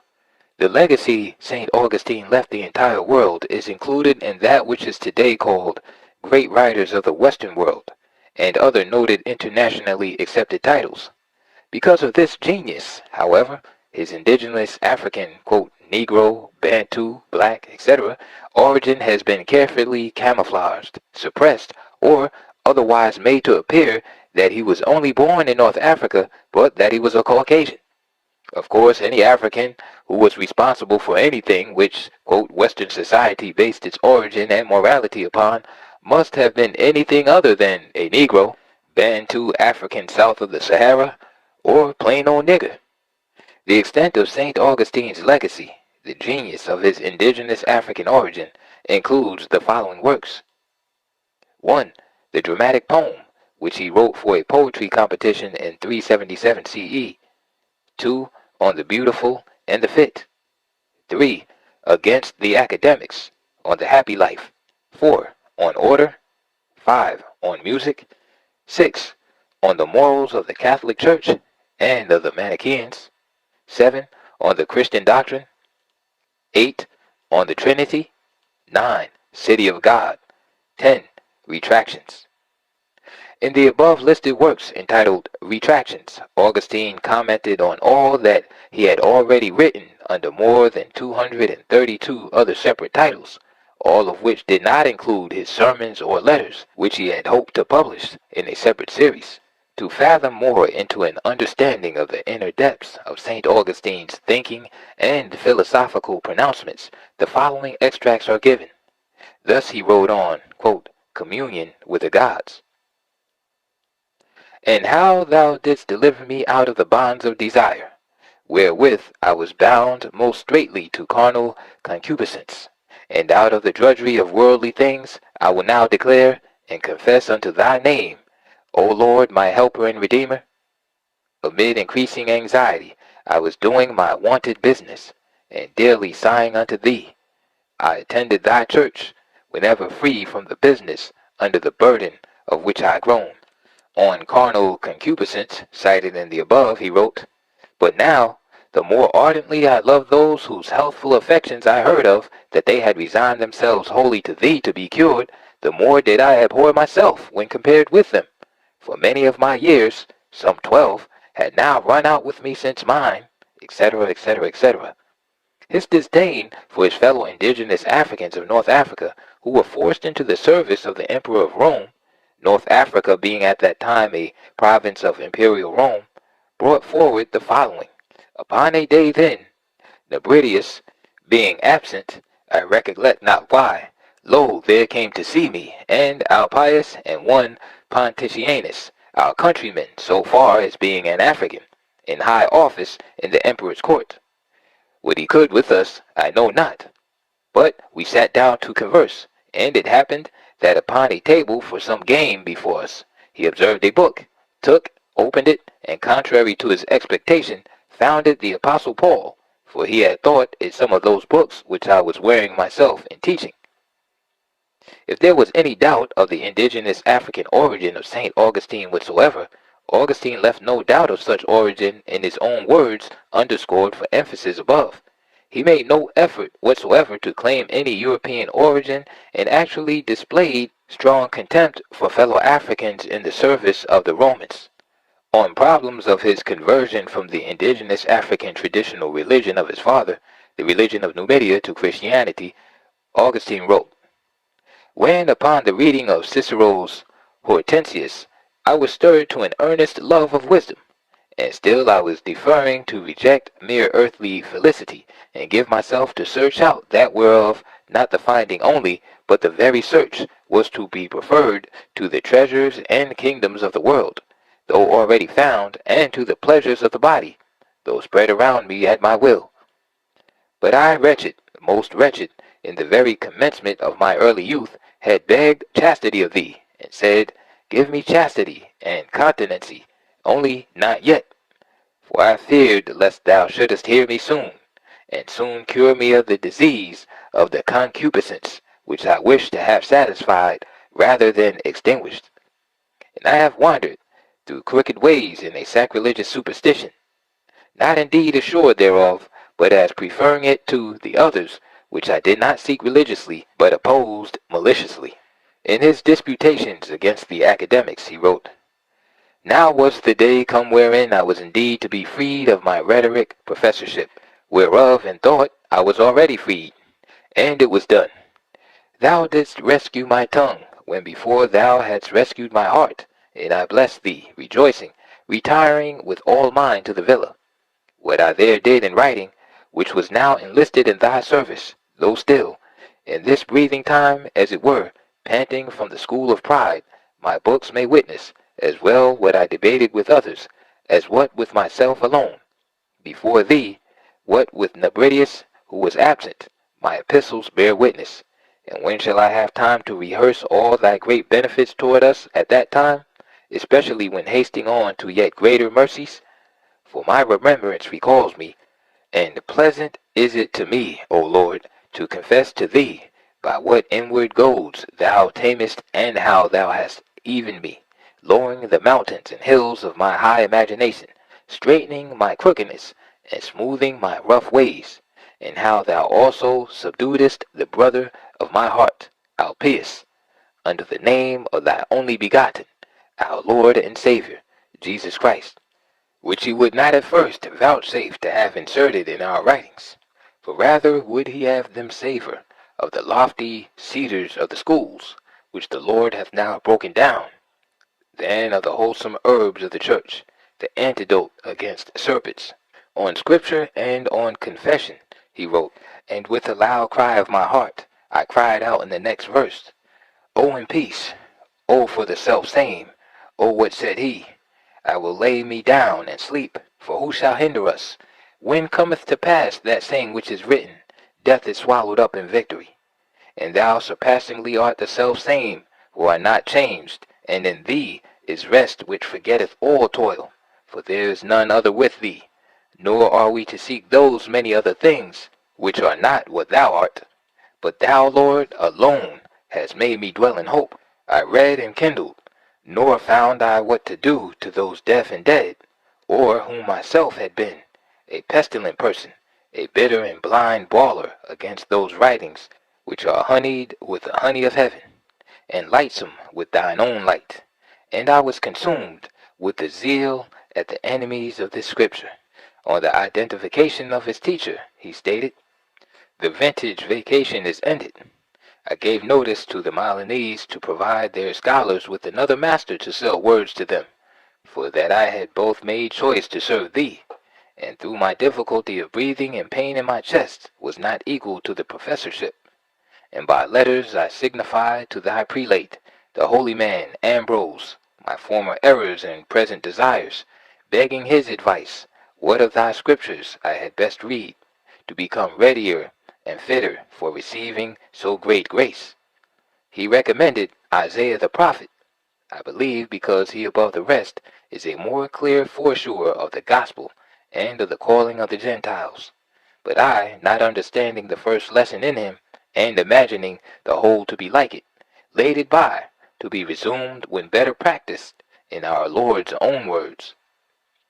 As a master, on the emptying of the soul, he wrote, Thou hast taught me good, Father, that to the pure all things are pure, but that it is evil unto the man that eateth with offense, and that every creature of thine is good, nothing to be refused, which is received with thanksgiving, and that meat commendeth us not to God, and that no man should judge us in meat or drink, and that he which eateth, let him not despise him that eateth not, and let not him that eateth not judge him that eateth. These things have I learned, thanks to thee, praise to thee, my God, my Master, knocking of my ears, enlightening my heart, deliver me out of all temptation, I fear not, etc.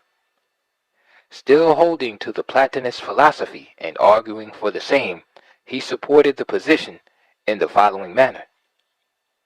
If the Plato defined the wise man as one who initiates, knows, loves this God, and who is rendered blessed through fellowship with him in his own blessedness, why discuss with the other philosophers? It is evident that none come nearer to us than the Platonists. To them, therefore, let that fabulous theology give place which delights the minds of men with crimes of the gods, and that civil theology also, in which impure demons, under the name of gods, have seduced the people of the earth, given up to earthly pleasures, desiring to be honored by the errors of men, and by filling the minds of their worshippers with impure desires, exciting them to make the representation of their crimes one of their rites of their worship, whilst they themselves found in the spectators of these exhibitions a most pleasing spectacle, a theology in which whatever was honorable in the temple was defiled by its mixture with obscenity of the theater, and whatever was base in the theater was vindicated by the abominations of the temples. For those who could not accept the God of the new religion, Christianity, he wrote, "Hath not God made foolish the wisdom of the world? For after that, in the wisdom of God, the world by wisdom knew not God. It pleased them by the foolishness of preaching to save those that believe. For the Jews require a sign, and the Greeks seek after wisdom. But we preach one crucified unto the Jews, a stumbling block unto the Greeks, foolishness. But unto those which are called, both Jews and Greeks, etc., etc., etc." Over the controversy of Methuselah's age, he wrote, "From this discrepancy between the Hebrew books and our own arises the well-known question as to the age of Methuselah, for it is computed that he lived for 14 years after the deluge, though Scripture relates that of all who were then upon the earth only the 8 souls in the ark escaped destruction of the flood, and of these Methuselah was not one. For according to our books, Methuselah, before he begat the son whom he called Lamech, lived 167 years. Then Lamech himself, before his son Noah was born, lived 188 years, which together make 355 years. And to these the age of Noah, at the date of the deluge, 600 years, and thus gives a total of 955 from the birth of Methuselah to the year of the flood. Now all the years of the life of Methuselah are computed to be 969. For when he has lived 167 years, and had begotten his son Lamech, he then lived after this 802 years, which makes a total, as we said, of 969 years. From this, if we deduct 955 years from the birth of Methuselah to the flood, there remains 14 years, which is supposed to have lived after the flood. And therefore some suppose that, though he was not on earth, in which it is agreed that every living thing which could not naturally live in water perished, he was for a time with his father, who had been translated, and that he lived there till the flood had passed away.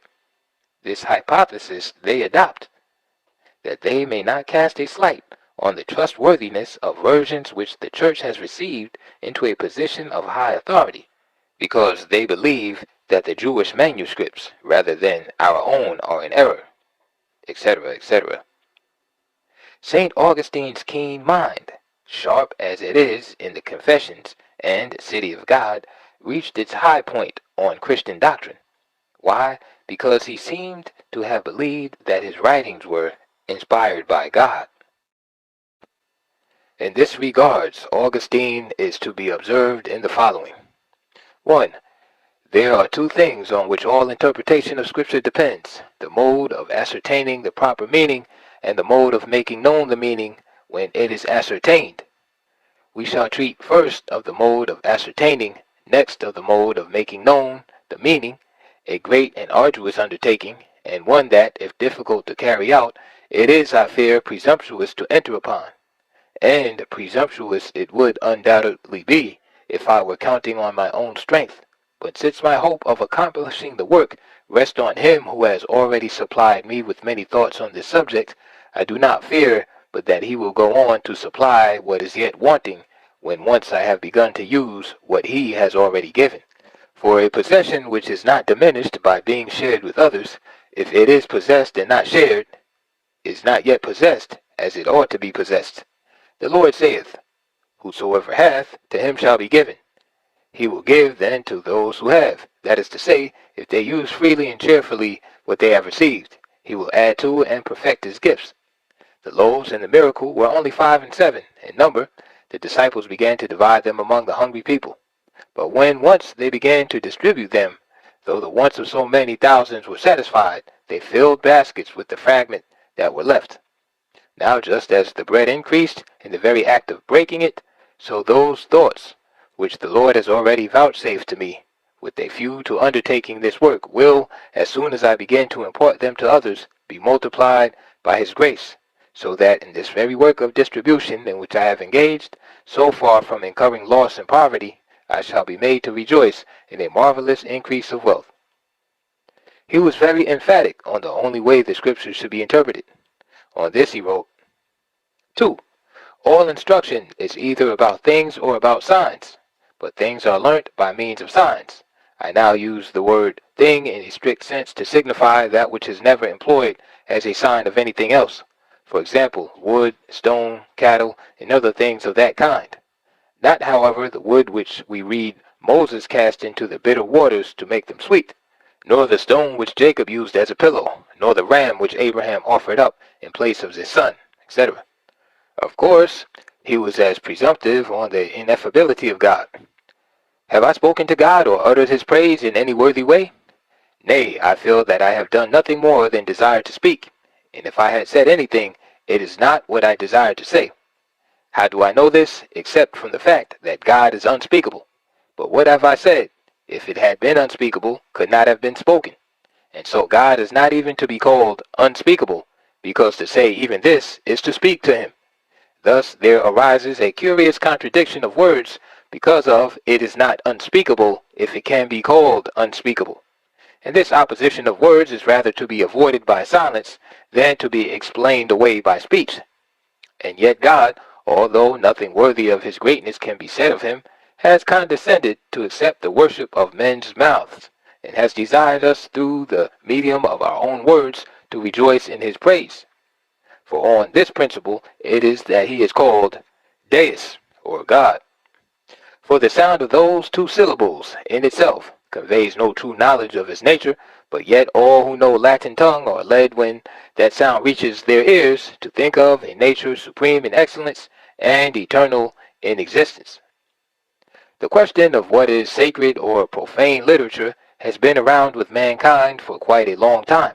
On this subject, Augustine wrote the following. But when unacquainted with other modes of life than their own meet with the record of such actions, unless they are restrained by authority, they look upon them as sins, and do not consider that their own customs, either in regard to marriage or feast or dress, or the other necessities and adornments of human life, appear sinful to the people of other nations and other times. And, distracted by this endless variety of customs, some who were half asleep, as I might say, that is, who were neither sunk in the deep sleep of folly, nor were able to awake into the light of wisdom, have thought that there was no such thing as absolute right, but that every nation took its own custom for right, and that since every nation has a different custom, and right must remain unchangeable, it becomes manifest that there is no such thing as right at all. Such men did not perceive, to take only one example, that the precept, whatsoever ye would that men should do to you, do ye even so to them, cannot be altered by any diversity of national customs. And this precept, when it is referred to the love of God, destroys all vices, when to the love of one's neighbor, puts an end to all crimes. For no one is willing to defile his own dwelling, he ought not, therefore, to defile the dwelling of God, that is, himself. And no one wishes an injury to be done him by another, be himself, therefore ought not to do injury to another. On divinely inspired authors and authority he wrote, here perhaps someone inquires whether the authors whose divinely inspired writings constitute the canon, which carries with it a most wholesome authority, are to be considered wise only, or eloquent as well. A question which to me, and to those who think with me, is very easily settled. For where I understand these writers, it seems to me not only that nothing can be wiser, but also that nothing can be more eloquent.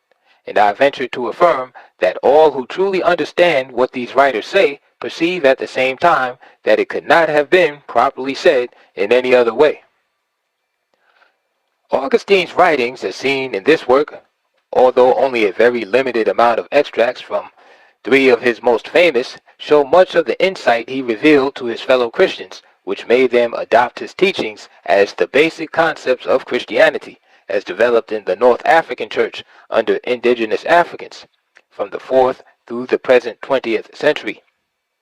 For example, in speaking about and against the Manichaeans, Augustine called upon scriptures, as he always did, to convince his audience. Thus, in the Confessions, Book 1, he wrote, "Do the heaven and earth then contain thee, since thou fillest them? Or dost thou fill them and yet overflow, since they do not contain thee? And whither, when the heaven and the earth are filled, pourest thou forth the remainder of thyself?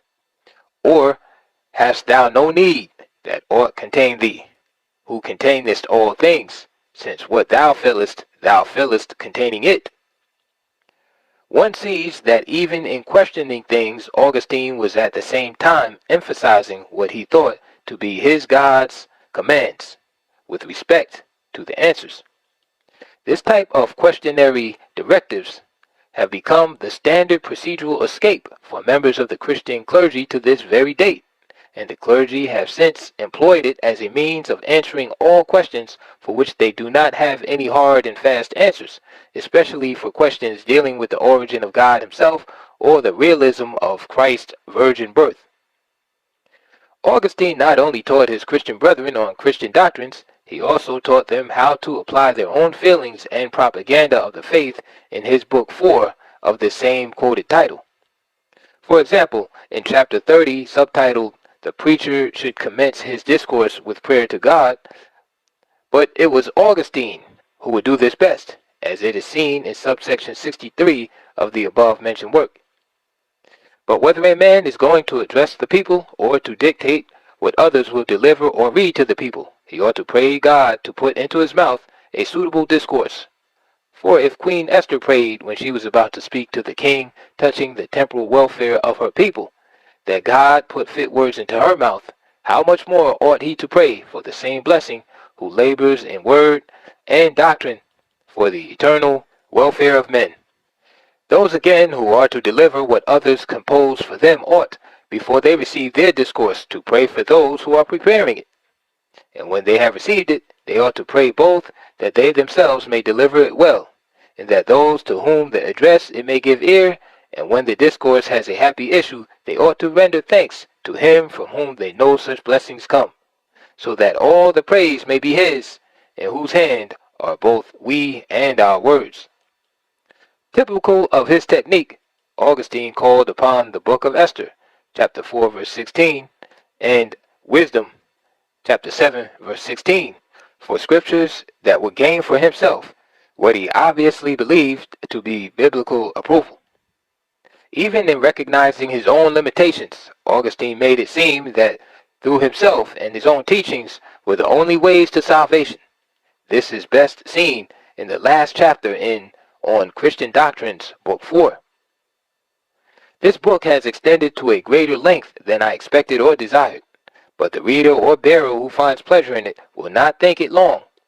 He who thinks it too long, but is anxious to know its contents, may read it in parts. He who does not care to be acquainted with it need not complain of its length. I, however, give thanks to God that with what little ability I possess, I have in these 4 books striven to depict, not the sort of man I am myself, for my defects are very many, but the sort of man he ought to be, who desires to labor in sound, that is, in Christian doctrine, not for his own instruction only, but for that of others also. Much of the dogmatism in European and European American style Christianity today comes from the positions and attitudes in Augustine's writings.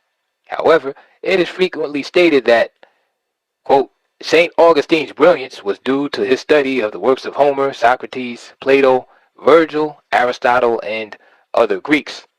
While it is true that Augustine ardently studied the works of the Greeks mentioned above, it is equally true that their works came down from the teachings they received from the indigenous Africans of Egypt or Sais, Ethiopia or Cush, and other indigenous Africans of the nations along the 3 branches of the Nile River, the Blue Nile, White Nile, and Atbara River, also from North, West, East, and Central Africa, Alkebulan. This is best shown in Yosef ben Jochannan's Black Man of the Nile. All of these Africans were influenced by other indigenous Africans further south of Mediterranean North Africa, above and below the equator. For example, was it possible for Aristotle, who was never known to have written a single book before he left his native Greece, to suddenly write over 1,000 books after he joined Alexander the Great in the invasion and conquest of Egypt in 332 BC? And was it possible that he and the thousands of Greek students he imported into Egypt for the sole purpose of being taught by indigenous African teachers from the books and other documents of the royal libraries which Alexander captured and Ptolemy I seized, did not claim most of the indigenous African works as their own? None of these two questions needs any lengthy explanation, for history has already detailed the fact that the royal library, which Aristotle and Ptolemy renamed Library of Alexandria, was used as a school for training in all disciplines of all the pre-Christian Greek students, and they made very certain that Egyptian and other indigenous African students were barred from further studies therein. Yet the first teachers of these and former Greeks were all indigenous African priests of the quote-unquote mysteries. The chief priest of the school was Manetho, the African who divided Egyptian history into pre-dynastic and dynastic periods. Moreover, was it not the universal custom for all invading armies, the Greeks in particular, to ravage their victims' women, loot their victims' treasures and treasuries, including all sorts of written documents, and sack their cities? The Greeks, like the Persians, Assyrians, and Hyksos that preceded them into Egypt as conquerors, ravaged northeast Africa, just as they ravaged everywhere else they had conquered, Europe not excluded. This short departure from St. Augustine's legacy was very much necessary, in order that it be clearly understood that his works were not, to any great extent, influenced by those who are usually misnomered Greek philosophers per se, but that indigenous African philosophers of North Africa and along the entire 4,100-mile-long Nile River Valley from Uganda to the Mediterranean Sea, formerly the Egyptian Sea or Sea of Sais, and throughout Africa were the originators of much of what is alluded to by Western educators as of Greek origins, and that they too directly influenced him. Even those indigenous Africans, called mystics, with their juju and abya, who were his contemporaries, had their effects on him, and molded much of his thinking and philosophical expressions in his writings. To say that St. Augustine's expressions in any or all of his works were developed only as a result of his studies under the Latin Church Fathers, and in particular St. Ambrose, after he completed his professorship in Milan, along with his readings of the Greek works, such as Virgil's Aeneid, would be to ignore his earliest experiences with his father's religion in his native Tagaste, Numidia, North Africa. It would be also ignoring St. Augustine's own background as a young man in Carthage, North Africa. And of course, it would be willingly overlooking the debt of his own involvement with his mother, Monica, and his son, Adeodatus, both of whose death stunned him most severely, all of which he spoke about very strongly in his Confessions. It is impossible for Augustine not to have been more than casually influenced by his indigenous African religious background in his native North Africa, especially since he was already 28 years old when he left Africa for his one and only visit to Europe, Milan and Rome, to serve as a professor. Not only was he affected by his indigenous African high culture in Numidia and Carthage, but his constant reflections on celibacy throughout most of his writings indicate the effects which his out-of-wedlock son's birth had on him. The son being referred to is the one and only child Augustine ever had, Adeodatus. This mortal man, irrespective of being declared a saint by those who are in charge of making saints after death, those who followed him by hundreds of years within the religion he helped to stabilize and to become the powerful force it is today, even though his descendants are now barred from any of its doors, was still haunted by his earlier life before he entered Christendom, which he revealed with deepest remorse in his Confessions. To say that St. Augustine's early life, on the other hand, was a sordid one, as so many have stated in hundreds of works dealing with sin and righteousness, is a value judgment which only those whose particular morals and religious convictions follow such directions. For it is obvious, or it should be, that none of his early youth indulgences were against the social mores or religious scruples of the majority of the people of Carthage before the dominance of that country's indigenous and traditional culture, which included religion and social mores by the people of the new religion, Christianity. The truth of the matter is best expressed in St. Augustine's own work, when he said that, quote, each nation has its own morals, etc. The fact that St. Augustine's father, Patricius, never saw it fitting to convert to the new religion from Manichaeism also had to have its effect on him. It had to have certain adverse reactions on him, as his respect and deep love for his non-Christian father, Patricius, was as crucial as that for his mother, Monica, who was a convert from the same religion of his father, Manichaeism, to Christianity. Is it to be assumed that they did not carry over any of their beliefs from Manichaeism into Christianity? If so, then Christianity is also free from the carryovers from the Hebrewism, also called Judaism in modern times. The strange fact in this specific argument is that St. Augustine nowhere mentioned any difficulty between his parents as a result of their differences in religious persuasions, and he did not indicate if either parent tried to convince the other of which was the right or wrong way to religious conscience. One can then conclude that there was individual tolerance and religious freedom throughout Numidia and Carthage during St. Augustine's youthful days, both countries at the time being Roman provinces. What is so different in St. Augustine's writing in On Christian Doctrines from other indigenous Africans expressed in Voodoo, Juju, Dambalaquedo, and other traditional African religions except for the Godhead, Jesus Christ, which makes Christianity quote-unquote truth and the others mentioned a lie? The answer is belief, and sometimes this belief is manifested with gunpowder and or economic persuasion, as seen in Mr. Achebe's book, Things Fall Apart, in the first chapter of this work. Christianity, like Judaism and Islam, is not static. It too adds to its own development from every culture and religion in which it comes into contact, all of which is in evidence in St. Augustine's writings with respect to libations, oracles, Greek philosophers, etc. In Egypt, or Sais, Christianity was basically indigenous Egyptian in almost every aspect. As Christianity moved across North Africa to Numidia and Carthage, birthplaces of the African Christian fathers of the Church, the indigenous Africans there reformed and adopted much of its Egyptian format to suit Numidian and Carthaginian culture and religious customs. And as Christianity entered each European colonized nation throughout Asia, the Americas, and the islands of the world, it became the national religion through force and violence. Yet, Christianity was forced to accept many of the local taboos in order to co-opt the local religion. This was done in the name of Jesus Christ, yet with soldiers marching with guns, as they sang, "Onward Christian soldiers, marching unto war with the cross of Jesus," etc. At the same time, suppressing all other religions, forgetting their own oppression.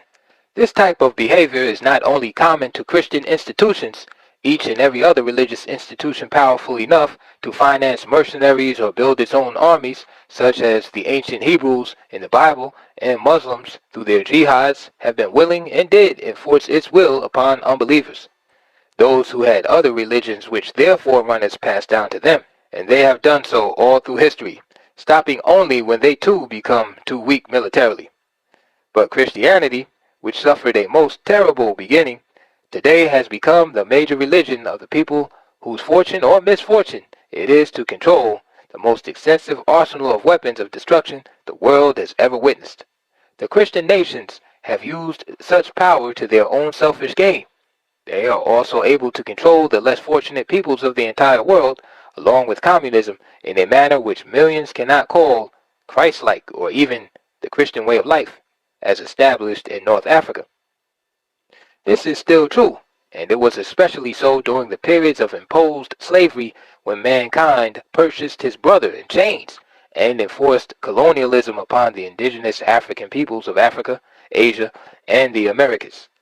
It was also true to some extent when most of the smaller national groupings in Europe were subjected to a similar type of treatment.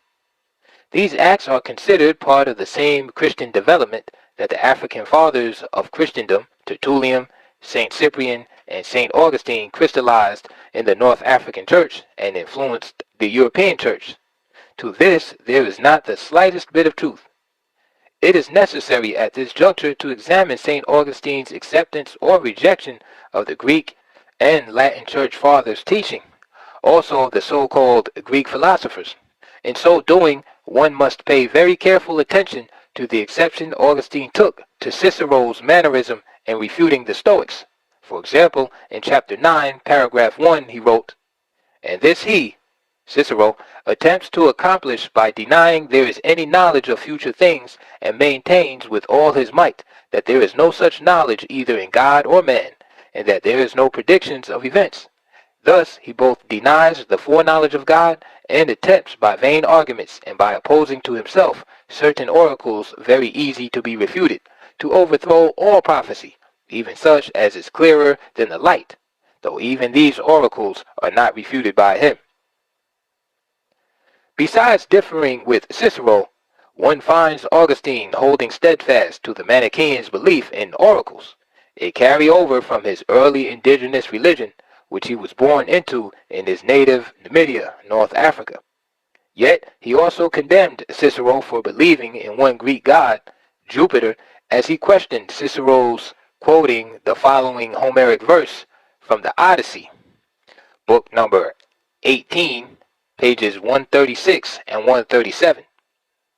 "Such are the minds of men, as is the light which Father Love himself doth pour illustrious over the fruitful earth."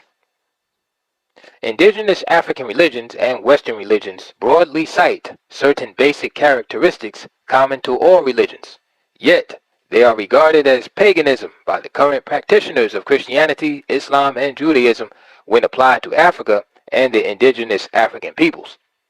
This is also noted in St. Augustine's defense of Christian oracles, as he condemns the Greek paganism, that which he chose to call Greek mythology. But in his zeal, he then, like others now, failed to take note that the mythology in the so-called Western religions, Judaism and Christianity, sometimes Islam, stemmed from the original source, the source in Africa where the Greeks received their fundamentals in philosophy. What is an oracle anyway? In common parlance, it is no more or less a fortune teller than any local gypsy mystic one sees around the neighborhood giving out numbers for the local bookies. They were supposed then, as they are now, to be able to prophesy the future. Of course, the best ones were those who belonged to the religion of the person they had served.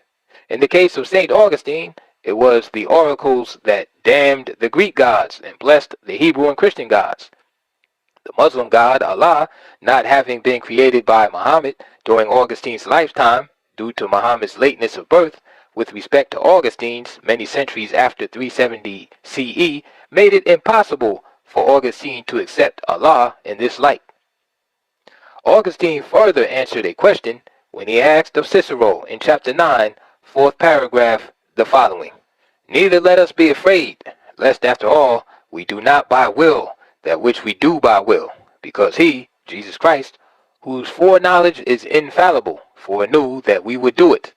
He was this which Cicero was afraid of, and therefore opposed foreknowledge." The Stoics also maintained that all things do not come to pass by necessity, although they contended that all things happened according to destiny. What is it then that Cicero feared in the prescience of future things? Like most of his contemporaries of Christendom, his predecessors and followers, Augustine also despised scientists. At least, he verbally scorned them into oblivion. One can see in Augustine's writings the utter contempt he held for Cicero's position was not motivated by hatred for the man, but for the position Cicero took on things spiritual, which, if they disagreed with Augustine's point of view with respect to his own God, Jesus Christ, he had to condemn. Augustine's attitude in this regard was still the common attitude of modern Christian clergymen and laymen. This is best seen when one reads the following comments by Augustine in the City of God, Book 6, Chapter 14. But as this divine master inculcates two precepts, the love of God and the love of our neighbor, and as in these precepts a man finds three things he has to love, God, himself, and his neighbors, and that he who loves God loves himself thereby, it follows that he must endeavor to get his neighbor to love God, since he is ordered to love his neighbor as himself. This was part of the genius of St. Augustine, just as it was with his two other indigenous African predecessors, Tertullian and St. Cyprian. They too never indulged in character assassination of their opponents, but of their works.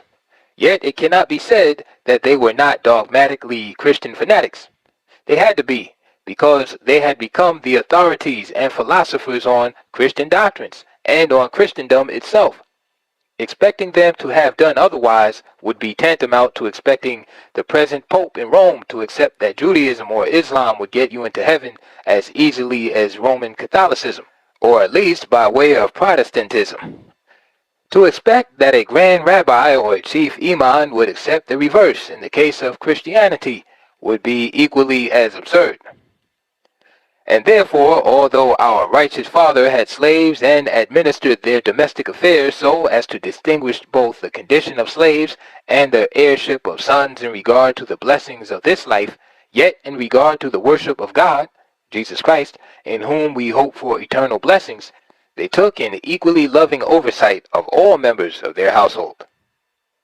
The above comment followed chapter 15, the last sentence of St. Augustine's book, Holy City of God, in which he also wrote the following: And therefore the apostle admonishes slaves to be subject to their masters and to serve them heartily and with good will, so that, if they cannot be freed by their masters, they may themselves make their slavery in some sort free, by serving not in crafty fear, but in faithful love, until all unrighteousness pass away, and all principality and every human power be brought to nothing, and God be all in all. St. Augustine's compassionate feelings for the slaves he was speaking of did not make him react differently when he responded to Cicero's position on prophecy or the oracles. He still saw in this brutal relationship between man to man, with a sense of tranquility for the slaves, that is, if they maintained law and order, and were obedient to their masters and to Jesus Christ. This type of logic still permeates the thinking of modern Christians, as it prevails in European-style Christian ethics and practices within the so-called Christian nations of the world and other smaller communities. A kind of don't rock the boat, Jesus will take care of it all philosophy. In these areas, St. Augustine's philosophical, moral, and spiritual thoughts in his writings reflected the Romanized African upper-middle-class background from which he came. This was especially true because of the following reasons. A. It must be remembered that he was already 28 years of age before he began any serious devotion to the new religion, Christianity. B. That his father, Patricius, was a minor official in the provincial government of the native Numidia, a position which Augustine condemned other Africans for holding in the Roman Empire. C. That he had grown up within a system which normally accepted and benefited immensely from the proceeds of slavery. D. And that the North African Christian Church itself had become engaged in slavery, to the extent that many of its highest officials benefited to the point of becoming some of the wealthiest slave masters. These precedents led to the acceptance of slavery as an economic base for European and European American Christian governments approximately 1,030 years after Augustine's death, when Pope Martin V accepted from Prince Henry, the so-called navigator of Portugal, the first 5 slaves kidnapped on the west coast of Africa, and gold dust stolen from the same place by his fellow European Christians. This conduct of European-style Christian depravity that enhanced Augustine's followers' coffers, both secularly and religiously, was yet to be the basis for the expansion of slavery, as it became the major source of Christendom's financial empire 535 years later, at which time the Right Reverend Bishop Bartolomeo de las Casas, 1474 to 1566 CE, got King Charles I of Spain and Pope Clement VII, Giulio de Medici, to endorse the inauguration of the infamous chattel slave trade that introduced the genocidal depopulation of the entire continent of Africa and the forced migration of millions of Africans to the quote-unquote New World, which to a great extent continues on today. Since Augustine did not condemn slavery in his teachings, his silence gave comfort later on to the Reverend John Hawkins, captain of the notorious slave ship Jesus Christ, to murder and enslave Africans in the name of Christianity and civilization. But slavery was also ordained by the Hebrews against the Amalekites, Hittites, Moabites, and others before they finally committed genocide against them, just as the European Christians sang their religious war chants, "Onward, Christian soldiers, marching on to war," etc., in memory of the cross of Jesus they carried as they enslaved the Muslims during the various crusades, justifying their barbarous actions of what they claim was a call from God to save the world. Augustine's moralization of, quote, salvation through Christ, should the slaves accept law and order by the state church, equally their masters, was grounded in the following passages of the Hebrew and Christian Holy Scriptures, which was supposedly written by holy men inspired by God, meaning, of course, only males of the Hebrew, Christian, and maybe of the Muslim religions. Thus, Exodus chapter 21, verses 1 to 25, etc., as noted in the laws concerning slavery. Quote, "Now these are the ordinances which thou shalt set before them. If thou buy an Hebrew servant, 6 years he shall serve, and in the 7th he shall go out free for nothing. If he came in by himself, he shall go out by himself. If he was married, then his wife shall go out with him. If his master have given him a wife, and she have borne him sons or daughters, the wife and her children shall be her master's, and he shall go out by himself. And if the servant shall plainly say, I love my master, my wife, and my children, I will not go out free, then his master shall bring him unto the judges. He shall also bring him to the door, or unto the door post, and his master shall bore his ear through with an awl, and he shall serve him forever. And if a man sell his daughter to be a maidservant, she shall not go out as the men servants do. If she please not her master, who hath betrothed her to himself, then shall he let her be redeemed. To sell her unto a foreign nation he shall have no power, seeing he hath dealt deceitfully with her. And if he hath betrothed her unto his son, he shall deal with her after the manner of daughters. If he take him another wife, her food, her raiment, and her duty of marriage shall he not diminish. And if he do not these 3 unto her, then shall she go out free without money. He that smiteth a man, so that he die, shall be surely put to death. And if a man lie not in wait, but God deliver him into his hand, then I will appoint thee a place to which he shall flee. But if a man come presumptuously upon his neighbor to slay him with guile, thou shalt take him from mine altar, that he may die. And he that smiteth his father or his mother shall be surely put to death. And he that stealeth a man and selleth him, or if he be found in his hand, he shall surely be put to death. And he that curseth his father or his mother shall surely be put to death. And if men strive together, and one smite another with a stone or with his fist, and he die not, but keepeth his bed, if he rise again and walk abroad upon his staff, then shall he that smote him be clear, only shall pay for the loss of his time, and shall cause him to be thoroughly healed. And if a man smite his servant or his maid with a rod, and he die under his hand, he shall be severely punished. Notwithstanding, if he continue a day or 2, he shall not be punished, for he is his money. If men strive, and hurt a woman with child, so that her fruit depart from her, and yet no mischief follows, he shall be surely punished, according as the woman's husband will lay upon him, and he shall pay as the judges determine. And if any mischief follows, then thou shalt give life for life, eye for eye, tooth for tooth, hand for hand, foot for foot, burning for burning, wound for wound, stripe for stripe.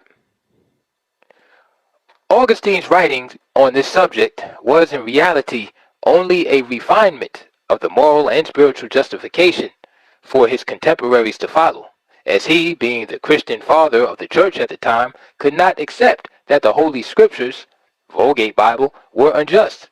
As such, he completely appeased the slave masters, Jewish and Christians alike, to the fullest of his ability, as seen in the last sentence of his City of God, Book 19, Chapter 20. He wrote, "For the true blessings of the soul are not enjoyed, for that is no true wisdom which does not direct all its prudent observations, manly actions, virtuous self-restraint, and just arrangements to that end in which God shall be all in a secure eternity and perfect peace."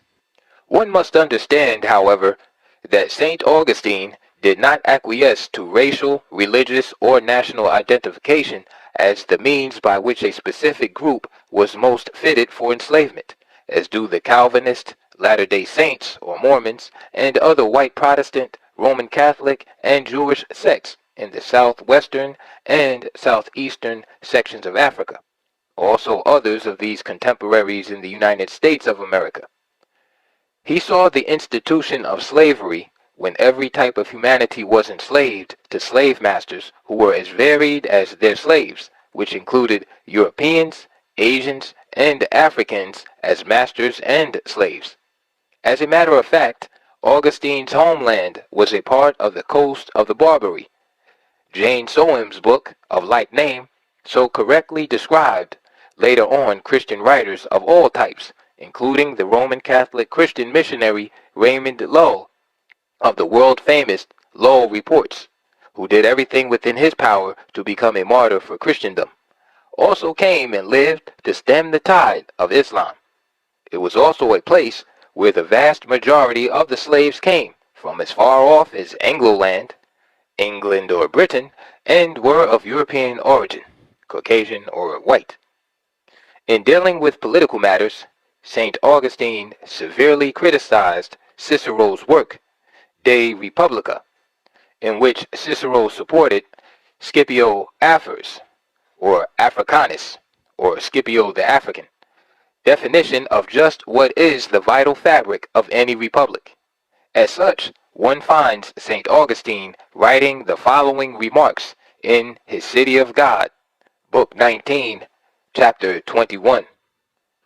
"This, then, is the place where I should fulfill the promise I gave in the second book of this work, and explain, as briefly and clearly as possible, that if we are to accept the definitions laid down by Scipio in Cicero's De Republica, there never was a Roman Republic, for he briefly defines a republic as the will of the people. And if this definition be true, there never was a Roman Republic, for the people's will was never attained among the Romans. For the people, according to his definition, is an assemblage associated by a common acknowledgment of right and by a community of interest.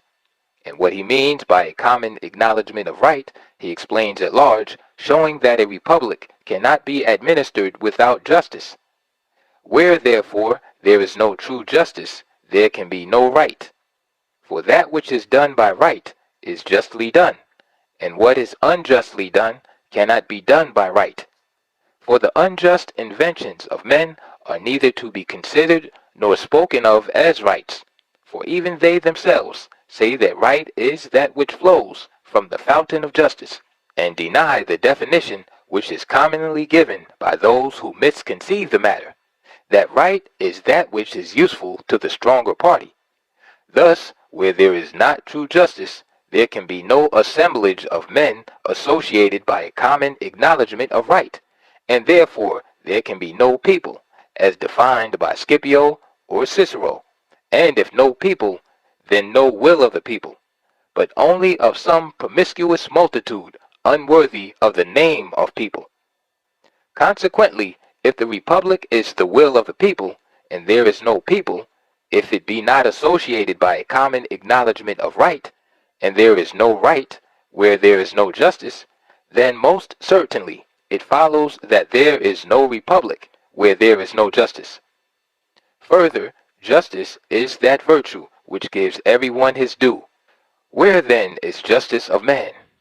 When he deserts the true God and yields himself to impure demons. Is this to give everyone his due?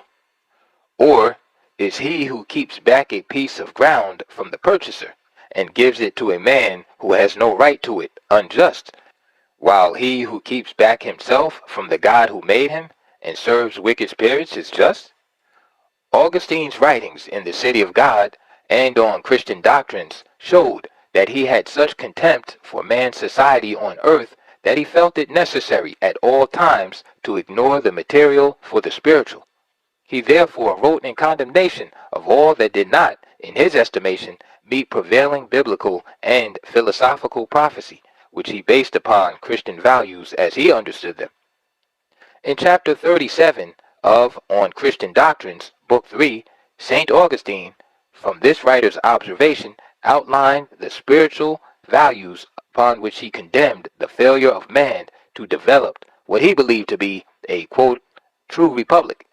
Thus, in outlining what he called the seventh rule of Tychonius, he wrote, "The seventh rule of Tychonius, and the last, is about the devil and his body.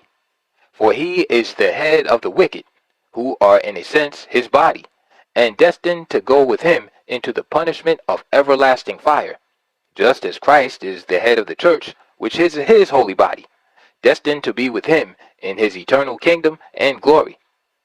Accordingly, as the first rule, which is called of the Lord and his body, directs us, when Scripture speaks of one and the same person, to take pains to understand which part of the statement applies to the head and which to the body.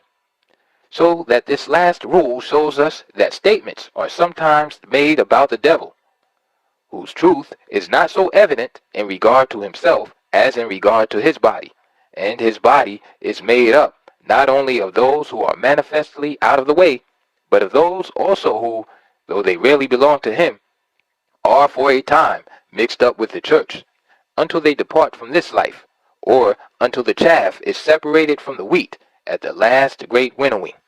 For example, what is said in Isaiah, how he is fallen from heaven, Lucifer, son of the morning, and the other statements of the context which, under the figure of the king of Babylon, are made about the same person, are of course to be understood of the devil, and yet the statement which is made in the same place, he is ground down on the earth, who sends to all nations, does not altogether fitly apply to the head himself. For although the devil sends his angels to all nations, yet it is his body, not himself, that is ground down on the earth, except that he himself is in his body, which is beaten small like the dust which the wind blows from the face of the earth." In Book 4 of the above work, Chapter 2, however, he refuted his own position by suggesting that it is right to use falsehoods in defense of Christianity. Of course, he did not mention the word Christianity specifically, being that he was a master of the art of rhetoric, which he relied upon very heavily in his analysis. For example, on the issue of rhetoric, Augustine wrote, "This work of mine, which is entitled On Christian Doctrine, was at the commencement divided into two parts, for after a preface, in which I answered by anticipation those who were likely to take exception to the work, I said, there are two things on which all interpretation of Scripture depends, the mode of ascertaining the proper meaning, and the mode of making known the meaning when it is ascertained. I shall treat first of the mode of ascertaining, next of the mode of making known the meaning. As then, I have already said a great deal about the mode of ascertaining the meaning, and have given 3 books to this one part of the subject, I shall only say a few things about the mode of making known the meaning, in order, if possible, to bring them all within the compass of one book, and so finish the whole work in 4 books.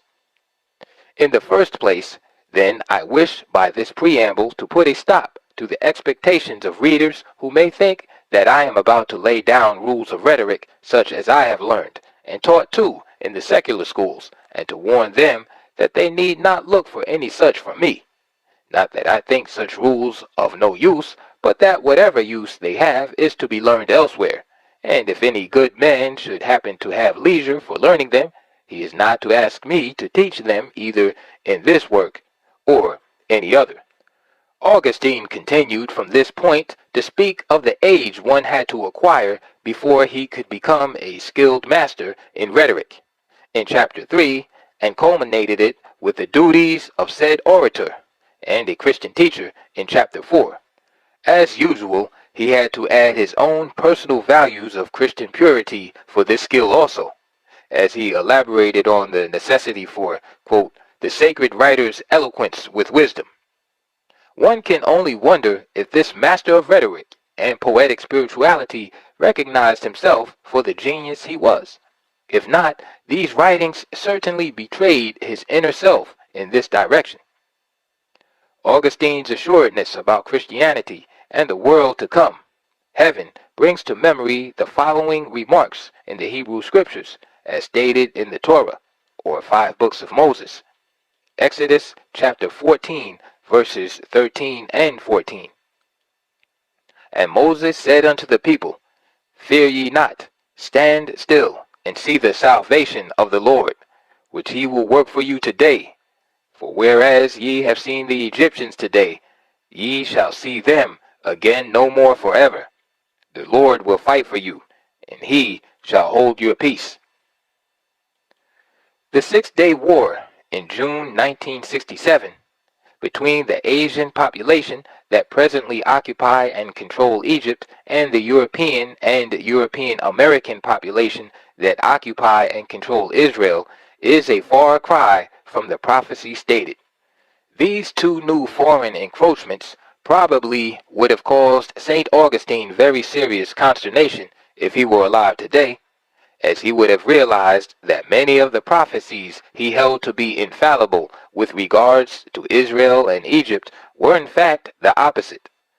He would have noted that neither Hebrews, Jews, nor Egyptians, Muslims, are presently indigenous to either nation, Israel or Palestine, and Egypt or Sais.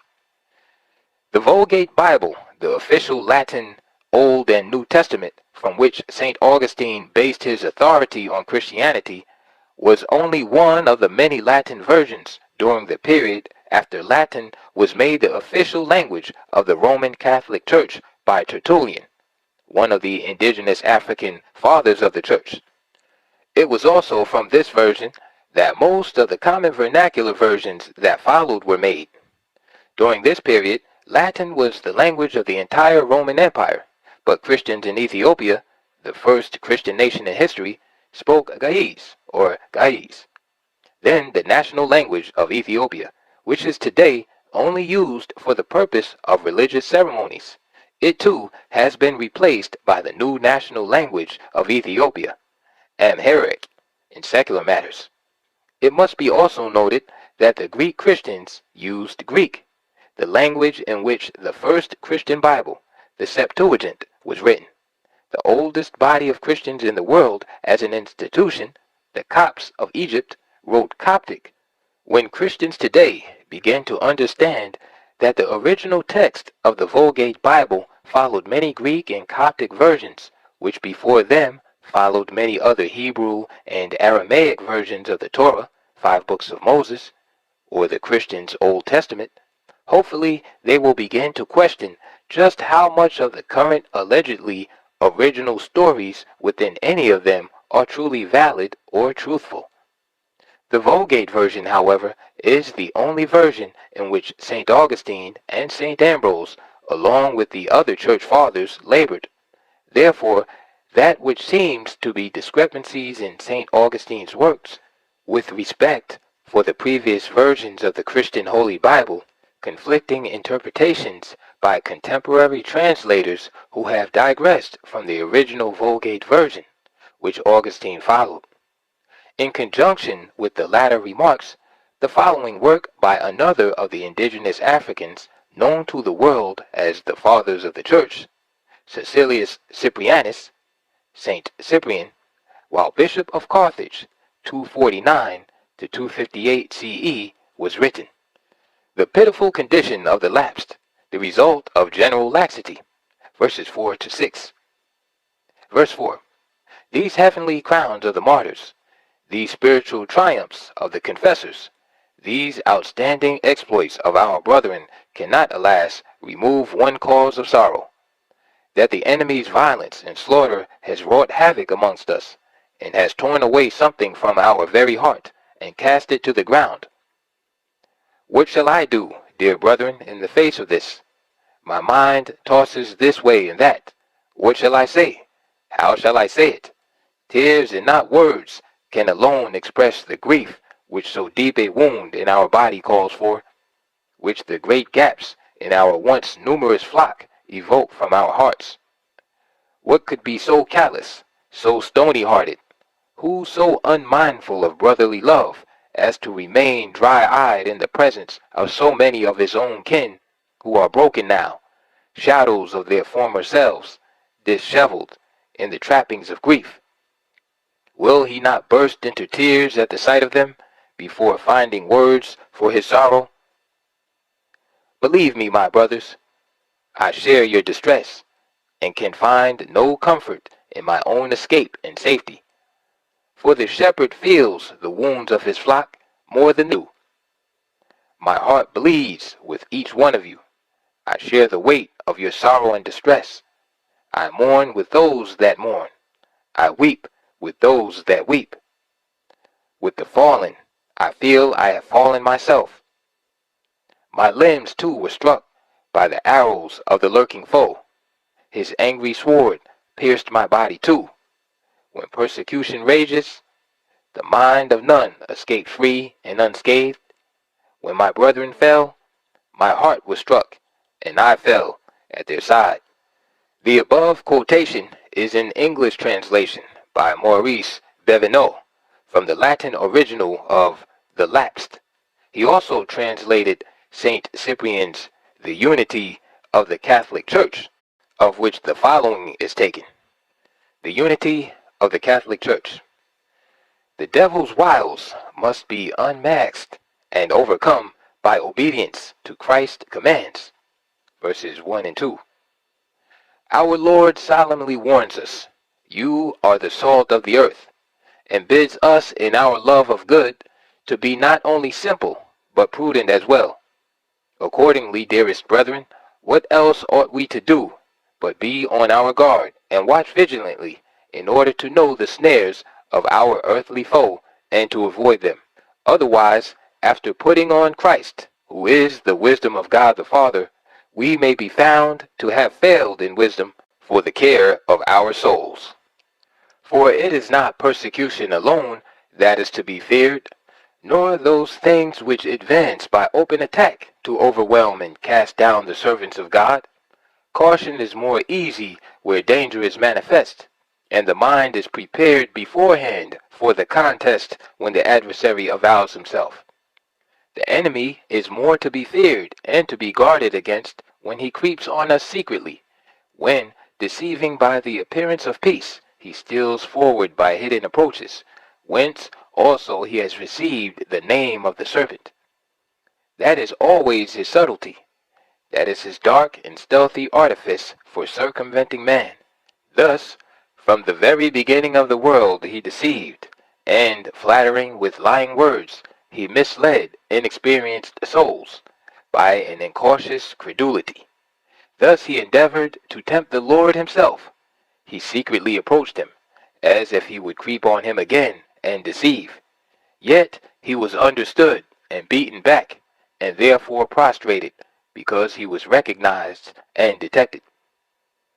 From which an example is given us to avoid the way of the old man, to stand in the footsteps of a conquering Christ, that we may not again be incautiously turned back into the nets of death, but, foreseeing our danger, may possess the immortality that we have received.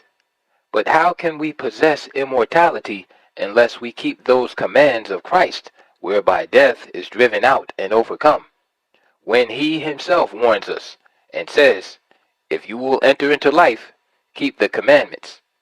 And again, "If you do the things that I command you, henceforth I call you not servants, but friends." Finally, these persons he calls strong and steadfast, These he declares to be founded in robust security upon the rock, established with immovable and unshaken firmness, in opposition to all the tempests and hurricanes of the world. Whosoever, says he, hears my words and does them, I will liken him unto a wise man that built his house upon a rock.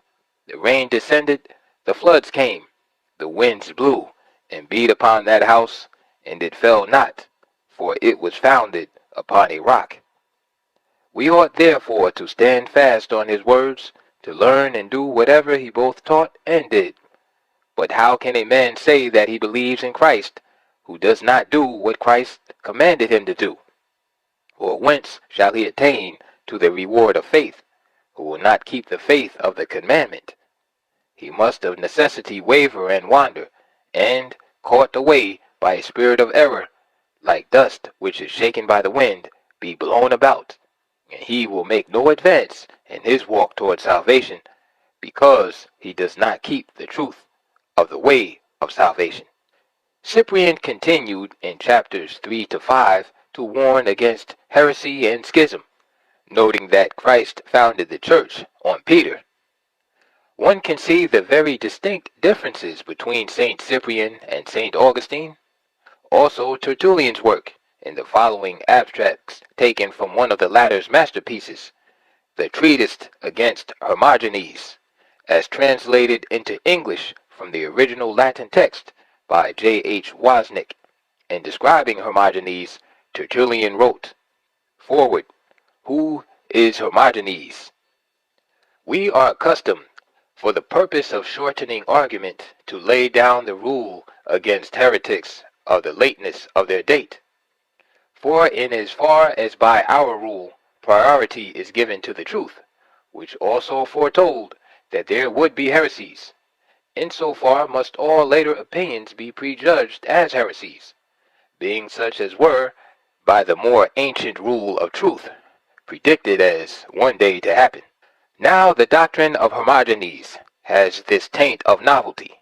He is, in short, a man living in the world at the present time, by his very nature, a heretic, a turbulent withal, who mistakes loquacity for eloquence, and supposes impudence to be firmness, and judges it to be the duty of a good conscience to speak ill of individuals. Moreover, he despises God's law in his painting, maintaining repeated marriages, alleges the law of God in defense of lust, and yet despises it in respect of his art. He falsifies by a twofold process, with his cautery and his pen. He is a thorough adulterer, both doctrinally and carnally, since he is rank indeed with the contagion of your marriage hacks, and has also failed in cleaving to the rule of faith as much as the apostle's own Hermogenes.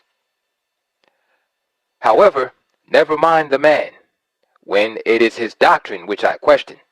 He does not appear to acknowledge any other Christ as Lord, though he holds him in a different way. But by this difference in his faith, he really makes him another being.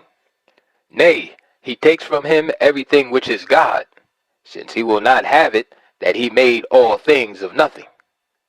For turning away from Christians to the philosophers, from the church to the academy and the porch, he learned there from the Stoics how to place matter on the same level with the Lord, just as if it too had existed, ever both unborn and unmade, having no beginning at all nor end, out of which, according to him, the Lord afterwards created all things.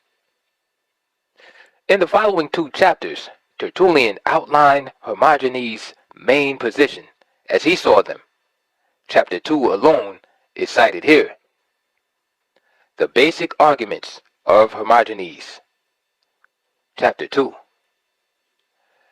Our very bad painter has colored this his primary shade absolutely without any light, with such arguments as these. He begins with laying down the premise that the Lord made all things either out of himself, or out of nothing, or out of something, in order that, after he has shown that it was impossible for him to have made them either out of himself or out of nothing, he might thence affirm the residuary proposition that he made them out of something, and therefore that something was matter. He could not have made all things, he says, of himself, because whatever things the Lord made of himself would have been parts of himself. But he is not dissoluble into parts, because, being the Lord, he is indivisible and unchangeable and always the same. Besides, if he had made anything out of himself, it would have been something of himself. Everything, however, both which was made and which he made, must be accounted imperfect, because it was made of a part, and he made it of a part. Or, if again, it was a whole which he made, who is a whole himself, he must in that case have been at once both a whole and yet not a whole, because it behooved him to be a whole, that he might produce himself, and yet not a whole, that he might be produced out of himself. But this is a most difficult position, for if he were in existence, he could not be made, for he was in existence already. If, however, he were not in existence, he could not make, because he was a non-entity. He maintains, moreover, that he who always exists does not come into existence, but exists forever and ever. He accordingly concludes that he made nothing out of himself, since he never passed into such a condition as made it possible for him to make anything out of himself. In like manner, he contends that he could not have made all things out of nothing. Thus he defines the Lord as a being who is good, nay, very good, who must will to make things as good and excellent as he is himself.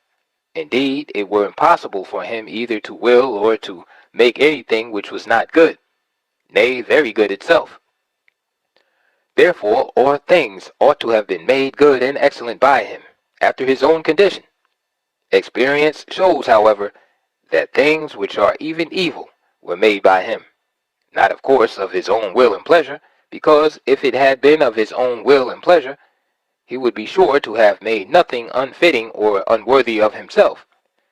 That, therefore, which he made not of his own will must be understood to have been made from the fault of something, and that is, from matter, without a doubt.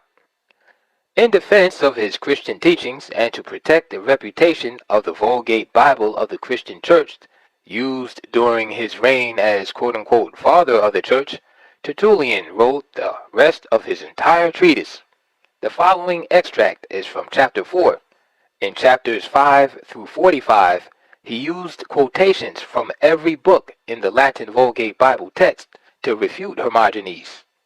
He wrote, A. Matter as equal to God. Chapter 4. At this point, then, I shall begin to treat of matter, how that, according to Hermogenes, God compares it with himself as equally unborn, equally unmade, equally eternal, set forth as being without a beginning, without an end. For what other estimate of God is there than eternity? What other condition has eternity then to have ever existed, and to exist yet for evermore by virtue of its privilege of having neither beginning nor end? Now, since this is the property of God, it will belong to God alone, whose property it is. Of course, on this ground, that if it can be ascribed to any other being, it will no longer be the property of God, but will belong, along with him, to that being also to which it is ascribed. For although there be that are called gods in the name, whether in heaven or in earth, yet to us there is but one God the Father, of whom are all things. Whence the greater reason why, in our view, that which is the property of God ought to be regarded as pertaining to God alone, and why, as I have already said, that should cease to be such a property when it is shared by another being. Now, since he is God, it must necessarily be a unique mark of this quality that it be confined to one. Else, what will be unique and singular, if that is not which has nothing equal to it? What will be principal, if that is not which is above all things, before all things, and from which all things proceed. By possessing these, he is God alone, and by his sole possession of them, he is one. If another also shared in the possession, there would then be as many gods as there were possessors of these attributes of God. Hermogenes therefore introduces two gods. He introduces matter as God's equal. God, however, must be one, because that is God which is supreme. But nothing else can be supreme than that which is unique, and that cannot possibly be unique which has anything equal to it.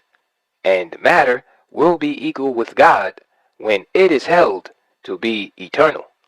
Tertullian closed his treatise on Hermogenes in the same dramatic fashion in which he opened it.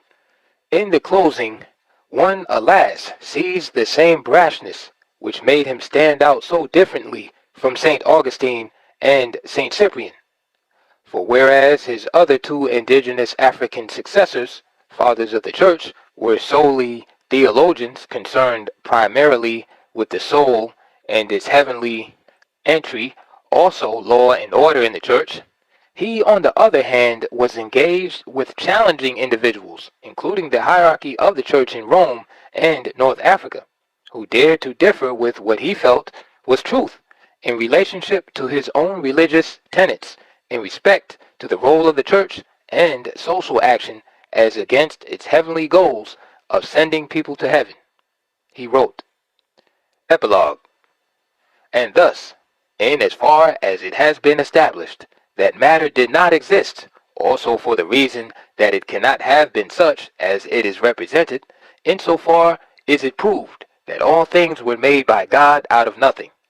I would add only that, by delineating a condition of matter quite like his own, irregular, confused, turbulent, with a disordered, rash, and violent motion, Hermogenes has put on exhibition a sample of his art. He has painted his own portrait. There are many books listed in the bibliography that this author used in preparing this chapter, which should also prove to be extremely helpful to anyone who wishes to pursue in greater details the indigenous African fathers of the Church works.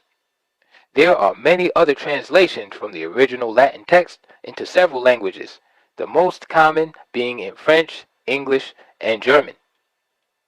Like St. Augustine, there is not very much written about St. Cyprian and Tertullian's lives before they became the spiritual leaders of the North African Christian Church and all of Christendom in general. There is not much about their personal lives during their reign as philosophers of their religion either.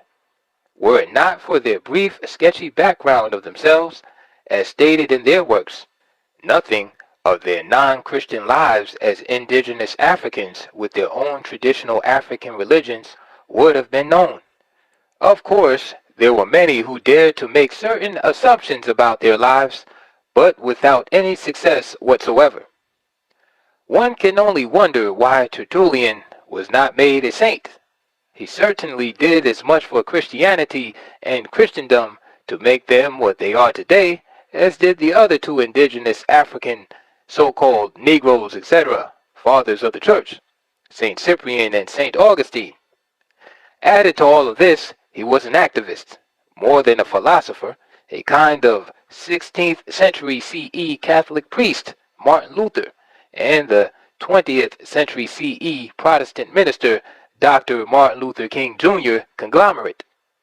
Tertullian matched his Christian idealism with physical action, whereas the others sat back and philosophized on Christian doctrine and ethics. Maybe someday this African, Dr. Martin Luther King Jr., also shall be made a saint in his church. However, the lack of such confirmation does not in any way whatsoever lessen his greatness. This is more so true when one considers that the greatest pacifist of modern times, Mohandas, the Sacred One, Karamchand Gandhi, will never become a saint, solely because he was not a Christian confessant. It would have been unlikely, however, that Cyprian and Augustine would have made sainthood in the racist world of the 20th century CE, especially when considering that they were indigenous Africans and totally Judeo-Christian. One could suspect that there are very few Christian churches in the United States of America where they would have been tolerated, much less welcomed. Yet, they were the originators of most of the basic tenets which all of Christendom today believe. The only reason that the three indigenous African popes of the Roman Catholic Church have not been examined here should be obvious. If not, it is because they have done nothing outstanding in the history of Christendom, like most of their fellow popes, who were not outstanding leaders.